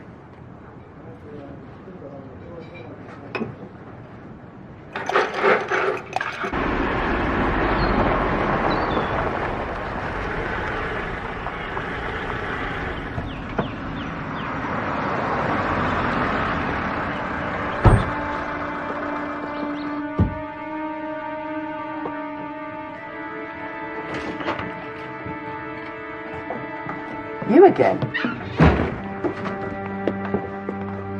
What do you want? Tell us what the poison was, Nick. Can you two leave now, please? What poison?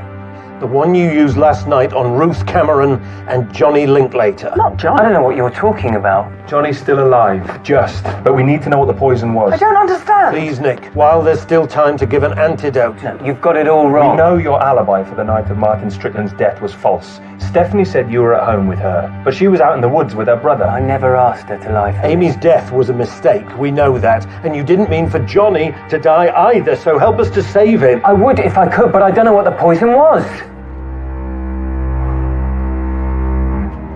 Nick, either you will be taken to Corston Police Station, where you will be charged with the murders of Martin Strickland, Amy Strickland... It was Belladonna!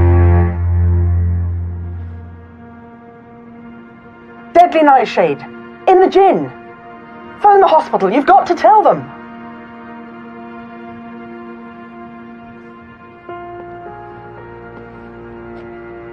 It wasn't meant for Johnny, was it? I know you could never hurt Johnny, because you killed Martin to protect him. Was Martin already unconscious from the valerian before you tied him to the tree? No. He thought it was a game. He was going to destroy Johnny. He actually boasted to me about it. He thought I'd be pleased.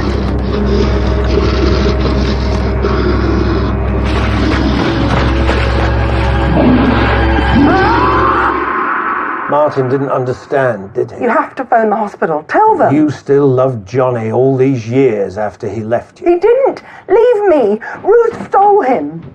No, she didn't. You and Dad split up years before he met Ruth. It wasn't her fault. And what about Amy? Stay out of this. You know nothing about love. And I don't suppose you ever will. I had nothing against Amy. She just got in the way. And the kitchen's always deserted around 11:15 to start lunch.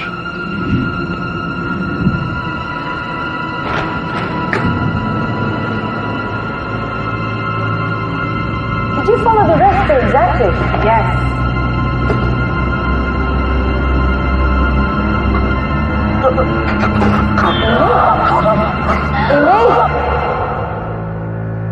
She was 20 years old and she's dead.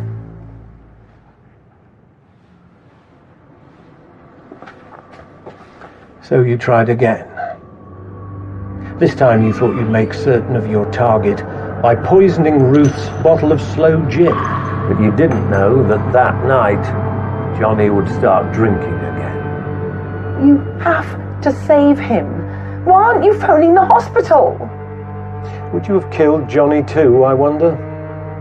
When you realized he didn't love you anymore? He does love me. We would have been happy.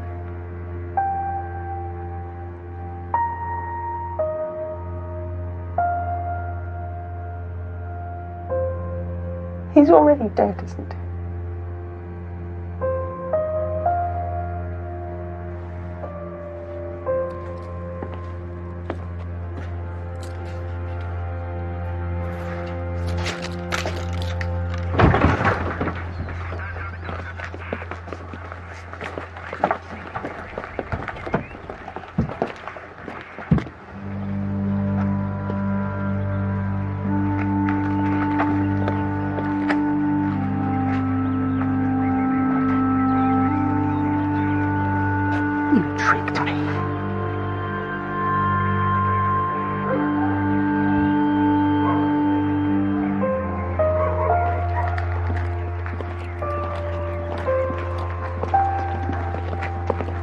Dad, I don't understand.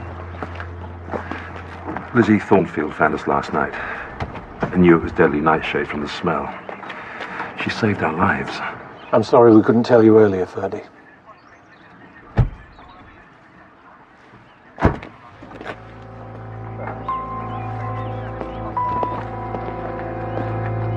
Thank you, Nick. That can't have been easy for you.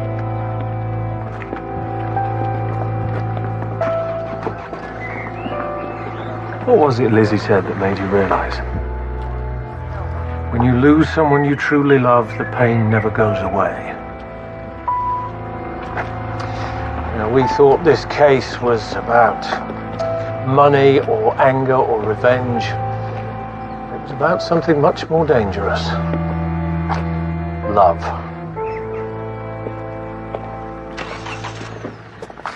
Kate got the report back on Ferdy's magic mushrooms, by the way. They weren't the hallucinogenic kind. You could smoke them, eat them on toast, cook them in an omelette. They'd have had no effect. Not so magic after all, then.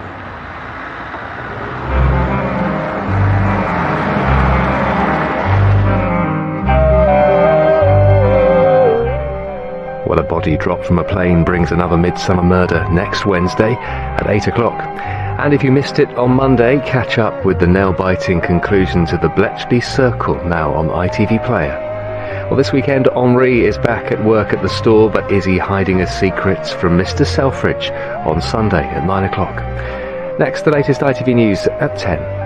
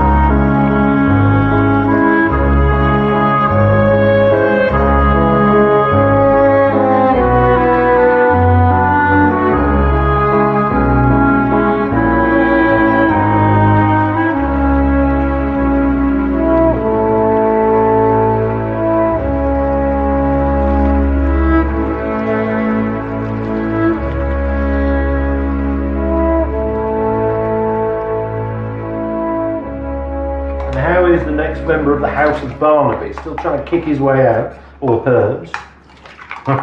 Good. I hope you and your mum aren't overdoing the whole baby buying thing.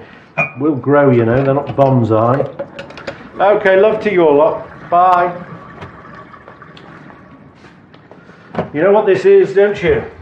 This is going to be the end of life as we know it. No more peace and quiet for us when the baby arrives.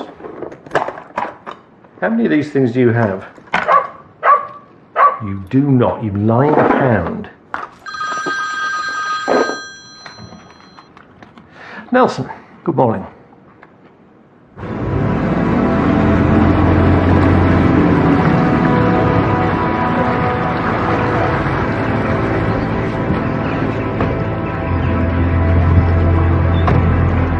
Early morning fisherman called it in. Any ID, Kate? Not yet. Injuries? Crushing of the thoracic cage, multiple bilateral fractures of the ribs, and a heavy blow to the back of the head.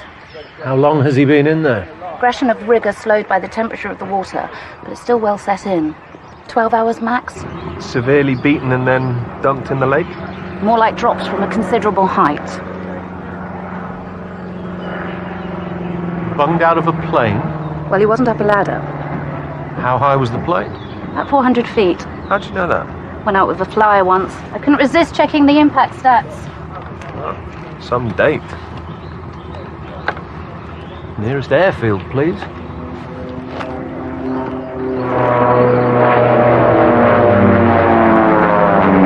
Ready for the loop. Affirmative. Pulling. Top.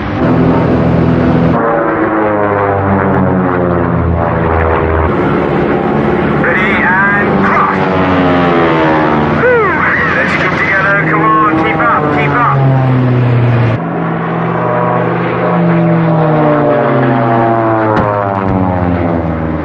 That is incredible. That is deranged. He likes them. Every airfield has one. Spotting, collecting numbers, I don't get it. It's another variation on obsessive-compulsive disorder. Really? Do you know about that stuff? Oh, yes. All decent detectives suffer from OCD.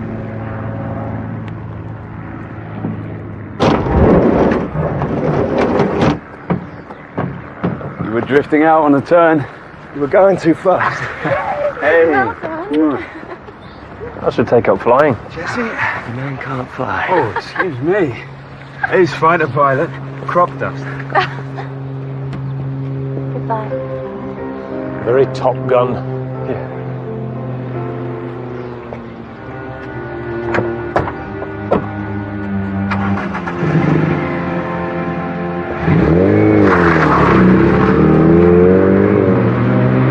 Mrs. Arne will be right out, Inspector. Thank you.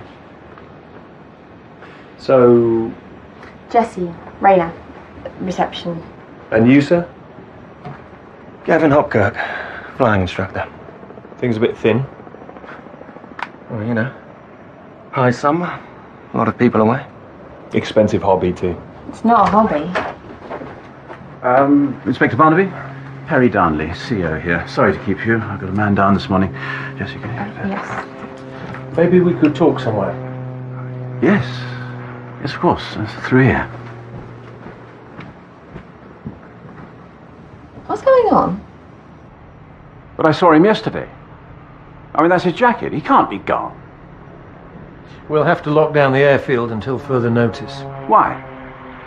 We believe Mr. King was murdered. My God. But we've got the air show coming up. I mean, Bernard's organising everything. He can't. Oh, dear. What happened? Was Mr. King a flyer? Yes. Yes, very keen. Very good. We were both commercial pilots before retiring. Oh, and that's my mother. She can still fly the pants off all of us. Anyone with a grudge against Mr. King? Well, he did have lots of run-ins with the local residents around here. They don't like the noise. For God's sake, I mean, we were here long before them. My father, actually, was CEO here in the Battle of Britain. Not like we just arrived. No flights in or out until we say so. They need to practice for the show, Inspector. And I've got lessons. Gav! Bernard's been murdered. Sorry. You carry on here. Membership list. Plane owners. Who was on the premises? Murder weapon. If he was whacked over the head before taking off, it could be here. And this spotter fellow. Have a word. I'm going to see the victim's wife.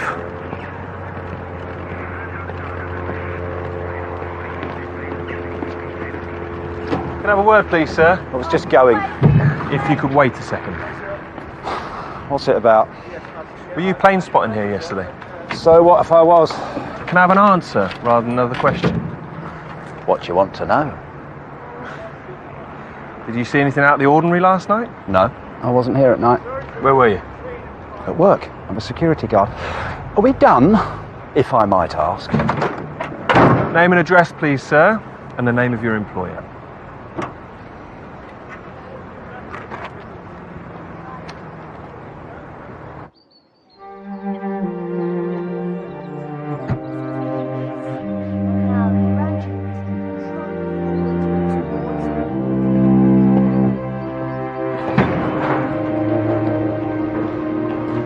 Hello, could I see Stephanie King, please? Stephanie's busy at the moment, waxing Mrs. Phillips.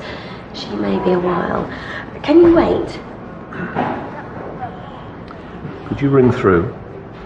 What's this about then?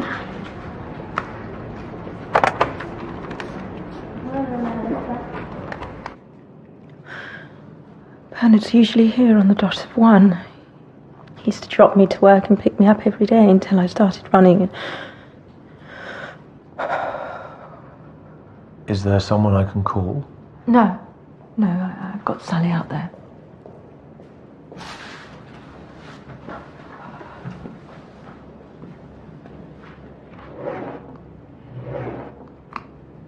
Sorry. Please, I want to help. Ask me questions. Do you fly, Mrs. King? No. I've never even been up with Bernie. 3 feet off the ground and I fell sick. I'm afraid I have to ask where you were last night. I was at home. Alone. Weren't you worried when your husband didn't come home? Well, I'm training for the Corsten Marathon. I run to and from work. Get very tired, and last night I was out like a light. I assumed that Bernie had come and gone without waking me. He does that sometimes. Your husband, did he have any enemies? Bernard? No. Disputes, conflicts with anyone recently? Well, Bernard and Perry are always arguing. He came over a few nights ago and things got a bit heated. What did he want? Bernard doesn't bother me with the business. No one flies out of here after 7. Break the curfew and then shuts down. I suppose with all this going on, Gail's lessons cancelled. I've got her on the phone. Tell her I'll call her back. And where are the aircraft keys kept? In the reception and on the board, although some people just leave their keys in the planes. Right. Thank you.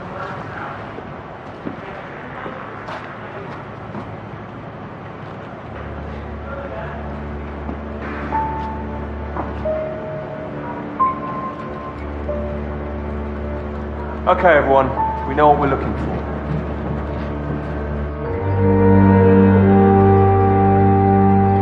No, it was nothing, Inspector. Bernard and I always have heated debates about the airfield. I mean, flying's dangerous. You can't cover all eventualities. This is my wife. Mrs. Darnley. Miranda, the younger Mrs. Darnley. This is Molly, the much older Mrs. Darnley. It's an honor, Mrs. Darnley. Inspector, this is a terrible thing.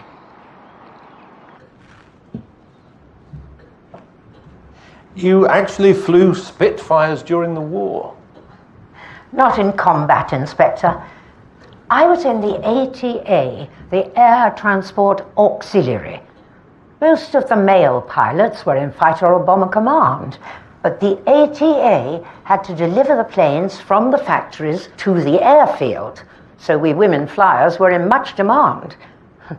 We had no radios, no guns, just a passion for flying and a determination to do our bit. Don't bore him to death, dear. She's absolutely right. I do bang on. And you could fly a Lancaster? Oh, we could fly anything. I delivered that one here to Finchmere. The station commander couldn't believe I'd flown it all by myself. And then he pinched my spark plugs so I couldn't leave for a couple of days. And of course, dear reader, she married him. I did indeed. Henry Darnley, DFC. Distinguished Flying Cross. Do you fly, Mrs. Darnley? You don't become a Darnley without being able to fly. And you, sir, obviously. Alex has been in Afghanistan. 3 tours. Harriers and tornadoes. And at Finchmere? Yeah, a bit of stunt and flying display stuff. Were you there yesterday? No, I was on my base at Midsomer Norton. My grandson is a true British hero, Inspector. We're all very proud of him.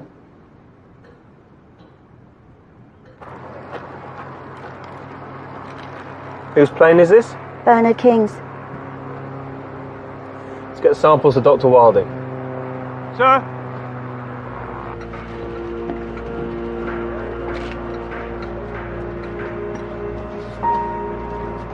Bag it. Sir. Whose toolbox is it?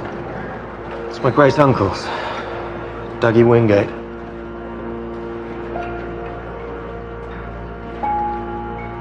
The toolbox is yours, Mr. Wingate? No, it's just got my name on it for fun. Anyone could have put something in it, right? Yeah, usually they take stuff out. Okay. And yesterday evening? I was at home, on my own, washing my hair. You're the engineer here, aren't you? Was the engineer. You see all that? It's the whole of my life, all packed up in little boxes. 70 years service, no pension, no nothing. Thank you, Bernard. Goodbye, Dougie. Bernard was restructuring. Can you still fly, Dougie? Can I fly? Can I fly? Son, I could fly a jumbo jet sideways through those doors. Okay, thank you. You haven't asked me who the murderer is. Dougie. You want a murderer? You go up to Darnley Hall. Molly Darnley, OBE. She's the murderer around here. Get off.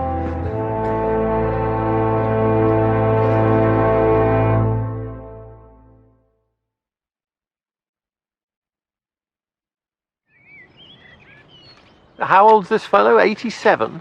I know it's a bit far-fetched, but I thought as you were there. Okay. Everything all right? Fine. For your wife.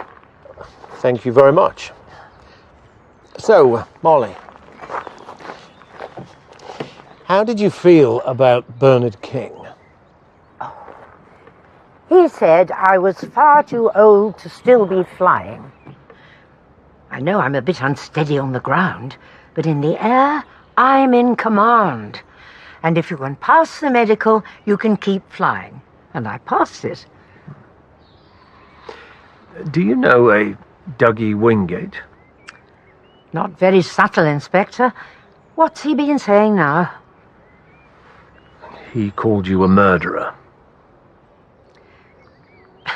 His sister Ellie and I served together during the war. Ellie died in an air crash, as did many of the ATA pilots. And for some reason, Dougie thinks her death was my fault. The blood is a straight match with the deceased, as are the hair samples. No prints. The perpetrator was wearing gloves. So why didn't the killer wipe the thing clean?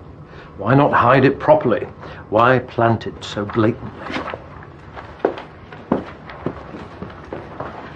Charlie, you haven't forgotten my parents coming to stay? Ah, the famous surgeon, yeah. He's retired, coming for his annual air show fix. I'm looking forward to meeting them.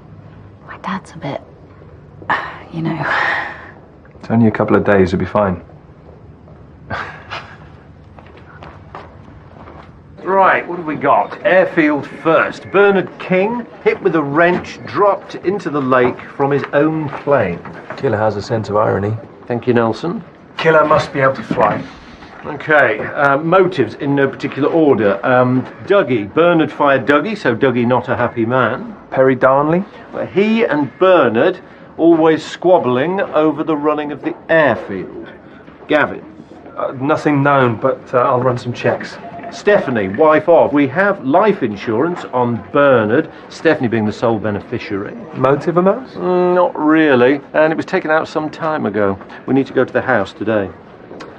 Love's young dream, Jesse, Alex. Both good flyers. Gavin also fancies Jessie. Possible love triangle. Oh, good. And Jessie herself. Well, she didn't like Bernard. He stopped her free flying lessons. And her father is Eddie Rayner. The plane spotter. Sullen and shifty. To Bernard. Bernard. He really looked after you. Yes. It's going to be difficult to adjust. Whereas my dear Perry couldn't look after an Olive at a cocktail party. No. You don't have to agree. Give me something to hang on to. Perry's a family man. Oh, hurrah. And you have your flying in common. Double hurrah. I didn't realise I was quite so lucky. Oh, come on, let's have a proper drink. No, I shouldn't. It'll do you good. Oh, I'm sure one won't hurt. Good girl. You know Perry and Bernard were restructuring the company? No, I didn't. I mean, I know you're still a bit raw. Probably the last thing you want to think about, but Perry sort of needs you to step into his shoes. As it were.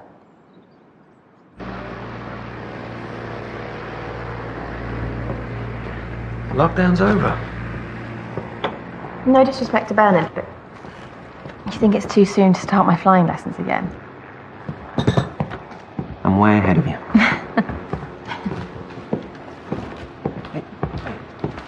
Hi. Hi. We're flying again. Oh, you better get up there. Practice. I have other plans, thanks. A date? Finally. Business, actually. Man with a plan. Alex! Gab, that's great. Yeah, and if they come off, you can have all the free flying lessons you want. Thank you.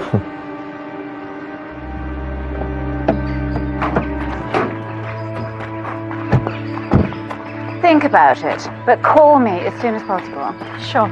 Oh, Inspector Barnaby. Are you tailing me? Should I be? Bye, Steph. Mrs. King, Detective Sergeant Nelson. Do you mind taking your shoes off?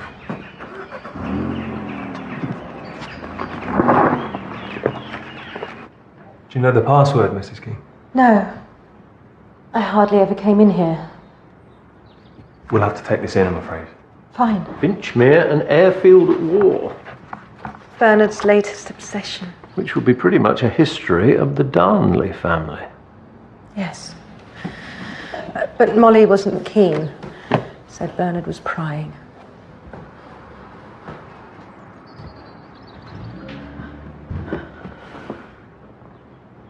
So did your husband and Perry work with each other before they retired? No.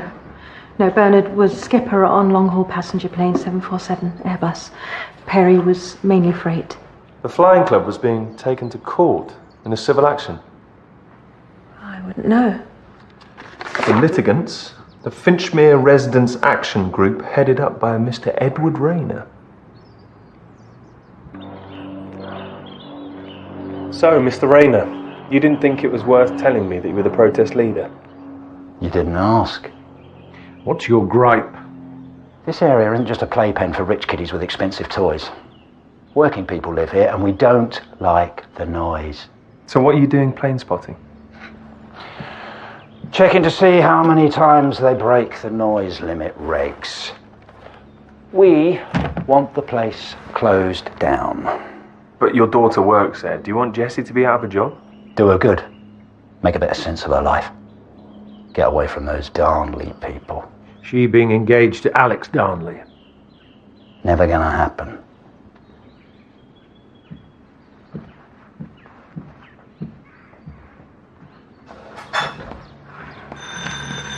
Right, here we go.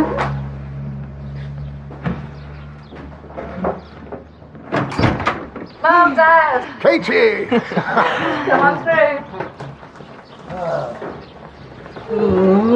Hello, darling. Lovely to see you, Paul. Thank you. Mum, Dad, this is my lodger, Charlie.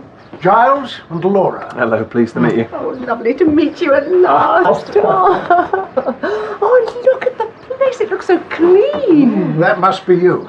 Katie's room always looked like a bomb site. I'll take the bags up. Oh, no, please, I'll do that. All right.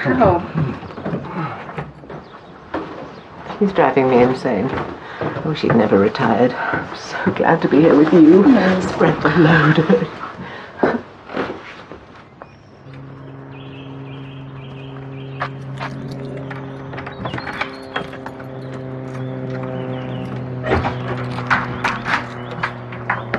Dad? And so we were thinking about mid-September when Alex has got some leave due, and I'd really like you to do all the, traditional giving me away stuff. I'd just really like you to be there, Dad.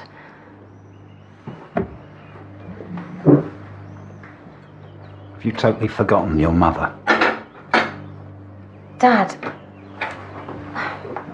I have to move on. I have to make a life for myself. I can't live in the past. I want you to call it off, Jess. For your mum.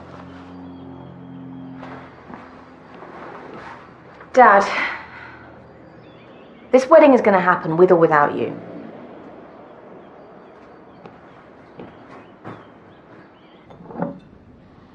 Well, yes, I'm managing. Well, it's tough, but, Sykes and I, we're guys. We can hack it.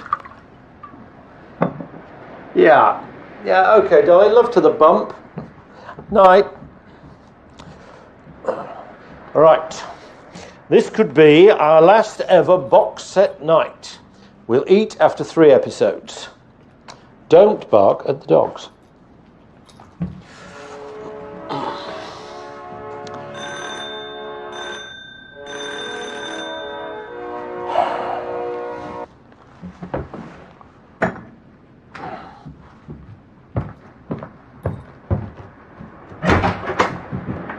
Nelson, what's the matter?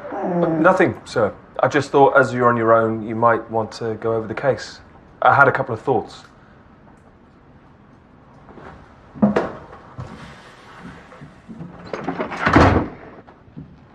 And how are things with the parents?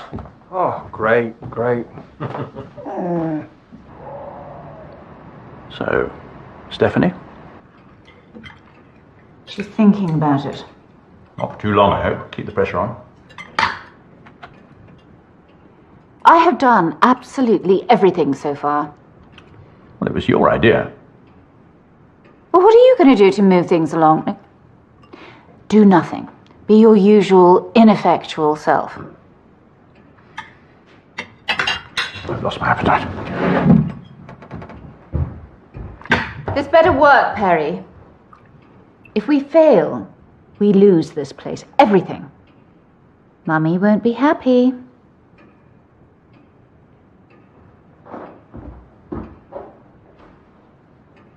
So, Bernard is here in the control room, and then he's here in the plane.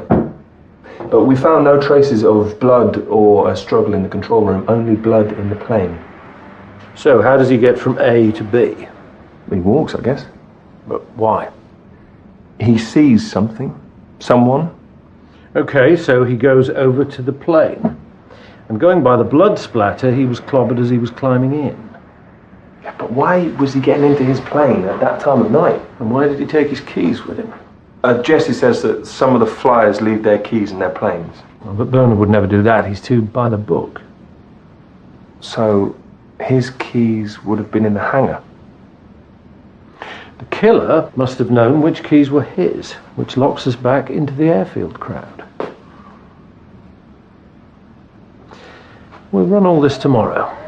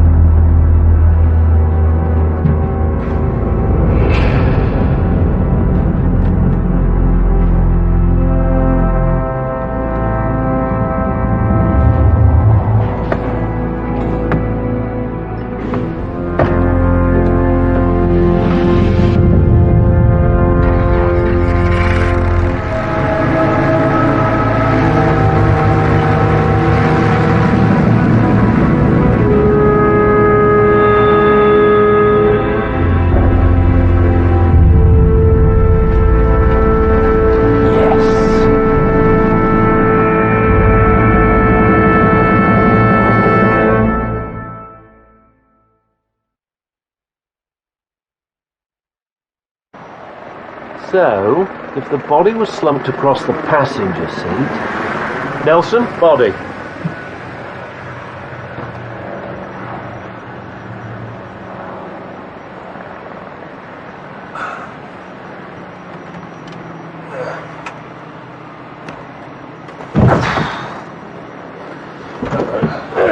Come on. Okay, well, anybody could do that. Okay, so Bernard is slumped in the seat. Anything to stop you taking off? No. Easy. Okay, so fly out over the lake. Then how do you offload the unconscious man? I guess knock in a slight circular bank, lean over the body, open the door, then just push the body out. Sorry.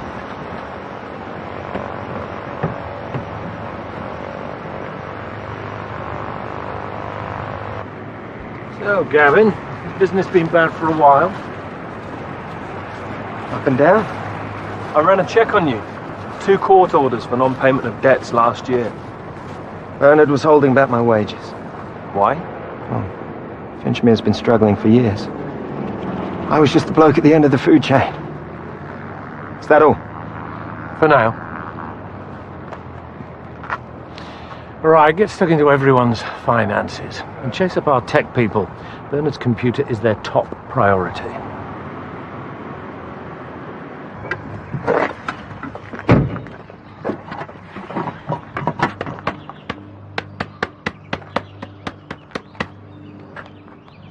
So you came, eh? Yeah, of course. My future father-in-law wants a chat. Here I am. So let me guess, you want to come to the wedding after all?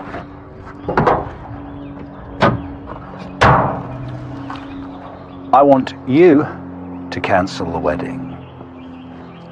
Eddie, I love Jessie. Why would I do that? Because I know what you've done, don't I? You think about it.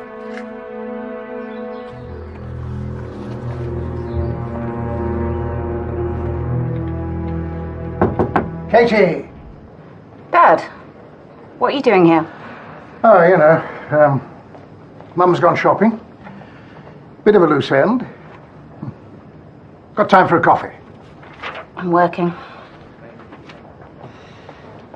You need an assistant. I never did my own paperwork. Well, you were the maestro. Still could be. Look at that hand. Steady as a rock. Still enjoying it then?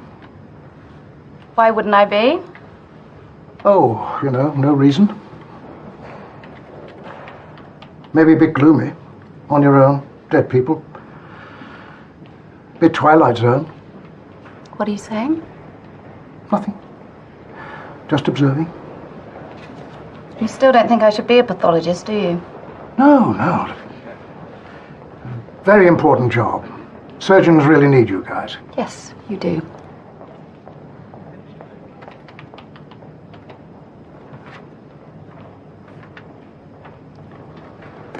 Let's go for that coffee.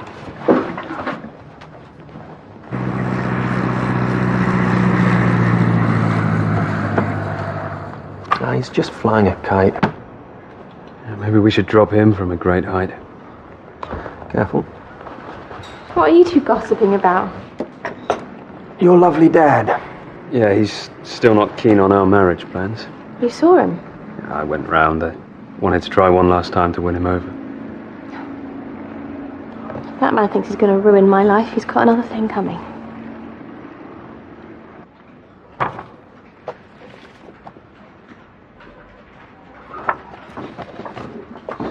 Computer? Still trying to crack it. Bernard was very security-minded. Finances? Bernard and Stephanie King were comfortably off until Bernard bought half the airfield off Perry. And then the place started to get slammed by the recession. The Darnleys? Oh, huge debts, but they promised to pay back everything in a few weeks. How are they doing that? Selling the airfield. A failing airfield? Not worth much. Oh, I checked with planning. They'd applied for change of use to light industrial. Lateral thinking, very good. Worth serious money when that goes through. So presumably, widow Stephanie will now own Bernard's share of the airfield. Go and have a chat with Sally, her receptionist. She's very chirpy. See if you can get a handle on Stephanie and her marriage to Bernard. And don't forget. There she goes. Run, run, run. Hours and hours. Keeps her fit. And she comes back glowing. Do you think maybe she's off to, No. They had a lovely marriage. Shall we?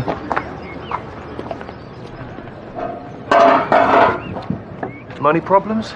Salon's a bit of a hobby, but they seem to do all right. And are you a member of Finchmere? You're kidding? They're all a bunch of bores, except for Jessie. Do you know Jessie? Yeah, she's a mate from school. It's a shame she's with the wrong guy. What's wrong with Alex? His mother, old Sabertooth Miranda, she thinks Jessie's far too common for a Darnley. Really, Gavin's much more her speed. So why didn't she see that? She's damaged. Had a hard time with her dad being a head case and her mum dying. Her mum? Joan Rayner. She used to clean for the Darnleys, but then Perry gets the push from his airline. Well, he said he retired. He was fired. So Perry gets fired. Then, as things go south at Darnley Hall, Joan Rayner, Eddie's wife, has an aneurysm, dead before she hits the floor. Eddie blames the Darnleys for stressing her out. Medically unlikely. Very. I think in the Darnleys he found a target for his own failings and got obsessed about it. We got into Bernard's computer. Lots of detail on the residents group. The court chucked out their protests 2 years ago, lack of proper evidence.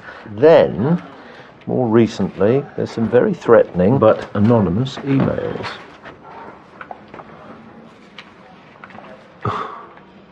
Eddie? He fails the legal route and graduates the threat? Tech is still trying to trace the origin through the IP address, but meanwhile... Bring him in.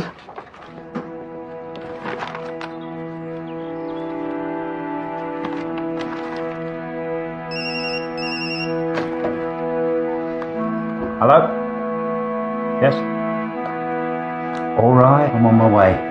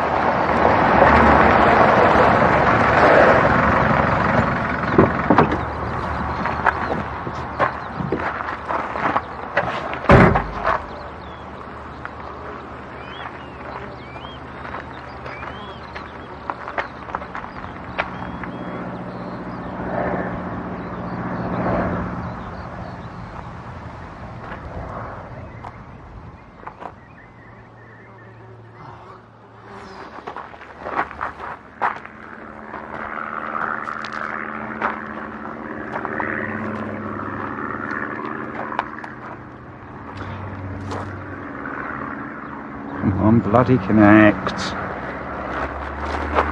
Come on. Come on.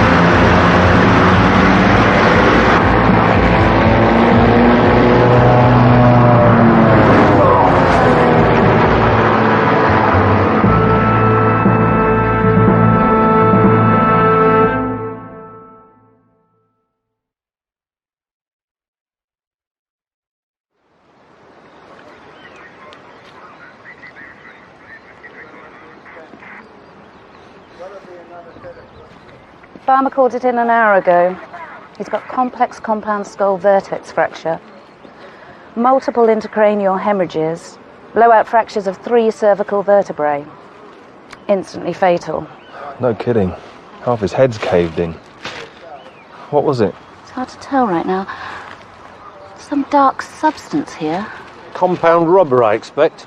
Aviation fuel, wind-flattened crops. I think he was chased by a small plane. Good flyer, then. Brilliant. That is precision work. Plane should be easy to find. Impact like this is going to leave hair and blood traces on the wheel, and maybe even damage to the plane itself.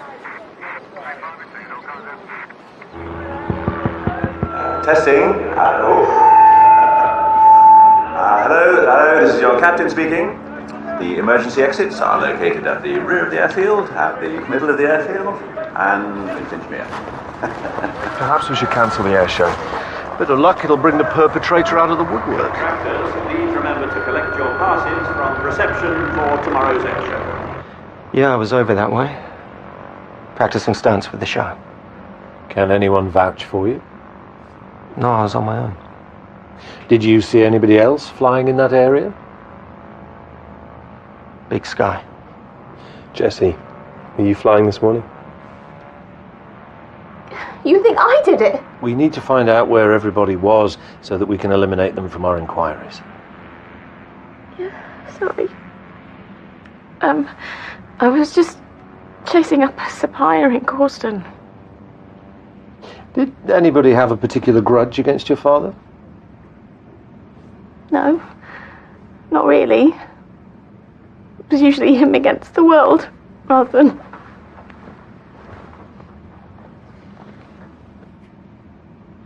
Nelson, would you take Jessie back to her dad's house, get a cup of tea? I'm sorry to do this, but we need to search your father's home. Yes, I was in the air about then. Where were you going? Well, nowhere, just flying. Mrs. Darnley? I was searching for bunting. On the high street, not in the air. And your son? I expect he was defending his country on his base. And I gather you're selling the airfield? What was that? I understood. No, I don't know where you got that from. From your bank manager. Perry, is this true? Not now, Molly. Be quiet. Perry? Times are tough, Mum. You're selling our airfield? My airfield? Mine and Bernard's. It's Henry's airfield. It's where he commanded the pilots who saved this country. It's where he met me. It's where we were married. Yes. Where I was laughed at and humiliated by my sainted father. Where I was always being told, oh, you'll never be as good as your father. I heard nothing but your father this, your father that. Yes, Mum, I am selling the bloody airfield. I'm sorry you had to witness this.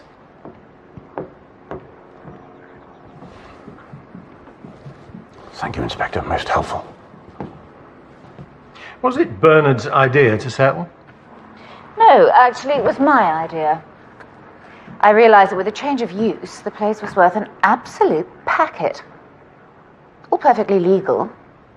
Then why all the secrecy? Well, they already hate us around here. They're going to hate us even more when the place is covered in factories.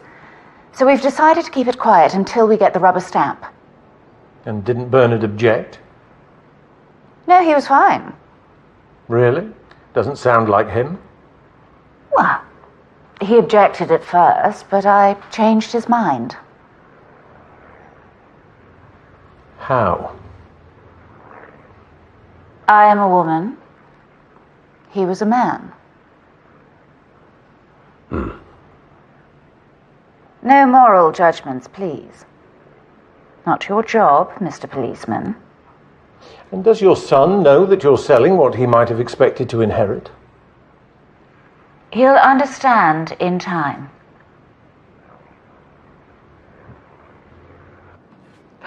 We weren't even that close. He was your dad. No. Last time I saw him, we had a terrible row. What was that about? Oh, me and Alex getting engaged. Dad hated anything to do with the Darnleys. And, Gavin? Oh, I don't even know. This love stuff is so complicated, isn't it? What would you do? Me? My mum always said if you're lost, you should ask a policeman. I think she probably meant... I know. What would you do? Follow your heart.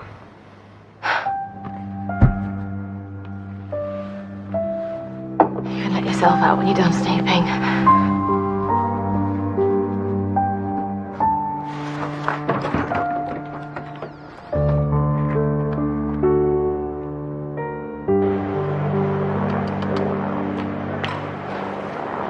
Nothing. Not a trace on any of them. See what you can get off the body.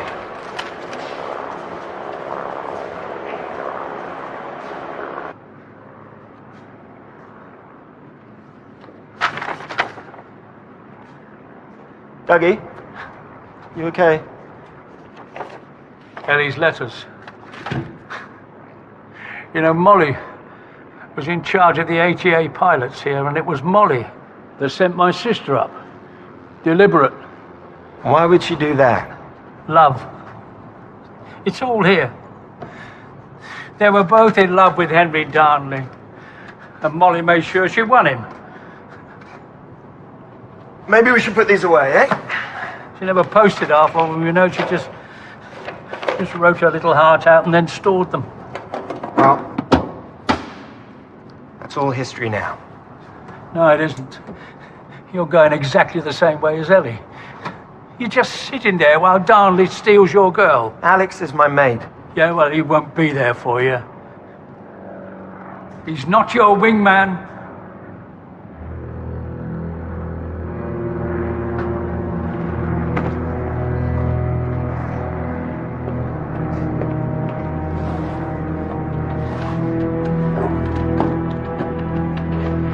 Flight movements at Finchmere for the last 2 years. Plus a lot of calibrated noise levels. They were building up quite a case. Okay, cross-reference all these with the airfield's logs, then concentrate on the ones that seem to be breaking the curfew. What am I looking for? Anomalies, patterns, anything out of the ordinary. I'm going back to the King's place to find out what Stephanie knows about these threatening emails.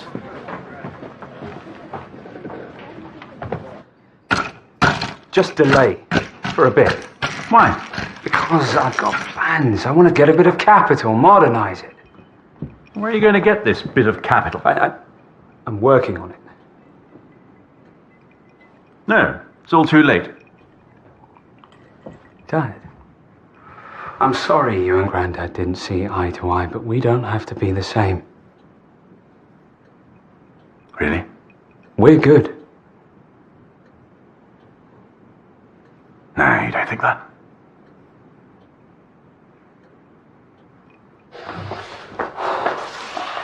You've tried your best. It's up to them now.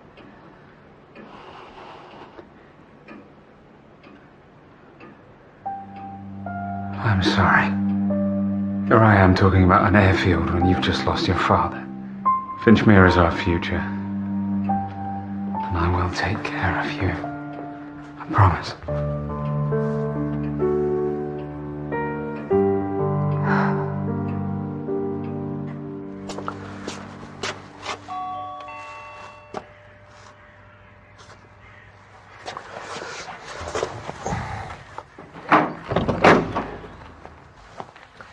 Mrs. King. Don't worry about that. It's fine. How's the marathon training going? I've given up. Heart's not in it anymore. That's a pity. Well, I think I was only doing it to make Bernie proud. But now he's gone. Your husband had been receiving some pretty nasty hate mail recently. Who from? I was hoping you might know that. No. What about? Selling the airfield. Are you happy about selling it? Finchmere was Bernie's life. I think it would be a betrayal. A lot of money, though. I'll manage. Have you told the Darnleys?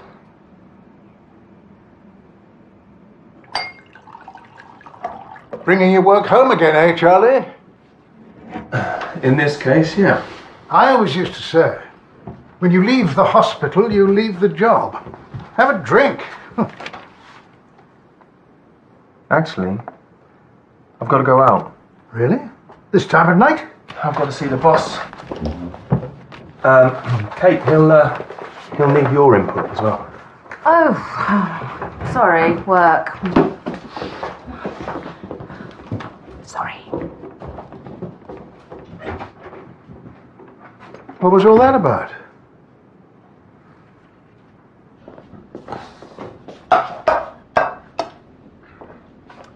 Dinner!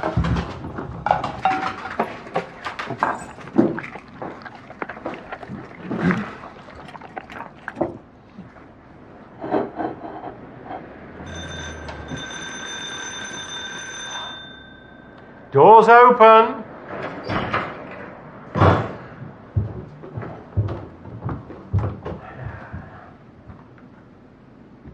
Do join us.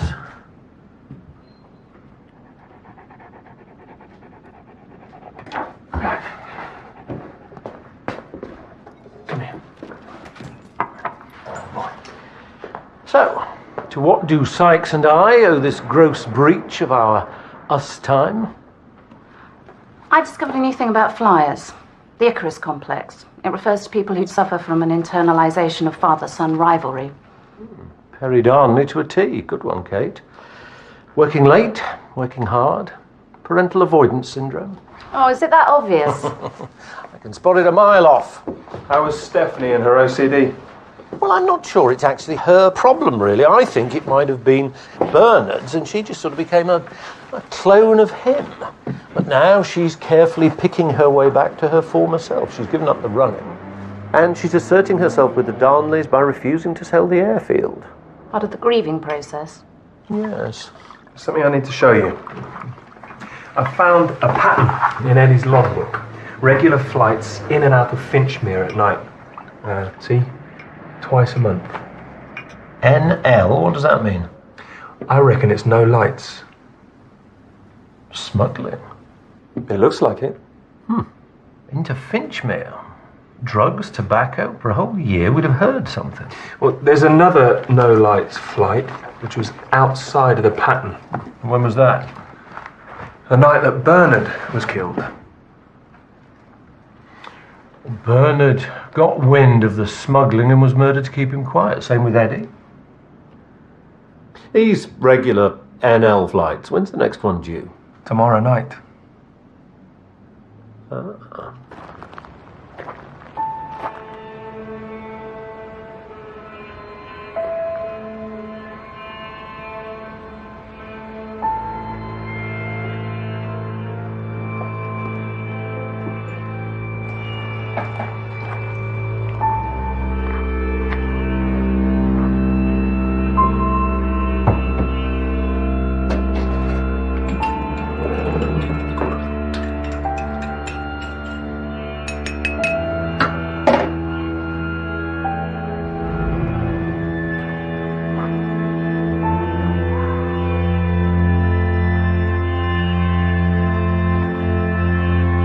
Dougie. You nearly gave me a heart attack. What do you want? I want you to tell the truth. What truth? Ellie and Henry. There was no Ellie and Henry. I've read her letters. Girls have crushes. Move on, Dougie, please. It's your last chance. When you make your speech at the show, I want you to tell everybody the true story. If you don't, I will. Then we'll see who's the hero, won't we? It'll finish the Darnleys. If you make one move against me or my family, I will retaliate in kind. Are you threatening me? No. I'm promising you.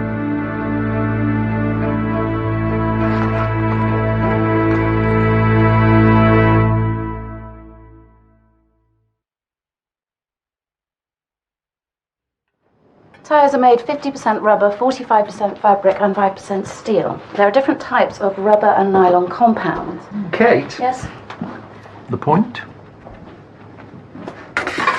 The rubber residue on Eddie Rayner's head did not come from any of the planes at Finchmere. So the plane that killed Rayner came from somewhere else? Looks like it. And what sort of plane? This particular type of rubber compound is usually found in the softer tyres of training planes. Which have a flight range of? Of around 250 miles. 250 miles easily takes us onto the continent. Line up the Coast Guard for tonight. Yes, sir.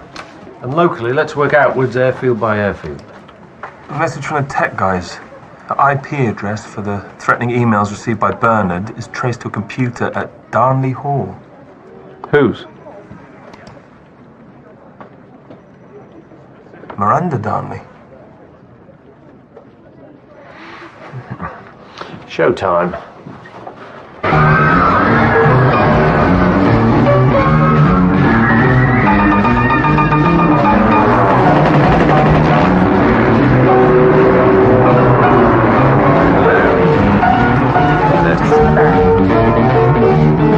You women have heard of jalopies, you heard the noise they make, but let me introduce my new Rocket 88.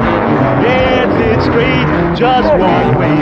Everybody likes my Rocket 88. Baby, we'll ride and slide, moving all along.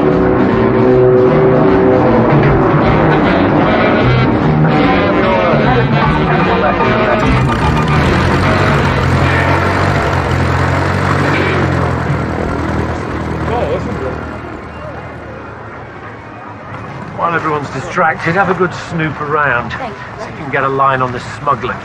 What about Stephanie? She's trying to block the sale. She could be in danger. I'll watch her. Now there's good breeding stock. That's what you need, my girl. He's got nothing to run anymore. No one to boss around. Except me, of course. Oh, Mum. Oh, it's so good to be here with you. It dilutes him a bit. Or maybe we could stay a bit longer. Oh, excuse me. And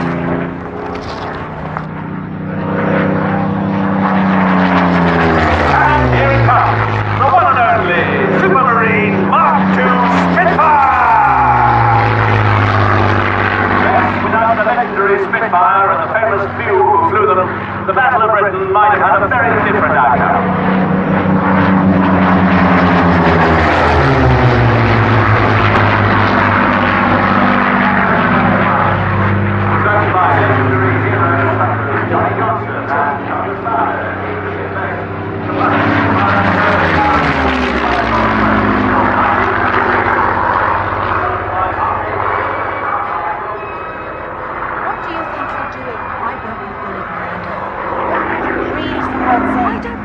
Bernard would never give up on a project.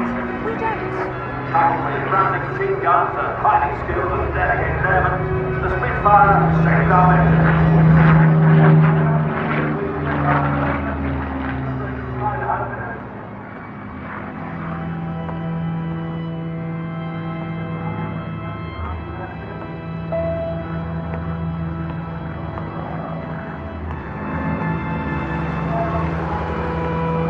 Dougie? Everything all right? My sister brought me here when I was 14. She sat me down right here.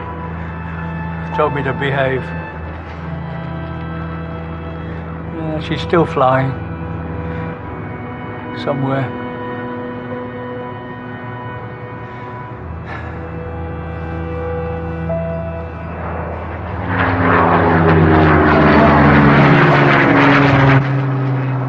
Ladies and gentlemen, a little hush please for our very own local hero, my dear mother, Molly Darnley. Thank you so much, everyone. It's been a great year for me. But you know, this honor isn't just for me. Because you're a liar. It's for all the members of the ATA who flew and some who died for this great country of ours. Tell the truth! So it is with great pride and humility that I unveil this memorial dedicated to all those brave pilots of the Air Transport Auxiliary. Tell them! You didn't know. What? Tell them!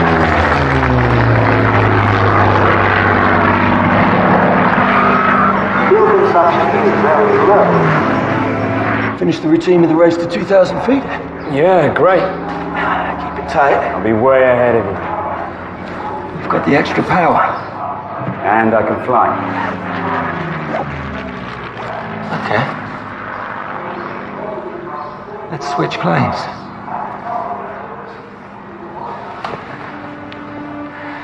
Let's see who's really the best. You're on. And, a little side bet? How much? Jesse. Jesse. Yeah. I win? And you stop mooning about her like some lovesick teenager and find another airfield. And if I win? You won't.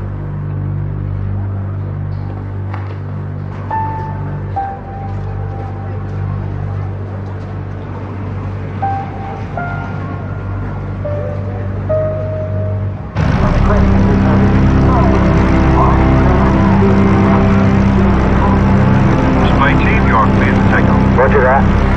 Okay, you ready? Affirmative. 3, 2, 1. Rolling. Rolling. Smoke on. Okay, smoke on. And now, ladies and gentlemen, over there to the west, you'll see our headline 17 taking off. And while we wait for our own airfield to get along, You sent Bernard hate mail. You didn't get him on side with sex. You were threatening him. A criminal offence. and choose the charity of your choice on the forms provided. And now, I'd like to hand you over to the commander of Midsomer Airfield, Mr. Perry Darnley. Ladies and gentlemen, look to the skies. We present our very own Midsomer Air Aces, Gavin Hopkirk and Alex Darnley.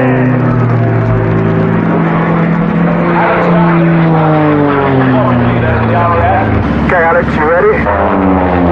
Of course I'm ready. Here we go. Pulling.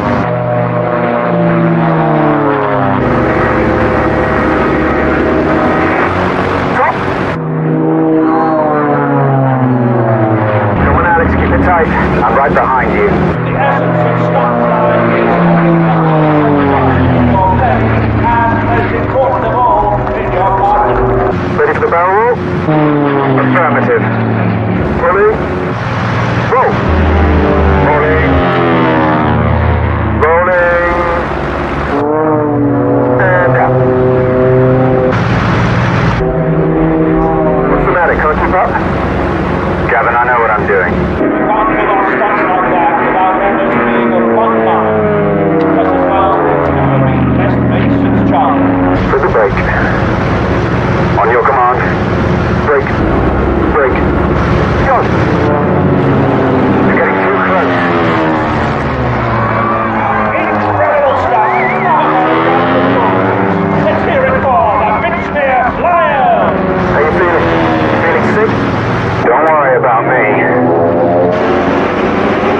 lining up for the opposition pass. Two blades flying towards each other at over 500 miles an hour. You're on the wrong line. Okay. What the hell are you praying at? Come on, give me a visual. Visual. Okay, reach for the sky. Last chance to back out? You wish. First to 2,000 feet. Winner takes all. Alex and Gavin will reach for the sky.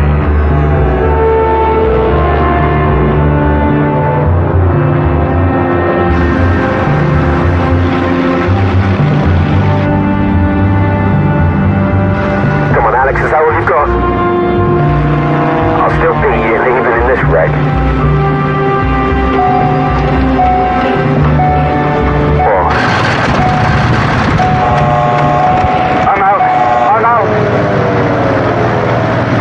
That's a bit different today. Goodness. Engine failure! Engine failure! What's going on? Talk to me, Alex. I'm gonna sort it! I'm gonna sort it! Switch fuel tanks. Negative! There's nothing in the other tank! I can't recover! I'm sure they know what they're doing. Nothing to worry about. Nothing at all. What's that? Bail out, Alex! Bail out! No, we can fix it! It's not a time for pride, Alex. Just jump! I'm too close to the ground! Mayday! Fix me! Mayday! I'm going in! Roger that. We have the visual standing by. Don't worry, folks. God. You're heading for the crowds. Break right. I'm trying, I'm trying.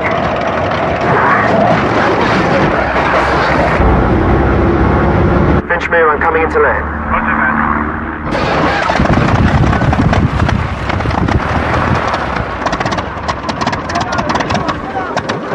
Seems to be down. Yes.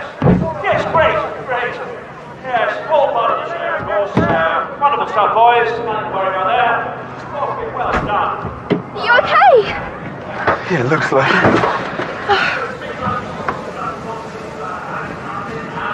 What happened? Cut fuel line. You tried to kill me. What are you talking about? That's my plane. You'd try anything, wouldn't you? Oh, calm down, calm down! You really think Gavin would try and kill you? You're on your own from now on.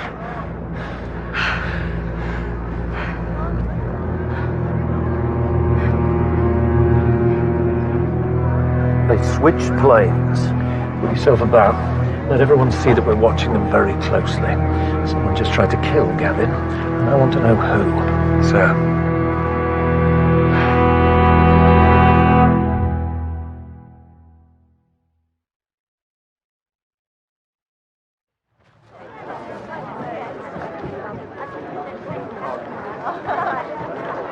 Has your mother gone home?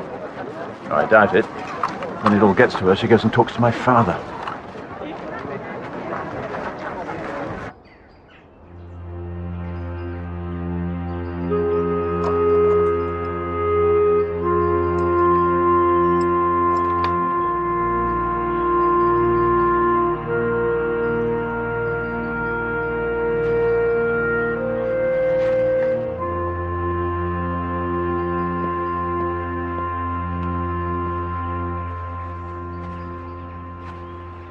Brave man.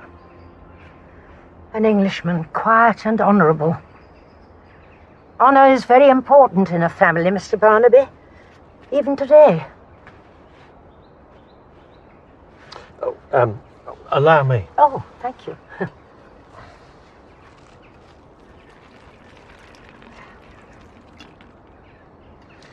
You still know your aircraft, Molly? Of course. Well enough to know how to cut a fuel line? And why would I do that? Dougie said that you threatened him and his family. It was Gavin's plane that was tampered with. Gavin is Dougie's great-nephew. Family. Mr. Barnaby, you don't seriously think I go around trying to kill people, do you? No, Molly, not really.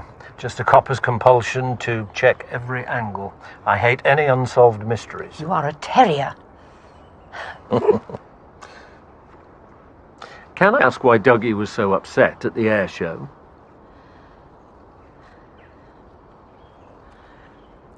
Bring the can. Thank you. Finchmere, 1942.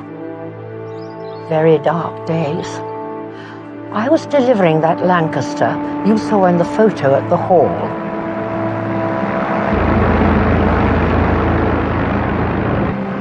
We women of the ATA were under constant pressure to keep the frontline RAF supplied with planes. It was dangerous work, but I had the time of my life. We were a very tight unit. We had to be. They called us the Glamour Girls, and male attention was never in short supply. Henry was the CO at Finchmere. Handsome, dashing, charming.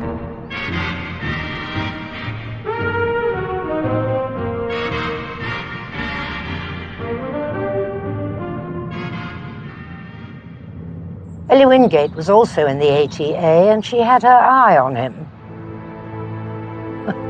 2 women, 1 man, pretty classic, really.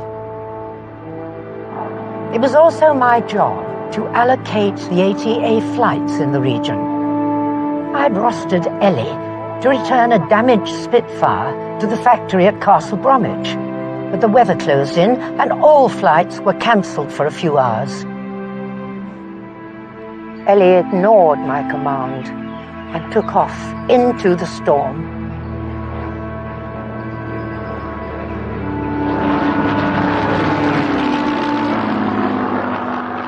Ellie didn't make it.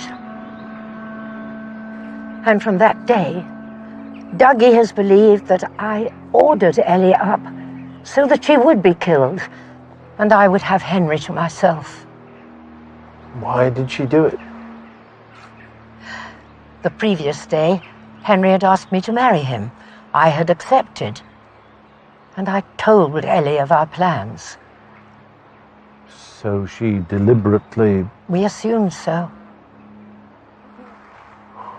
And you could never tell Dougie the truth? Better that he should think ill of me than lose the cherished image of his beloved sister.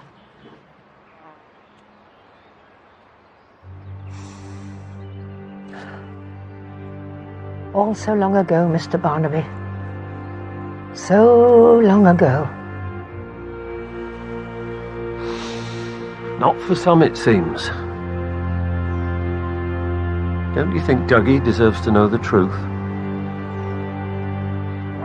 You've been to the Rose Festival at Ashley House? No. I thought we might all go there on Wednesday. Wednesday? But I'm working, Dad. Well, they won't miss you for one day. Oh, John, stop. What? You're being impossible. Mum, it's okay. No, it isn't. What is all this? Well, ever since you retired, you've been... a bit difficult. Really? Yes, darling. I'm afraid so.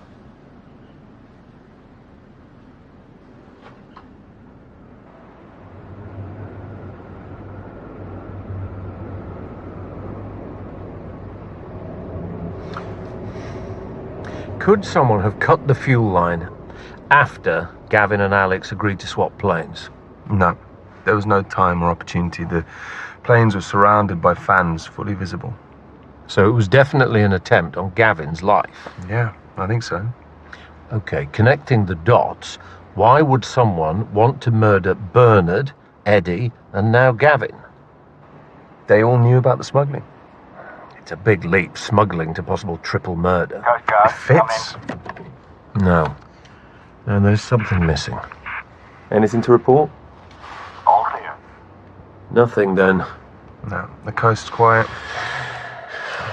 Due now. Cancelled?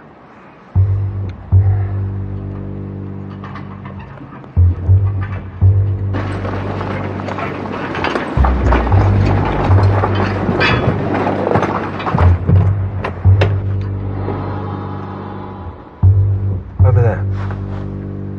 They're smuggling stuff out, not in. Go, go, go!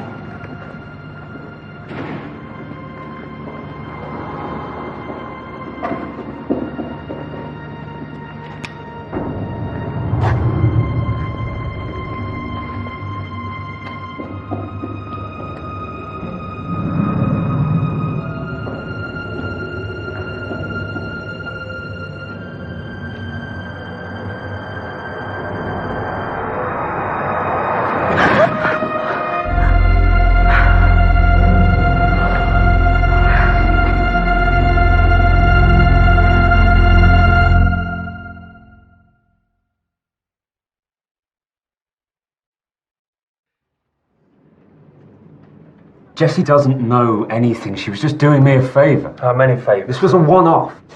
FADEC, Full Authority Digital Engine Control. This is the computer that controls a jet engine's entire performance. This thing must be worth a fortune. Yes. And you were selling this to a French soldier you met in Afghanistan. This is a very serious offence. Why, Alex? To save our airfield. Have a future. Okay, so if Jessie is not your usual smuggling partner, who is? Alex, this is a murder investigation. You need to tell me the truth.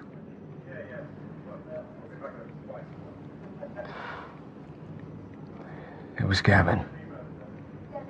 Hold on, you don't actually think that Gavin is capable of murder, do you?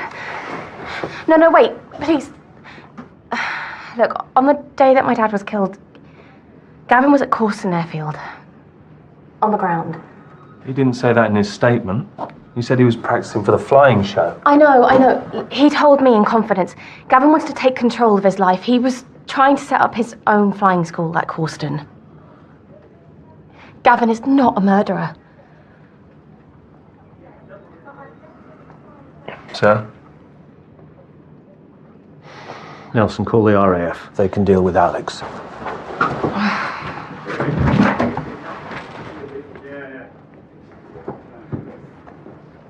I think my best tactic is not to get mad with Dad.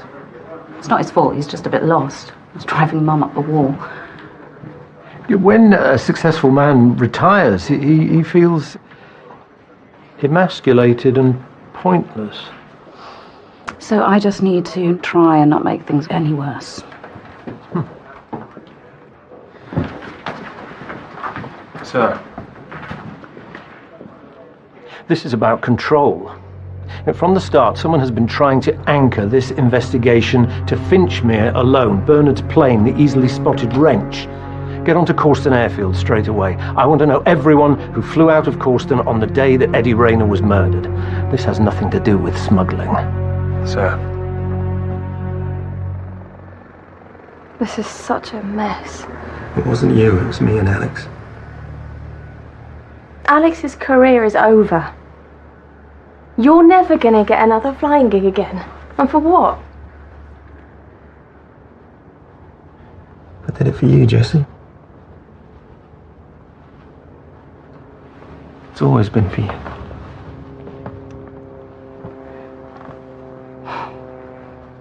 I thought I was gonna lose Alex yesterday.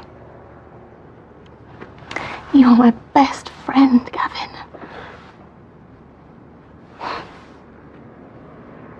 It's just not enough.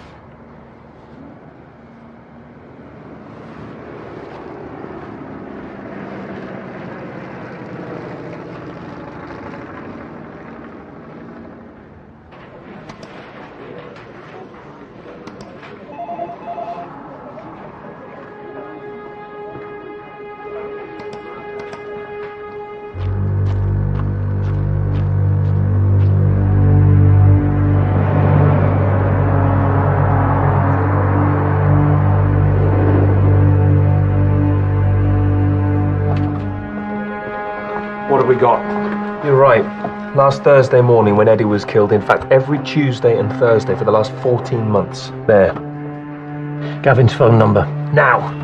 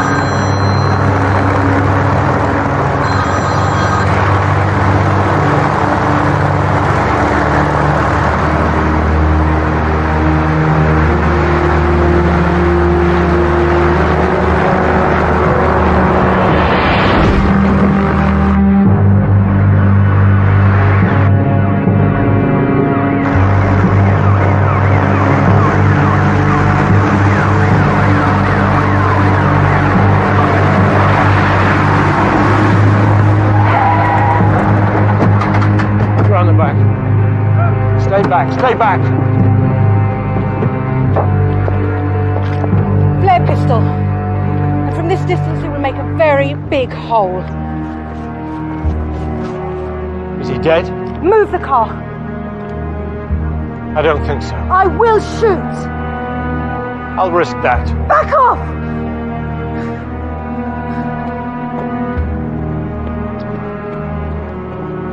This isn't really you, Stephanie. Oh, you don't know me.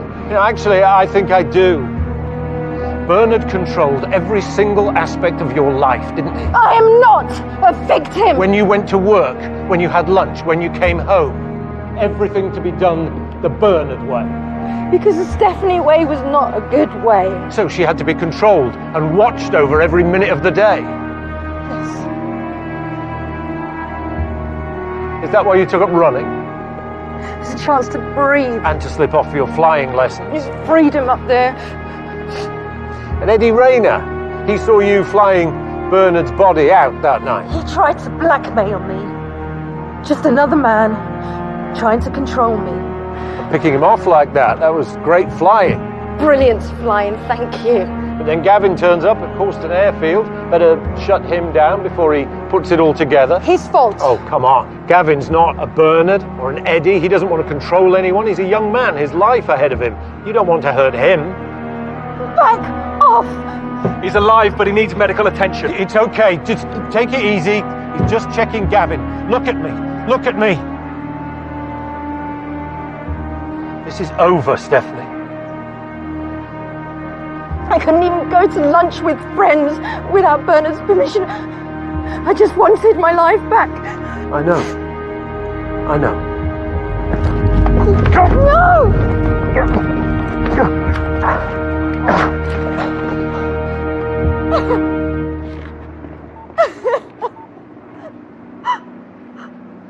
I'm sorry. DS Nelson, I need an ambulance at Finchmere Airfield now.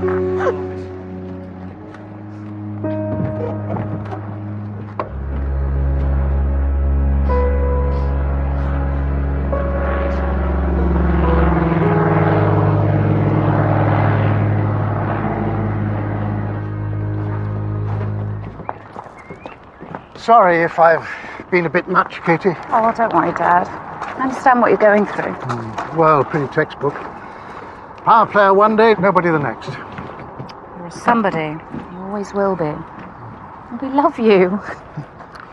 I've been thinking of, volunteering for the local hospice. Get out from underneath your mother's feet. I think that's a lovely idea, Dad. Here, come on.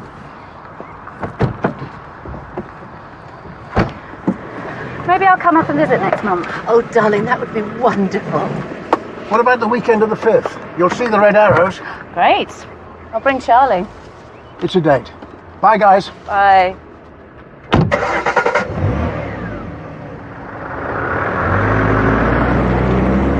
Serves you right for being so nice to them. Why can't it be dealt with here? The courts martial take precedence. It's all right, Mum. I'll be fine. Yes.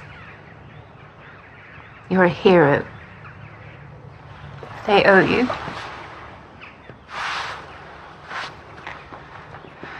I've let you down. Yes. Well, it happens.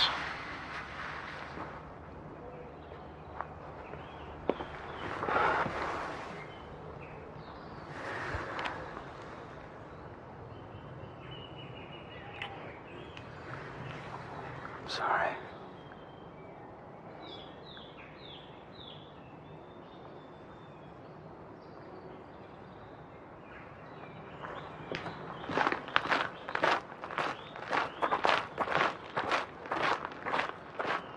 We're not selling the airfield now. We're going to give it to Alex. One day. And in the meantime, I dare say, it'll be in safe hands.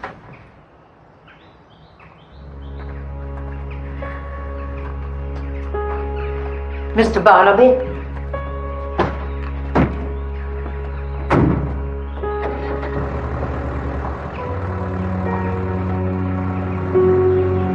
Charlie?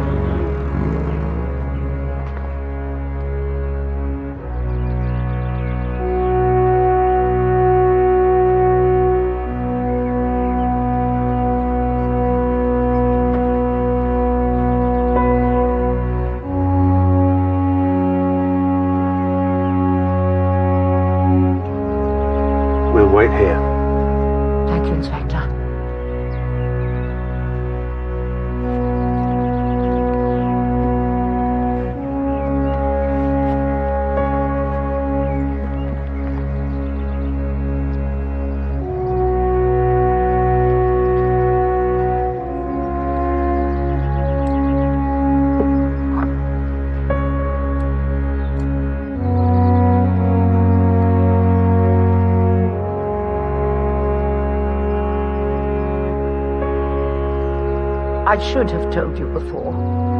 I'm sorry.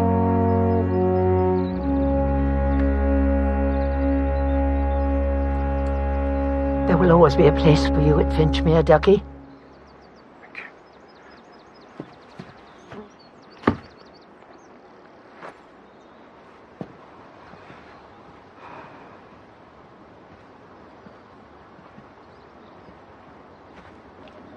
Thank you, Inspector. What for? You know very well.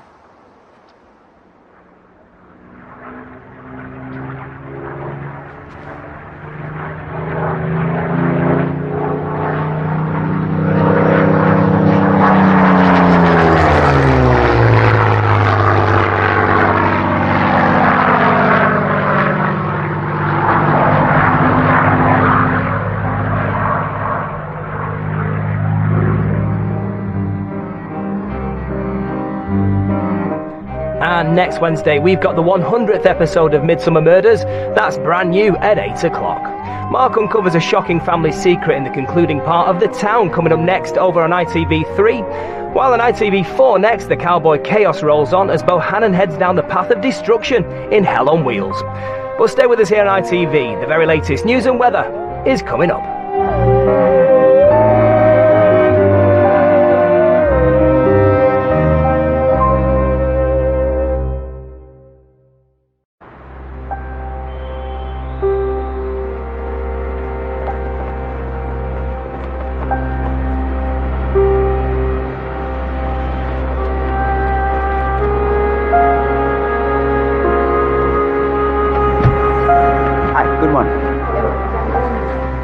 Here's your package, Mr. Calder.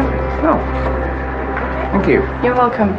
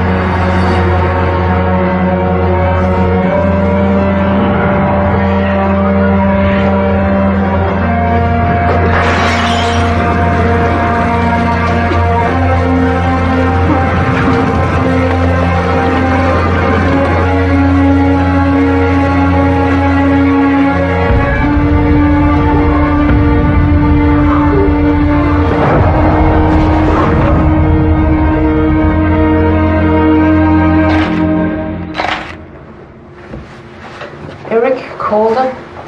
Britisk statsborger, 50 år gammel. Det ligner gift. Vi skal vide alt om ham. Hvem han var, hvad han lavede, hans familieforhold. Venner. Alt. Vigtigt til hans skostørrelse. Giften kom fra den der. Det tror vi. Den blev sendt til ham på hotellet. Hvad lavede han i København? Han var på forretningsrejse. Eric Calder ejer virksomheden, der producerer de her småkager.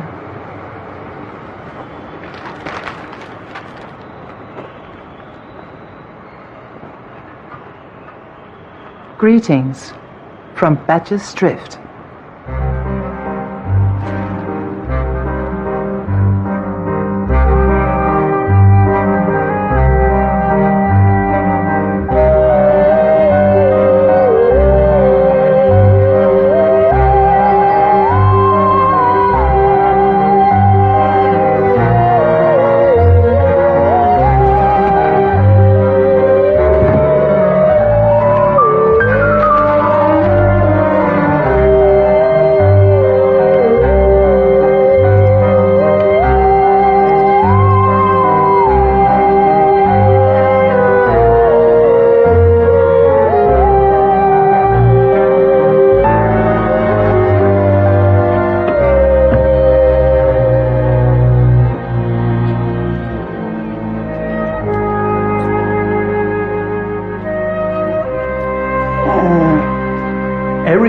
Calder was a prominent figure. His family had been making biscuits in Badger's Drift for over a century. Any idea who might want him dead? No, we'll be talking to his family this morning, see what they can tell us. It's upside down. Where was the package sent from? We don't know specifically, but it was franked by a UK mail company. Now, we're still waiting for the full pathology report. But we believe Calder absorbed the poison through his skin. It would have had to have been something pretty lethal to kill him that quickly. Morning. Obviously, we need to coordinate our efforts.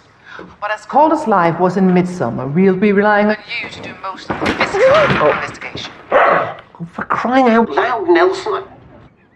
TCI Barnaby. Are you all right? Fine, thanks. We'll be in touch.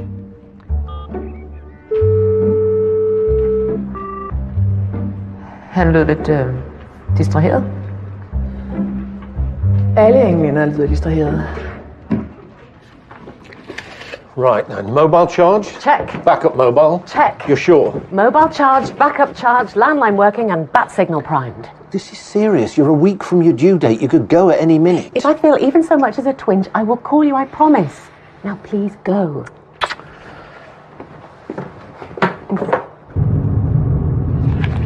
Detective Dine is certainly thorough. According to the file, Eric Calder has a wife and son, Penelope and Harry, and a younger brother, Julian. He's been living with Eric for the last year. Right, Nelson, best behaviour. The Calder family is like royalty around here.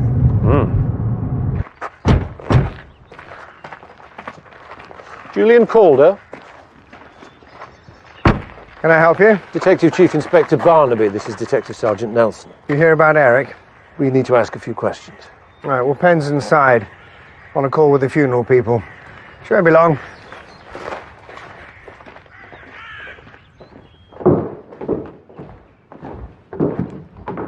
Your brother was well liked? You think? Most of these are from business acquaintances. Eric lived for his work. Very few friends. But at least one enemy. So it would seem. These gentlemen are detectives. Here to ask questions about Eric. Oh, you don't look Danish. We're assisting in the investigation. The undertaker has been difficult. Well, I'm sure you can talk him round. Penn's got big plans for tomorrow. I mean to give my husband a dignified send-off. Stop calling me Penn. Could you take Mr. Calder's statement, please? I imagine it won't take you too long to find out who killed him. Eric barely knew anyone in Copenhagen. Did he visit there often? A dozen times in the last few months.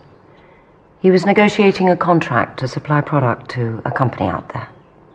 Do you have a name for this company? Toft Biscuits. Actually, Mrs. Calder, we think it might be someone a little closer to home. The package that poisoned your husband was sent from the UK. What? That's impossible. I mean, no one here would want Eric dead. Everyone loved him. Everyone? Calder's Biscuits put this village on the map. Eric made it a success. Sometimes success breeds resentment. Not in this case. Can you think of anyone who might have wanted to kill your brother? No. Well, I suppose Eric did have a tendency to lord it over people. What about your nephew, Harry? What about him? Did he get on with his dad? Oh, they weren't terribly close. But then Harry was always Penn's boy. Where can we find him? Probably down at Mrs. Trout's. Tea room in the village. Got a thing for the waitress there. Julian! I need you in here! Seems you woke the dragon, Detective.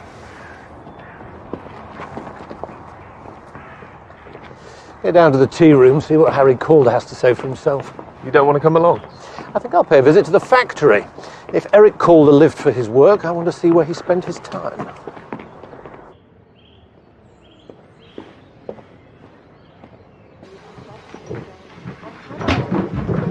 didn't expect to see you today. Oh, either this or hang around the house. Oh, here, take this. Oh, thanks. 6 months, Summer, and you still can't make a decent coffee. Well, it tastes better when you pay for it. Isn't my company payment enough? Not for Clara, she's been checking the tills. I'm on my last warning. Thank you. You all ready for tomorrow? Is anyone ready to bury their dad? You'll get through it, Harry. What about you? Are you going to be there? I can't. Your mum's booked us to do the food. I'll be setting up at the house.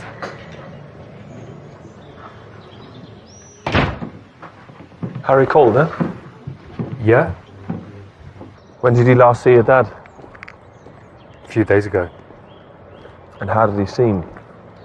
He seemed disappointed, as usual, banging on about me getting a job. You weren't planning to follow him into the family business? What? Cooped up in that factory all day? No thanks. Prefer to breathe. Did you talk about anything else? Not really. Was he, anxious or preoccupied? Look, even if he was, he wouldn't confide in me. Dad and I weren't that close.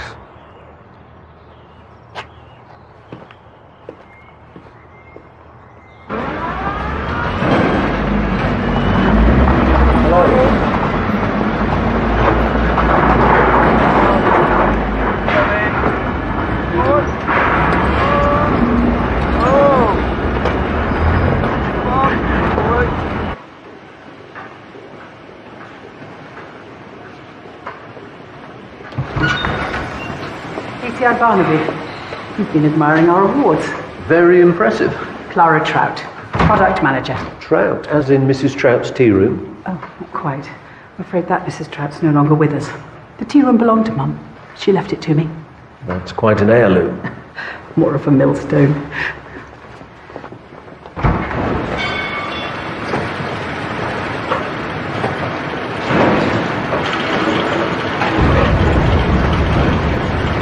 Oh, Mr. Calder, such a shock. Did you know him well?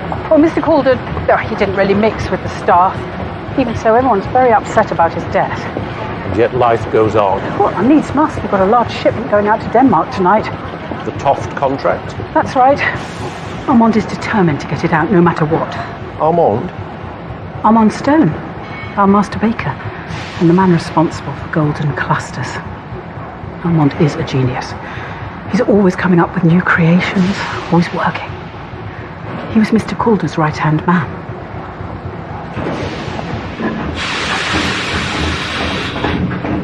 This way. Clara Trout, come here at once. I need your expert opinion.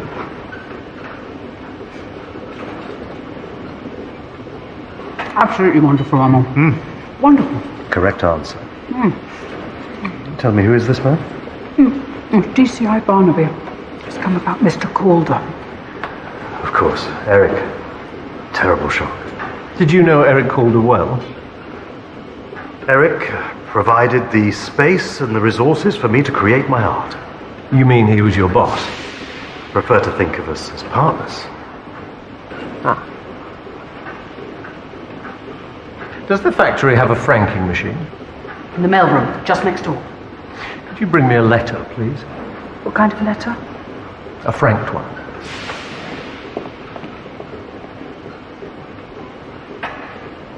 Quite a setup you have here. Well, as I said, Eric went out of his way to ensure that I had everything that I needed. Were you and he close? We made an excellent team. DCI Barnaby? A franked letter.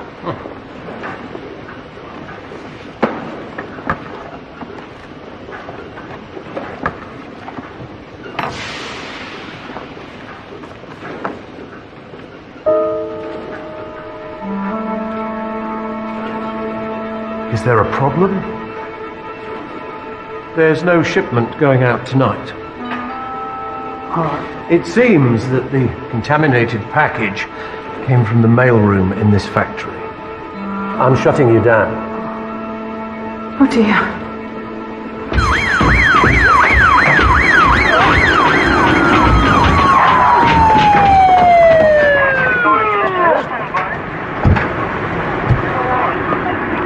Right, we want all the staff together,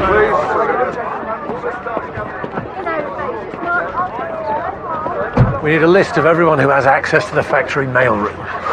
It's going to be a long list. And speak to the personnel department and run a background check on Armand Stone. I want to know more about him.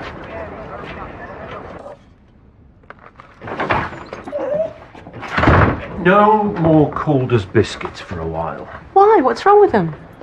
This is what killed Eric Calder. A tin like this was coated with poison.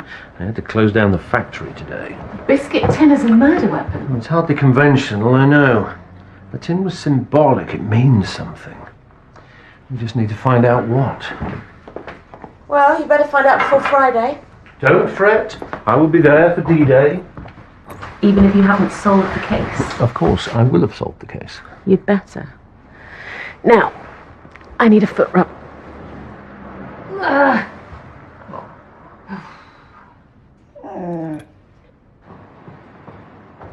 had a word with the undertaker. What? Well, he said he was being difficult, so I decided to put him straight. You didn't have to do that. I thought you'd be pleased. Look, it's my duty to handle the funeral. He was my husband. Yeah, and he was my brother. You know, it's just as important to me to see that Eric gets the funeral he deserves. Look, tomorrow we lay Eric to rest. And then life, as they say, goes on.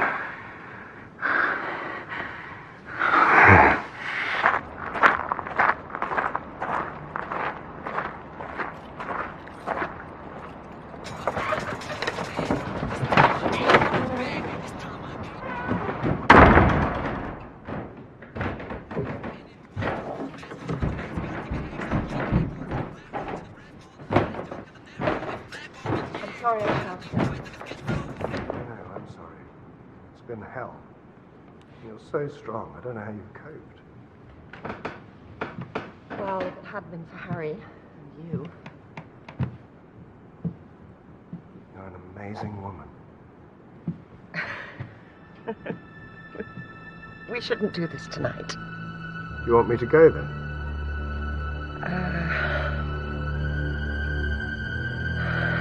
No. I want you to stay.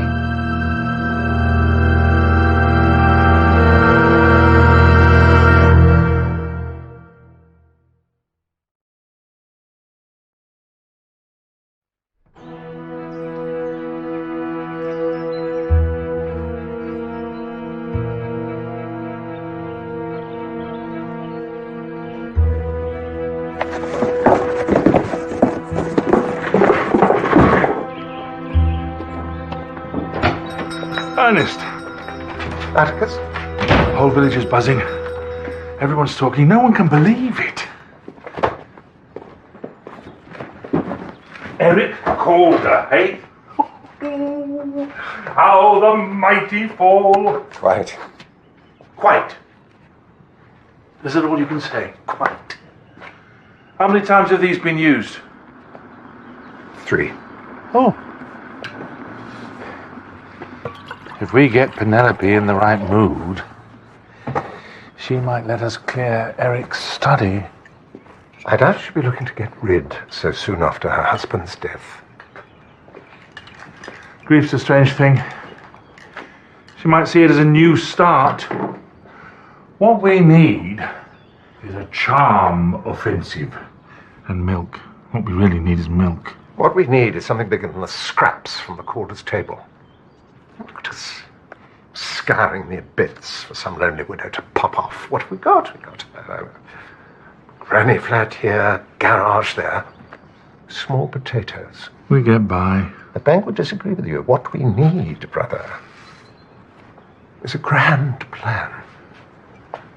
Where are we going to find one of those? Maybe. I already have. Pathology came back on Eric Calder. Cause of death was asphyxiation brought on by exposure to strychnine. Strychnine isn't easy to come by. Banned substance, but you can still get hold of it. Used in agriculture as a way to deal with pests and vermin. Can it be synthesized? Not without a PhD in chemistry. Well, Armand Stone didn't quite have that, but he did study chemistry at uni. Started at Calder's in early 1995. 3 weeks into the job, he creates golden clusters. They become an overnight success, and he becomes unbearable. Who has access to the factory lab? Officially, Armand and Clara, but the factory's security isn't exactly watertight, so anyone could get in there. What about forensics? They did a sweep of the building, but they found no traces of any poison. So the factory's back open? 6 o'clock this morning.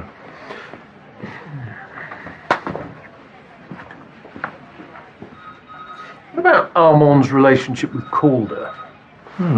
Testy, apparently.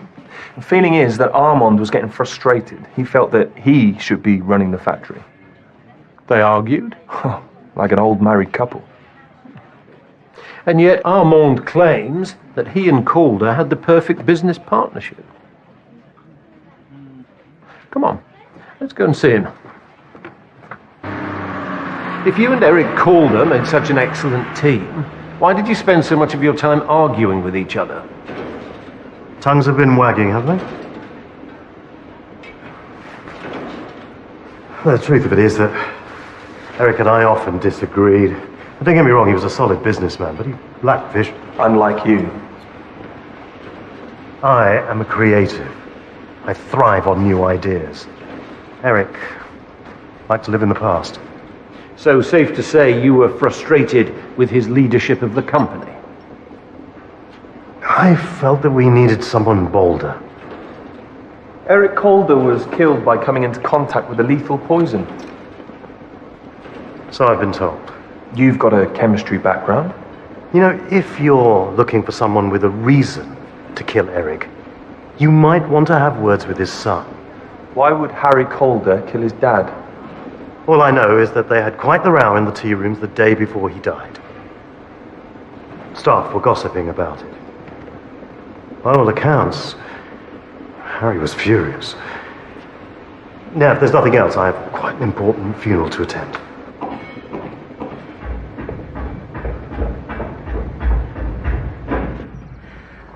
What on earth is keeping you? We're going to be late. Well, I'm sure they won't start without us. Oh, there you are. The car is waiting. I'll make my own way. What? No. No, we go together. Why? Oh, because we're a family. That's why. Some family. Harry. The boy's lost his father. He's upset.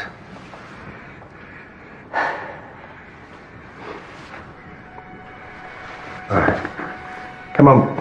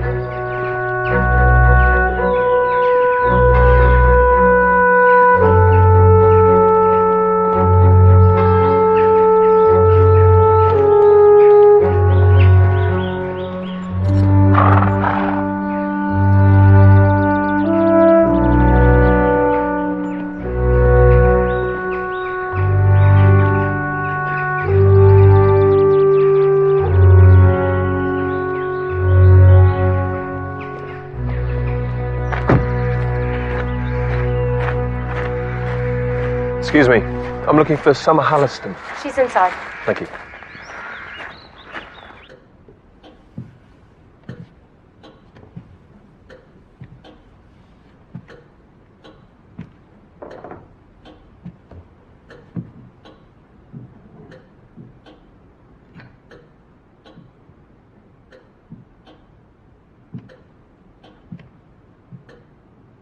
Summer Halliston. Trying to give me a heart attack. Sorry, I just wanted a quick word. What about? The trouble in the tea room last week. What trouble? Apparently there was an argument between Harry Calder and his dad. Yeah, they had some words. Any idea what it was about? Not really. Just a lot of shouting. And who was doing the most shouting? It was hard to say. I was in the kitchen when it kicked off, so I didn't see. Are you friends with Harry Calder? I know him. Did he discuss the argument after? Not really. He didn't say anything about it. It was between him and his dad. Family stuff. Private. So he didn't need to give me an explanation, okay?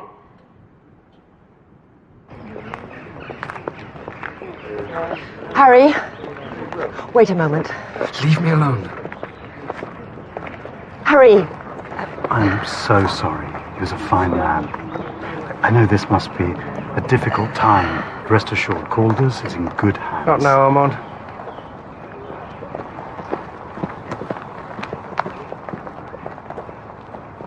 Gathering clues, DCI Barnaby. I'm just paying my respects. I was under the impression that Harry and his mum were close. Oh, they're usually as thick as thieves. Had to be, I suppose.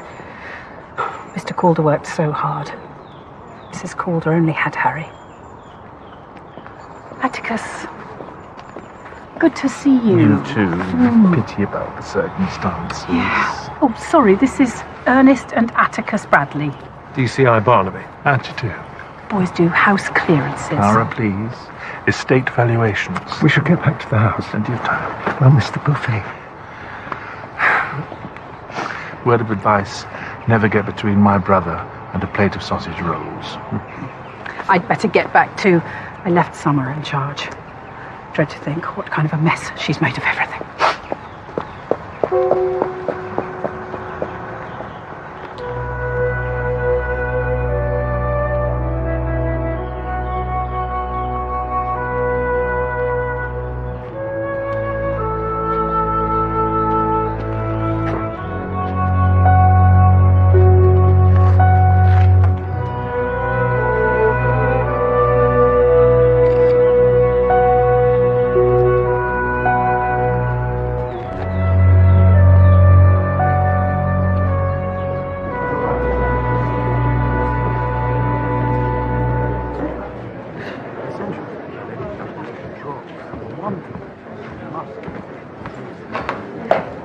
Police were asking questions. About what? Last week, you and your dad. Thanks. So tell me, Armand, what's your secret? The secret of golden clusters. In a word, me. I insist upon perfection. I won't take mediocrity or the average. It's just my gift. I share it with the world. Take the Chinese, for example. The Chinese? Yeah, when they lose a loved one, the whole family come together, gather up the deceased's possessions, and just throw them out. Catharsis, see? I don't think the Chinese do that. No? Just, well, somewhat does. It's a damn healthy way to react, I think. Anne, darling, it's time. All the subtlety of a hammer. At least I'm trying.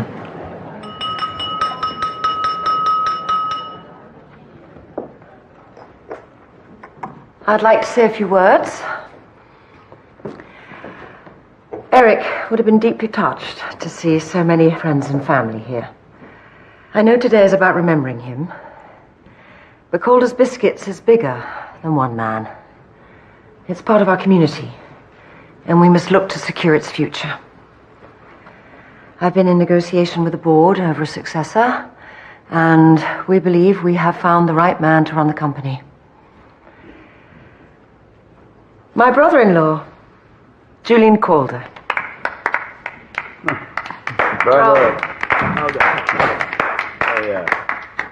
Julian will be the 6th member of the Calder family to run the factory. Oh, thank you, Pam. Oh, now, obviously, I can't hope to do as good a job as Eric, but I will give it my very best shot. I'm honoured to have this vote of confidence from the board. Armand, is everything all right? Julian. Egg mayo isn't exactly popular. This is salad cream. What's the difference? Thank you. Not bad, eh? Thank you very much. Julian, congratulations. Oh, thank you. Yes, I can't wait to get started. Perhaps when you do, I have something that might be of interest to you. Gentlemen, now then, congratulations. Summer Halliston claims she doesn't know what Harry and Eric were arguing over. You think she's lying? I don't know. She got pretty angry when I tried to press her on it. Something else came in from the Danish crime scene. A thumbprint found on the door to Calder's hotel room. Did they find a match? There wasn't anything on their system. But they have a witness who claims they saw a man hanging around outside the room. It could just be a guest who was lost. I'm not so sure. I found this on a bouquet that was sent to the cemetery. For Evict. It's Danish. It means forever.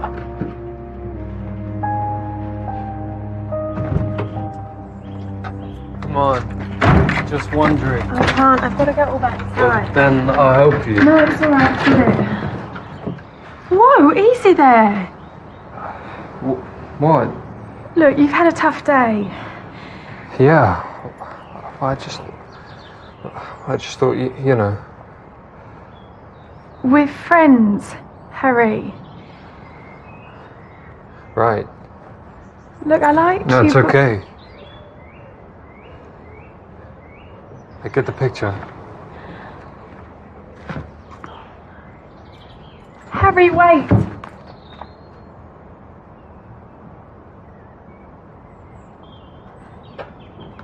If you say so, I'll be there. You look tired. You should go to sleep. I can't stop thinking about Harry. Oh, for God's sake, he's a grown man. Time to cut the apron strings, don't you think? Come to bed. You just buried your husband. And so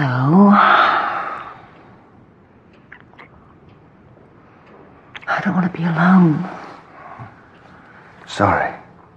I have to go out. Go out? Where? Business. What sort of business? Ben, we're not married. I don't have to answer your questions. I think we should take a break, don't you? It's all getting a bit unseemly.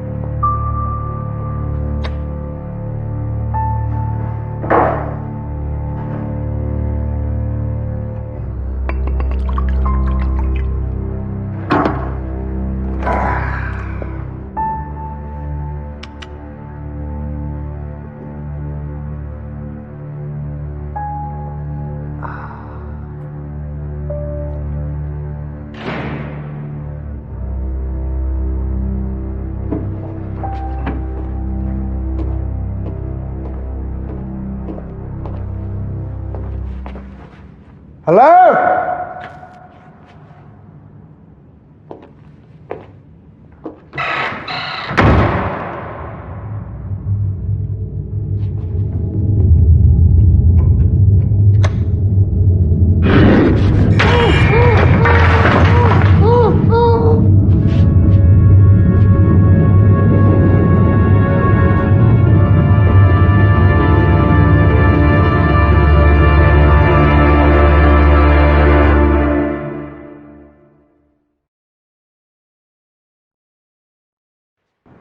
The flowers were delivered to the churchyard by a local florist, but the original booking came from a company in Copenhagen.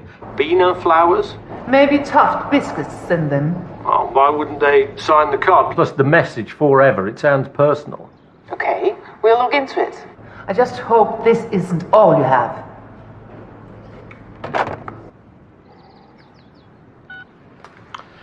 Now, come on, you can't spend all morning in bed. It's a beautiful day out there. You're young, you should be out enjoying yourself. John!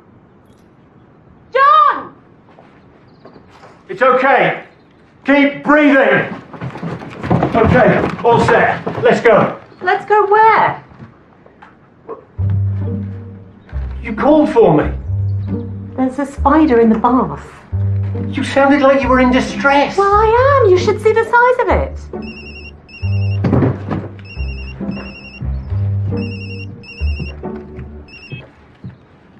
What?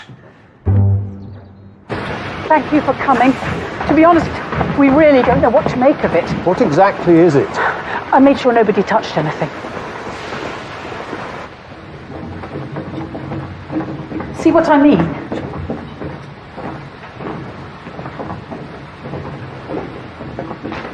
Looks like someone's had a party. This was no party. Who was in here last night? No one. The early shift starts at 6. Did they see anyone around? I want to know who was in that chair. Where is he? I'm not having this. Armand, we have a situation here. You better believe we do. He's in my space, my designated parking space. Who is? Julian Calder. His car is out there, parked in my space. Excuse me, we found a broken window just around there. I thought I'd better let you know. Thank you. One of the downstairs windows is smashed. Looks like someone broke in. Ground underneath's dry. It's been here all night. Search the factory. Find him. And get Kate and her team down here. I want the factory and the car processed. I have no idea where Julian is. When did you last see him? Last night, before he went out. What time was this? About midnight. He got a call. Did he say where he was going? No. Why, is there a problem? Did he take the call on his mobile? No, the landline. I need to see the room. What? Why? His clothes are still here. Well, of course they are. Now, will you please tell me what is going on? Your brother-in-law is missing. Oh, don't be so absurd. Julian just probably went for a drive somewhere. His car was abandoned at the factory. A call came in at 12:13. A mobile registered to Harry Calder. Where is your son, Mrs. Calder? Mrs. Calder? I don't know. I haven't seen him.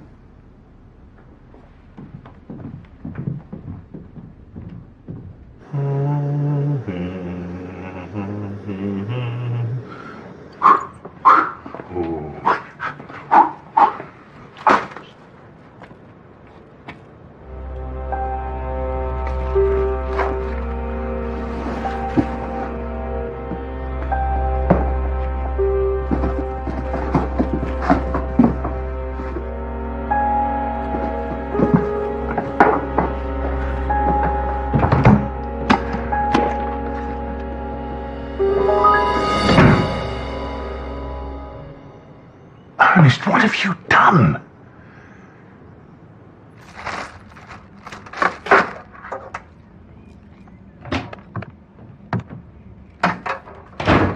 Well, it's nice to be trusted.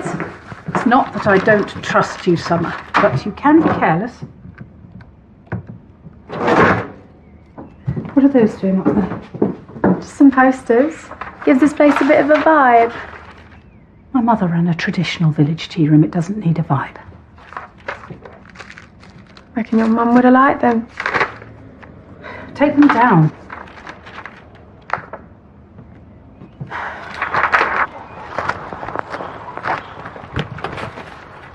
Harry? Look at the state of you. How many did you have last night? Do you want an exact number? Come Come on, let's get you up. We need to talk to you, Harry. Where's Julian? Look, I don't know where Julian is. Harry, we know that you telephoned your uncle last night and that he left the house shortly after that call. What was so important that you had to call him after midnight? Was it the same thing you and your dad argued over in the tea room?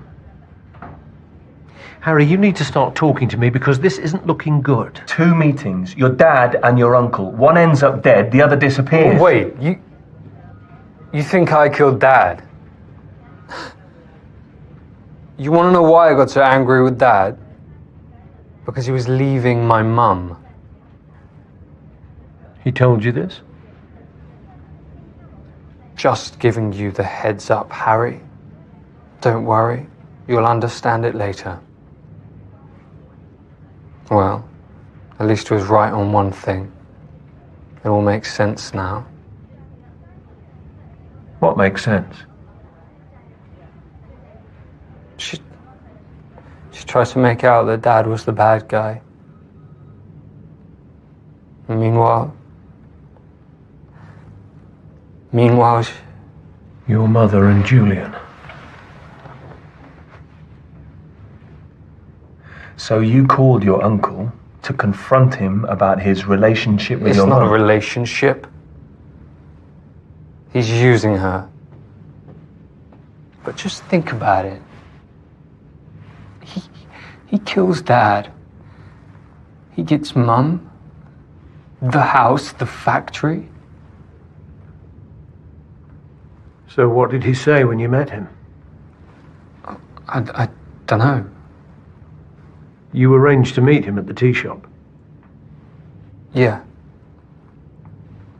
But he never showed. Julian's service provider says he got a call on his mobile at 12:20. That's after Harry called him at the house. Do we know who it was from? Yes, pay-as-you-go mobile. But we do know that the call lasted a minute. Enough time for someone to arrange a meeting and then break into the factory. So now we're saying that 2 people wanted to meet Julian after midnight. He was a man in demand last night. I've been doing some digging. Julian started at Calder's with Eric before he went abroad. About a year ago, he lost a lot of money in a Spanish property deal. Maybe he figured that killing his brother was the answer to all his problems. So where on earth is he now? Now, he'll turn up. That's what worries me.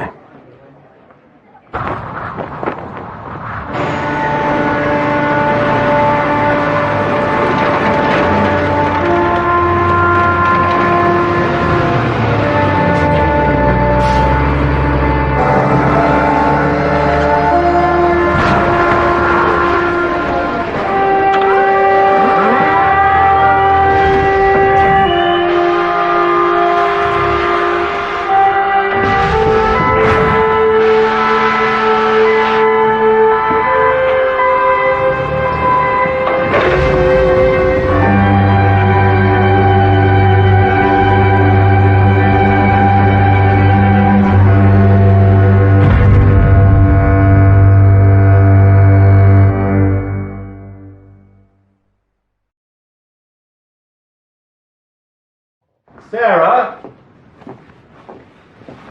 Sarah!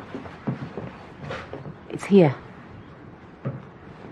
Thank you. Are you sure you're going to be okay? It's only for one night. I know, but it's Denmark. It's not like I can just pop back if you need me. Look, I'm sure I'll muddle through. Anyway, Kate's going to call round. I'll be fine. But just in case, take this. Who's Andrew Copeland? He's the best high-speed pursuit driver in the Midsomer Constabulary. If you go into labour, call him. He will get you to the hospital faster than any ambulance. Look, don't be so ridiculous. I do not want a pursuit driver taking me to the hospital. You are going to take me.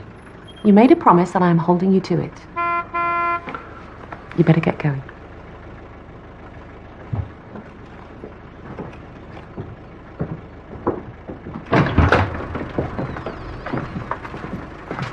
I'll check in every hour. I can't wait. Hi, Sarah. I've been brushing up on my Danish. When you say brushing up? I started learning last night. Right.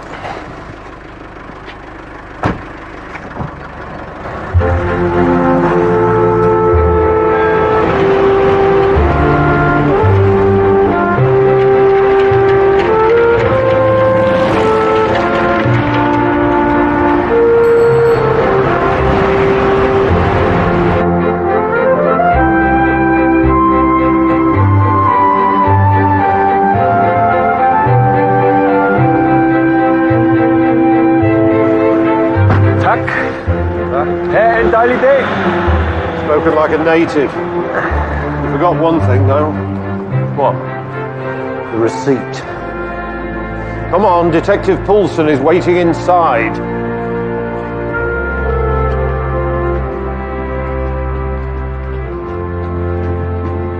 Nå, skal vi gå ned og få hils på vores engelske bobbies? Jeg vil ikke kalde dem bobbies. Jeg læste deres filer i går aftes. Kriminalkommissær Barnaby har stor erfaring. Aha.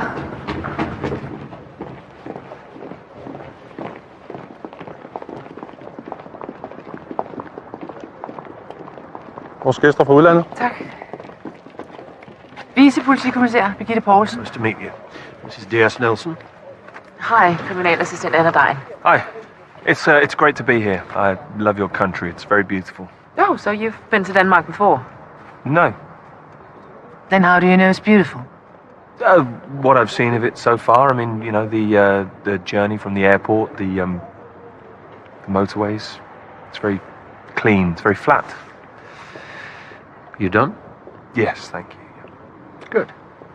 So let's get started. Detective Dine will take your sergeant to the crime scene at a Tuft factory, and you and I will go to the morgue. Actually, I'd like to see the Tuft factory. Nonsense. You will come to the morgue. Come. Shall we?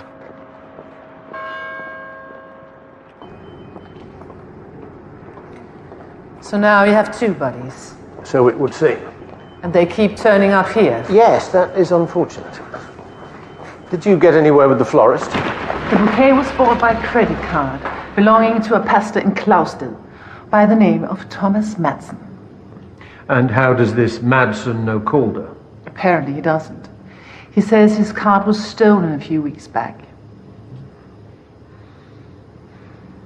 Hope you're not squeamish.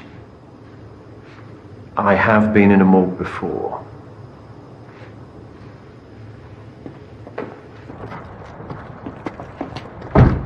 How long have you worked with Poulsen? We teamed up about 4 years ago. She's quite a personality. You noticed? Birgitte's a little eccentric. I mean, she can be blunt, but she's a good detective. Oh, well, she's certainly blunt. Maud. What about Barnaby? What's he like? Again, good detective, gets results. He can be a little prickly at times. Prickly meets blunt, huh? Yeah. I'm not sure how that'll work out. Cause of death, asphyxiation. He drowned in alcohol. The pathologist found his stomach and lungs were full of malt whiskey. Unlikely to have been self-inflicted. Deep markings on both his wrists. He was restrained. His head was held back and the bottle was forced down his throat. Everything here tallies with the crime scene at the Calder's factory, which means he was killed in Midsomer. And that makes him your problem. So, this is, as you can see. Forensics get anything on it? Too much. Numerous fingerprints, hair samples, lots of cross-contamination. Yeah, half the staff at Calder's came into contact with this at some point. D.S. Nelson, this is Albert Toft. He's the director of Toft Biscuits. D.S. Nelson is over from England. Terrible tragedy. First Mr. Calder, now his brother. Very sad. We understand Calder's had a deal with you to supply their goods. That was the plan at first. But then Eric Calder made us a better offer. A better offer? to sell Calder's to Toft. According to Toft, Calder was in negotiations to sell the business. We checked with Eric's solicitors. They were vague, but confirmed he was exploring his options in regards to the company. Legal speak for it was happening. So not only was Eric Calder leaving his wife, but he was also selling up. Sounds like he was running away. Question is, where was he running to?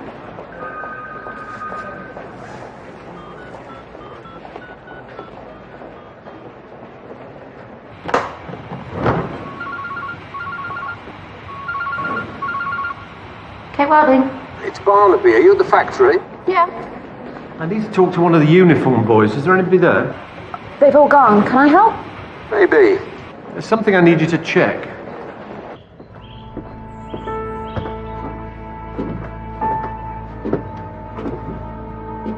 It's only a box. It's trouble, and you know it. Try not to fret. Try not to fret. First Eric, and now Julian. We've got to get rid of it. Get rid? Pretend we never saw it. Well, we could do that, of course, or we could use what's inside to our advantage. What are you talking about? Just leave everything to me, brother.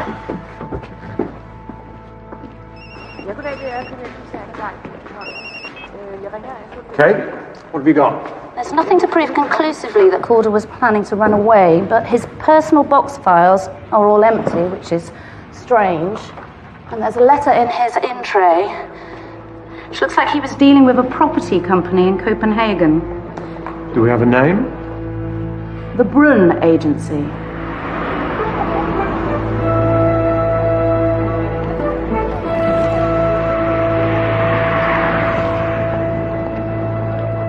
Mr. Calder bought the property a few weeks ago. He was very keen. We went through Calder's financial records. There was no mention of this. It was all a little mysterious, but above board. And I guess he did it that way because he didn't want to spoil the surprise. What surprise? Well, I assume the cabin was a gift. Why else would he put it in her name? Whose name? Ingrid Madsen. She owns the place. Where can we find her? If she's not at the cabin, I assume she'll be at her former address.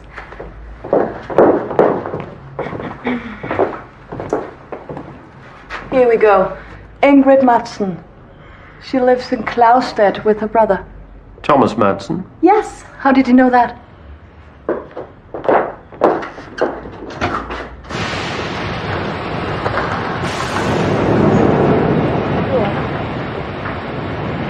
Get out of my factory! I was only trying to help. Out, or I'll call security!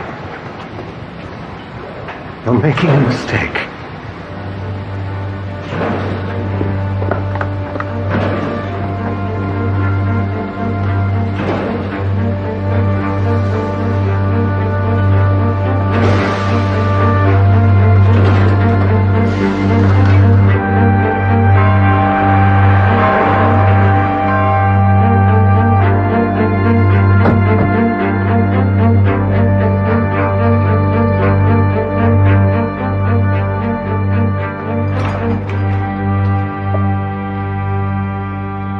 Thomas Madsen? Yeah? Vicepolitikommissær Poulsen, Københavns Politi. And this is DCI Barnaby from the UK. We're looking for your sister. I'm afraid Ingrid has gone away for a few days. Perhaps I could help. As I explained on the phone, my credit card was stolen. But you didn't report it at the time. No, I was too embarrassed. I left my car unlocked. I deserved what I got. A funeral bouquet is an unusual item for a credit card thief to buy. Normally they go for laptops and clothes. Flowers are a bit personal. I suppose you're right. So you never met Eric Calder? No, I'm afraid not. Maybe this will jog your memory.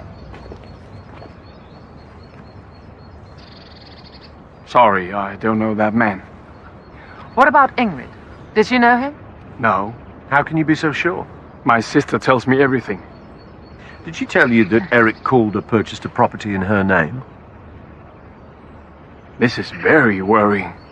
Clearly this Calder was involved in some form of fraud, buying a property in her name. Isn't it more likely that Ingrid did know him? but didn't tell you. No, because my sister tells me everything. So now, if you'll excuse me, I have to prepare for the evening service. So, what do you think? I think you should get your lab to pull his print off this photo. And I'll bet you breakfast that it matches the print found on Calder's hotel door. You're sneaky. That impresses me. Well, I'm glad you're impressed.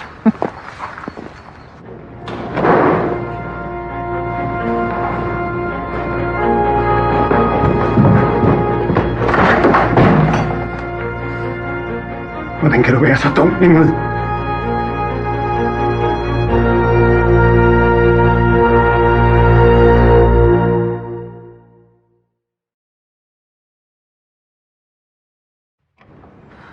There. That should do it. Well done. Well, you put the boys to shame. You quite like those, don't you? Addicted. John won't let me eat them because of the Calder business, so I have to binge before he gets back. Well, the cat's away. The mouse eats her weight in biscuits. How's John getting on with the Danes? Fine. He hasn't really said much. Oh, you should hear Nelson. Apparently, Dine and Poulsen are, quote, stunning.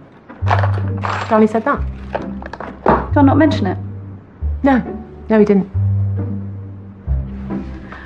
Well, they're probably quite ordinary. Nelson has a tendency to exaggerate.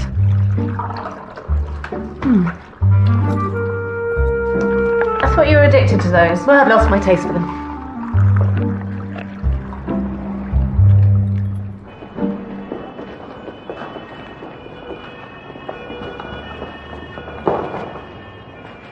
Come. Sit. Let's eat. Eat? Birgitte, my wife is a day from her due date. I'm on the evening flight. I don't have time to eat. But I owe you breakfast. You were right. The print on Calder's hotel door belonged to Thomas Madsen. Good. Let's go and see him. Wait, I have other news. Tell me on the way. I looked into Ingrid last night, and I came across a child born in Copenhagen in 1989. Okay, so Ingrid has a child. Not anymore. She gave Alice up for adoption a month after she was born. The birth certificate lists the father as unknown, but take a look at the child's full name. Alice Calder Madsen.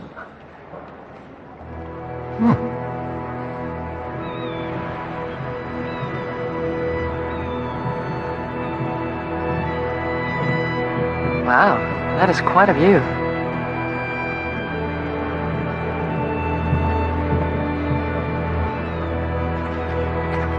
When you said a cabin, I was thinking of something a little more rustic, you know? Like, log fires, rocking chairs. Bearskin rug. Yeah, exactly. Not like this. This is nicer than my flat. If I actually had a flat.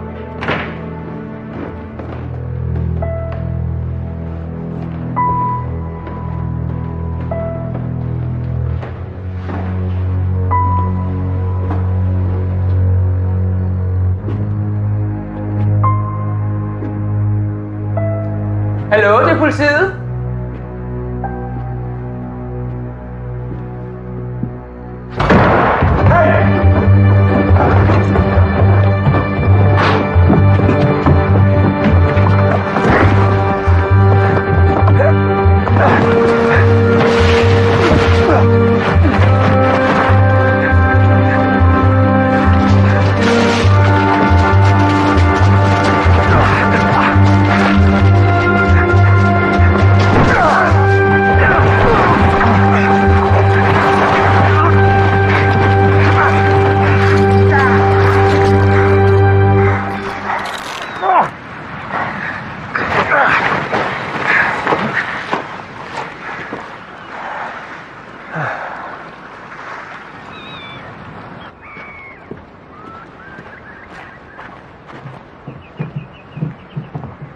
Thomas Madsen?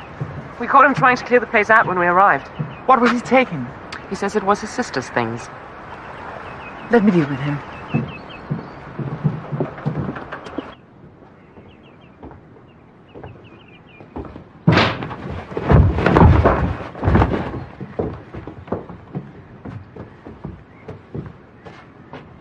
Ingrid's belongings, correct? This is just a misunderstanding. Nonsense. Let me tell you what we know. We know Ingrid had a relationship with Eric Calder. We know the relationship produced a child, and you had the child adopted. And finally, we know that you were outside Eric Calder's door the day he died. I was just trying to protect my sister. Protect her. From what? From Calder, of course. He was going to ruin her life all over again. And how was he going to do that? He filled her head with dreams of them being together. So you went to see him at the hotel? I went to warn him. To tell him to stay away from Ingrid for good. But I was too late. Somebody had got to him before me. And now, my sister is broken-hearted. And no doubt, she will blame me again.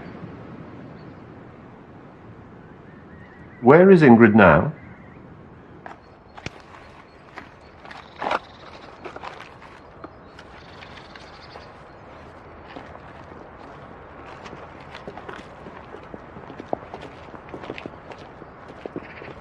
Ingrid? We need to talk about Eric. It was a concert in Copenhagen. I was studying at the music academy and Eric was in the city for a trade fair. He was at the concert to pass the time. And when was that? 16th of February 1989. We talked during the interval, then we went for dinner. Before I knew it, we spent the week in his hotel room. I was young, felt exciting, reckless. A little too reckless. Oh no, Eric made it clear that the week was a one-off. Just taking over the business, married with a son. I knew he wouldn't give all that up.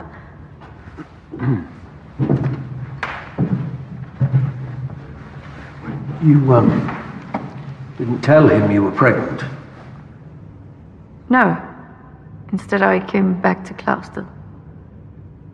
How did Thomas feel about the baby? He wasn't happy. Thought I'd been careless. And he was right. And he arranged the adoption? Through his contacts, he found her a good home. It was hard, but after some time, I just got on with my life. Until Eric contacted you again? Yeah, he was just standing there, up front. He looked older, but still the same. Said he was here on business and that he'd been thinking about me a lot. How did the cabin come about? Eric wanted us to meet again, but I was worried what Thomas would say. So he rented the cabin, our secret place, go there to be with him. And then he bought it for you? Oh, no. Oh, he bought it for us. He wasn't happy at home. He decided to leave. And we were going to start all over again. Did you tell Eric about Alice? No. I was planning to, but I don't know. I was too scared, I suppose.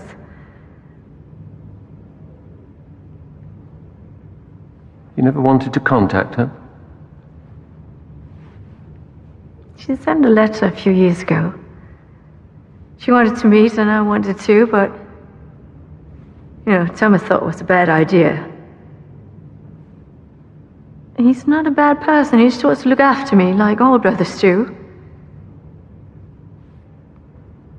It was a beautiful letter. So bright and passionate. She told me all about her life in London. It sounded so exciting.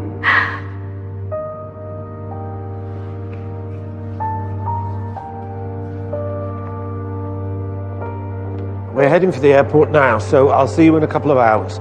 Okay, bye. Let's hope she holds out. We don't have much time, Nelson. We've got it. Alice Madsen, born on the 4th of December 1989 in Clousted. And she was adopted a few months later by Ella and James Haleston? Halliston. She changed her name. We need to talk to Summer when we get back. Flight leaves in an hour. Don't worry, you'll make it.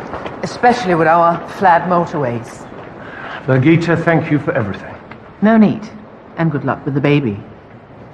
Yes, good luck. So, I just wanted to say... Nelson!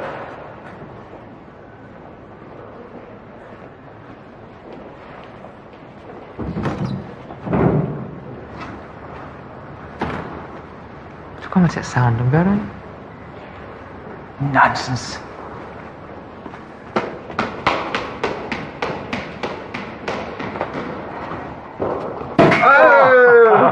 It's only a cheap supermarket fizz, but it'll do for now. What are we drinking too? Eric Calder. Eric.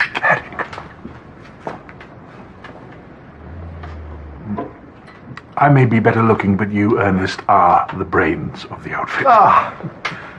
It's nothing. Just some creative thinking and hard bargaining.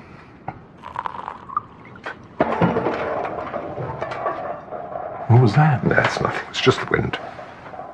There's no wind tonight. I'll go and investigate. Oh, go on then. Look for clues.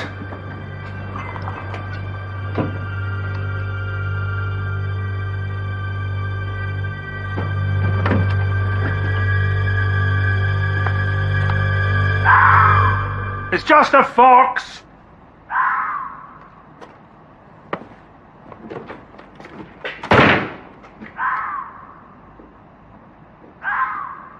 Infernal nuisance. Always at the bins. What we need is a shotgun. Do you want a sandwich? I've got cheese. What's the matter? Are you not talking?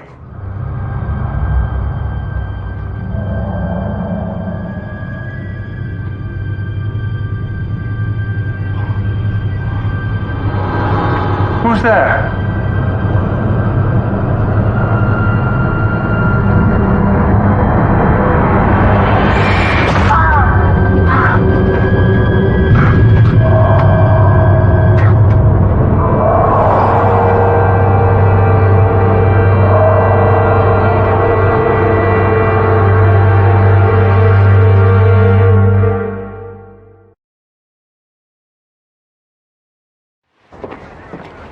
Where's Summer Halliston? We sent a PC to pick her up last night, but there was no answer at her flat. How's Sarah? Still pregnant? Sarge, you might want to have a look at these receipts.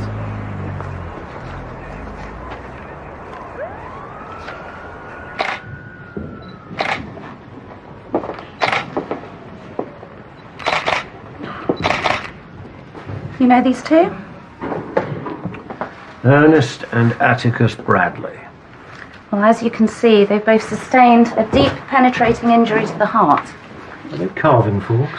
Your killer had a good aim. How long have they been dead? About 12 hours, give or take. I'm guessing the apples are symbolic. Greedy little pigs. Sir, I've got a receipt dated 3 days before Eric Calder died.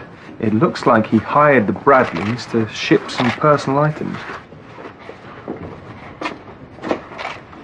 To Calder's cabin in Denmark? But there's no record that it was sent. So where is it?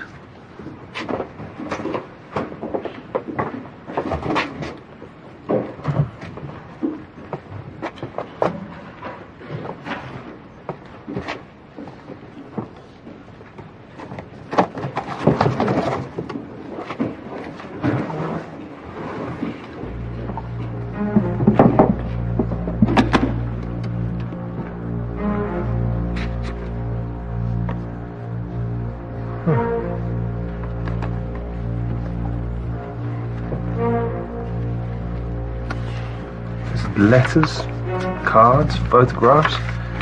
This is basically Eric Calder's memories. It looks like a recipe book. Some pages have been torn out. Right. Thank you. Summer Halliston just turned up at the station. You go and speak to her. Find out what contact she had with Eric Calder. I'll go and see how much Penelope knows about her husband's double life. I want to know what this is about. It's about Eric Calder. Your dad. Or your biological dad, if you prefer. Let's start with you telling me what kind of a relationship you had with him. We didn't have a relationship. What do you mean? I never told him who I was. You've been here 6 months. I know. So why didn't you tell him? Maybe I was waiting for the right moment.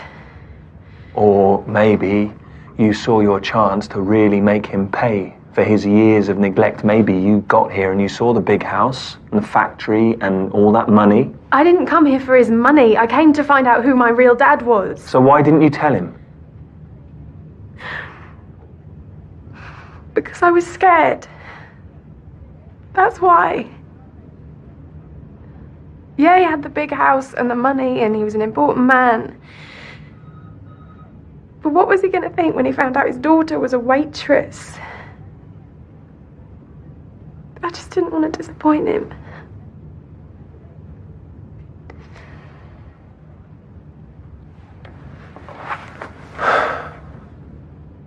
So where were you last night? I watched a film and I went to bed. I was shattered from working in the cafe. Look, as soon as I heard you wanted to speak to me, I came to the station of my own accord. I haven't done anything.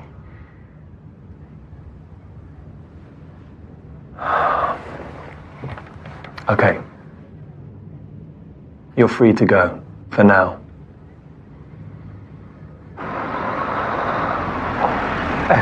Heard you were here. Yeah.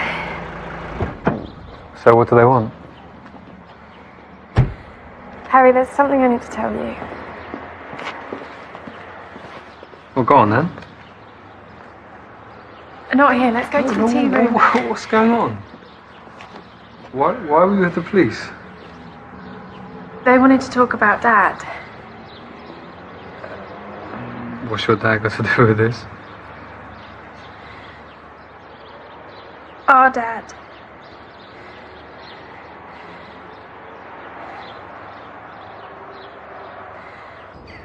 I must say, I am disappointed.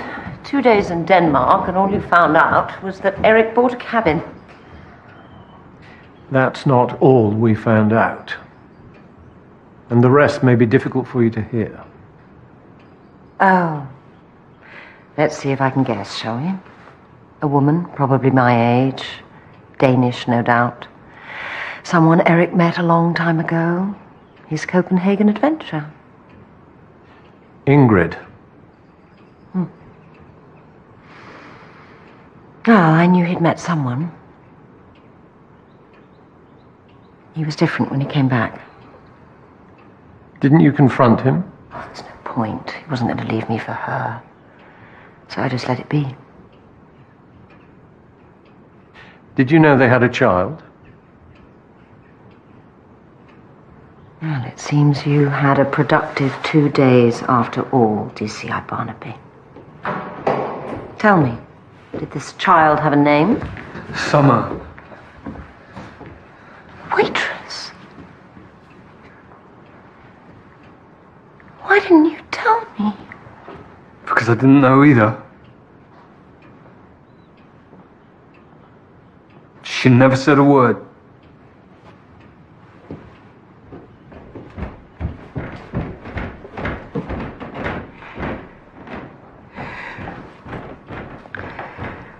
Well, I must say I never expected that. There's something else. We found this amongst your husband's things. Have you ever seen it? It's not Eric's handwriting. Or Julian's? No. What about the recipes? Well, they're all Calder recipes.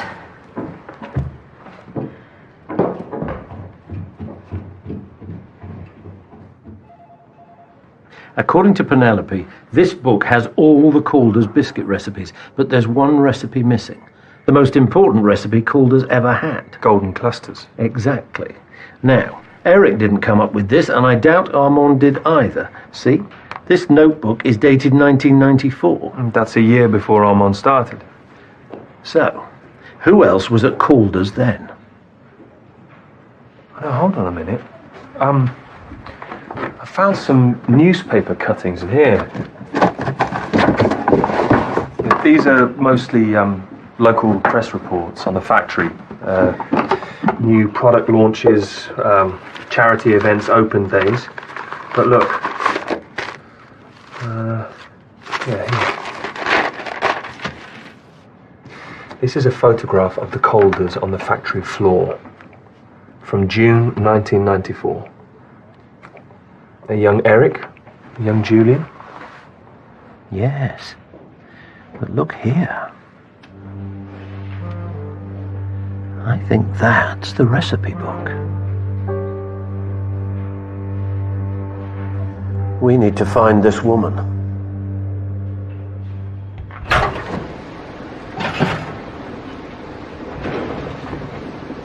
Something new for me to try? No. Anything wrong?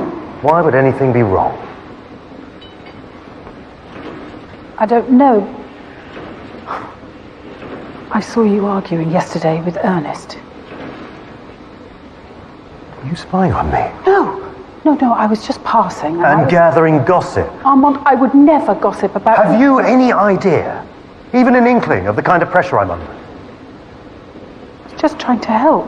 Well, I don't need your help.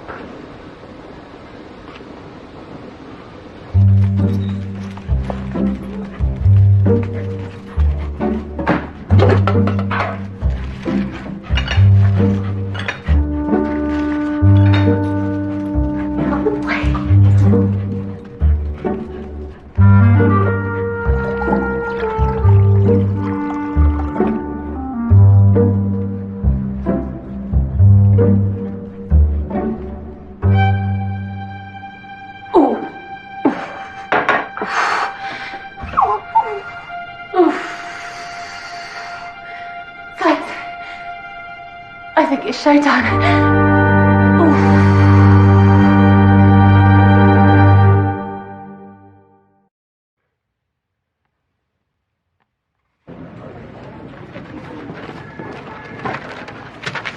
Her name is Agnes Trout.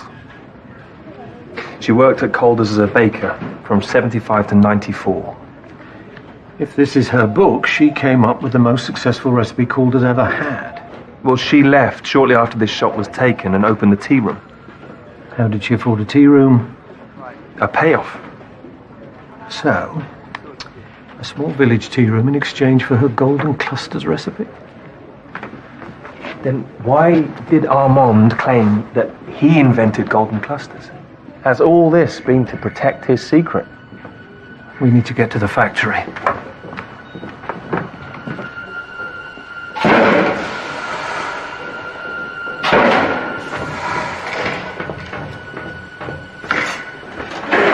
Did you hear about the Bradleys? Hope you don't think I had anything to do with that.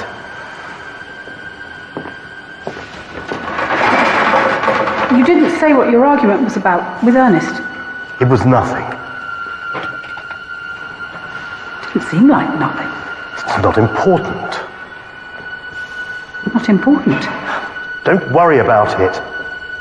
Oh, I'm not worried about it.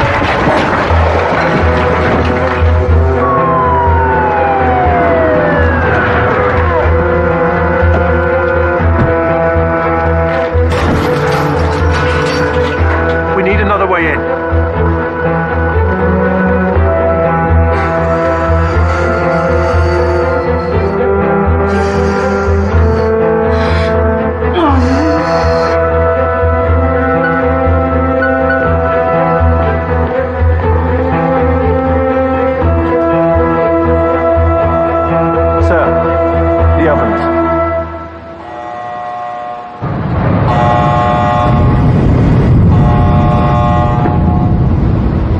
saving you till last, Armand. Clara, what on earth are you doing? The question is how to kill you. Eric was poisoned. Clean but remote. Julian was long, hard. I was worn out by it. Frankly, the Bradleys were just easy. Clara, please, I don't understand. I think you do, Armand. I got these pages back from the Bradleys. Agnes's golden clusters. It's my mum's recipe, the one that you stole from her. I've never seen that before in my life. Yes, you are a fraud. Small man.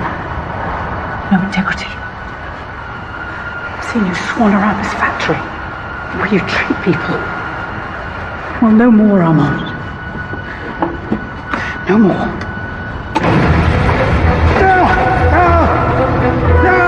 Clara! This isn't what your mother would have wanted. You didn't know her. Then tell me about her. She was a good woman. She took a long time to die. That tea room killed her. And that couldn't have been easy for you. Get me off this! You want to know the worst bit? Finding out on her deathbed that she came up with this. They took advantage of her. I made sure they paid. The Bradleys? They didn't cheat her. Why did they have to die? They tried to sell me my mother's recipe. As if this was just about the money. Then what is it about? She died. Unsung. Unknown. Was he? He got all the adulation and all the praise. You think this will bring your mother the recognition she deserves? I want the world to know how talented she was. All the world will know is what you've done, the lives you've taken. One more won't make a difference.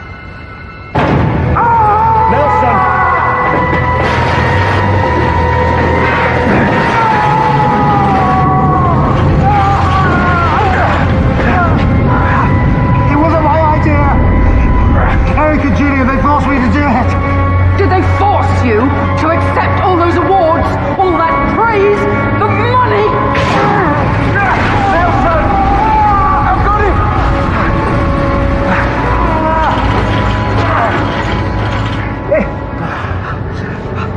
Okay.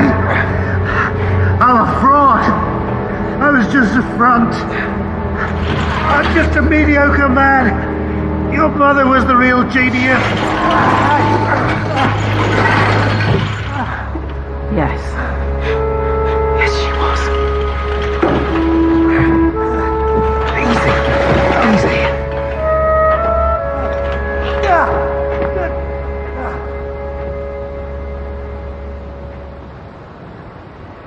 Your mother, she made a deal. Yeah. They bought her off with a popsy tea room. The tea room was just a sweetener. You were the main part of that deal.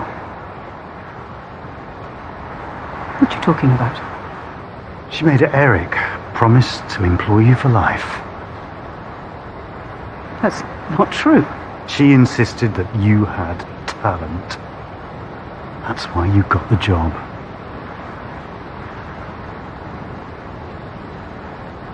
She traded the recipe for your career.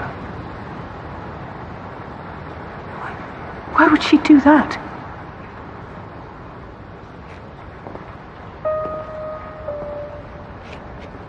She loved you, Clara. Her legacy isn't golden clusters. It's something far more valuable. You.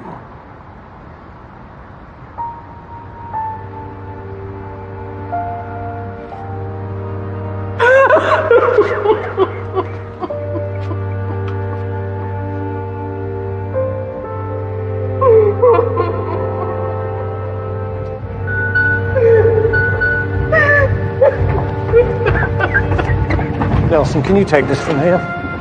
Sir. Come on, out of the... Don't let the hospital!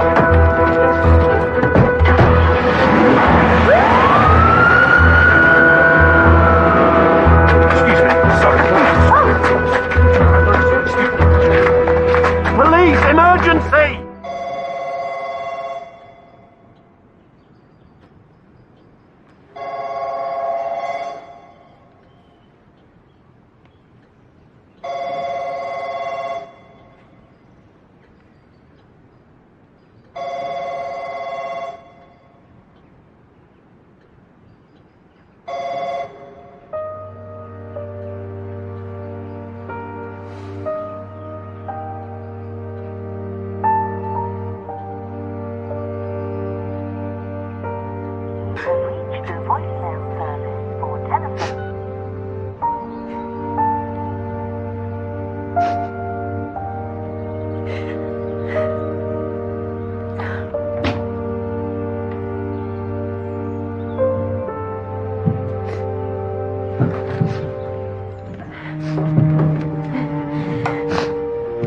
What can I get you?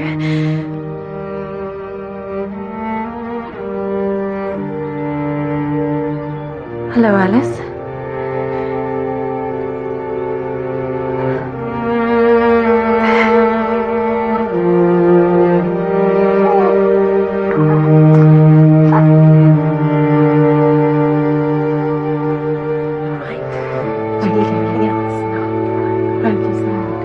Thank you.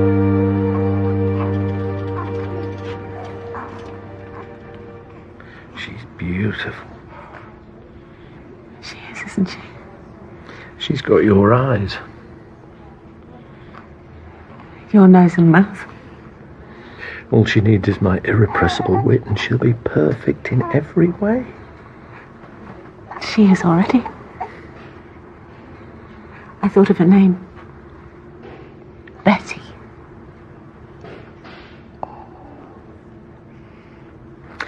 Betty Barnaby. I like that.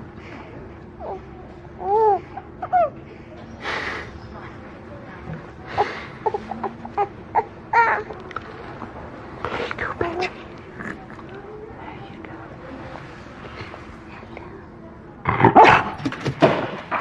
A toast to the prettiest girl in the world and her beautiful mother. Thank you. Time for me to have a hold.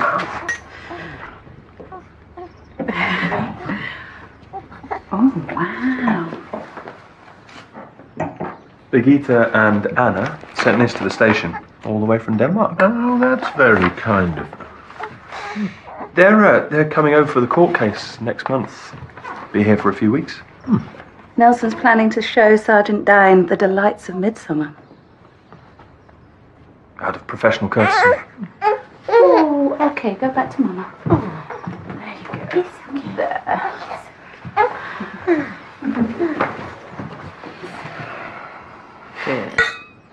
So I promised I'd be there, and I was. That is very true. Daddy always keeps his promises. Yes, he does. But maybe next time Daddy won't cut it quite so fine. Yes. Next time.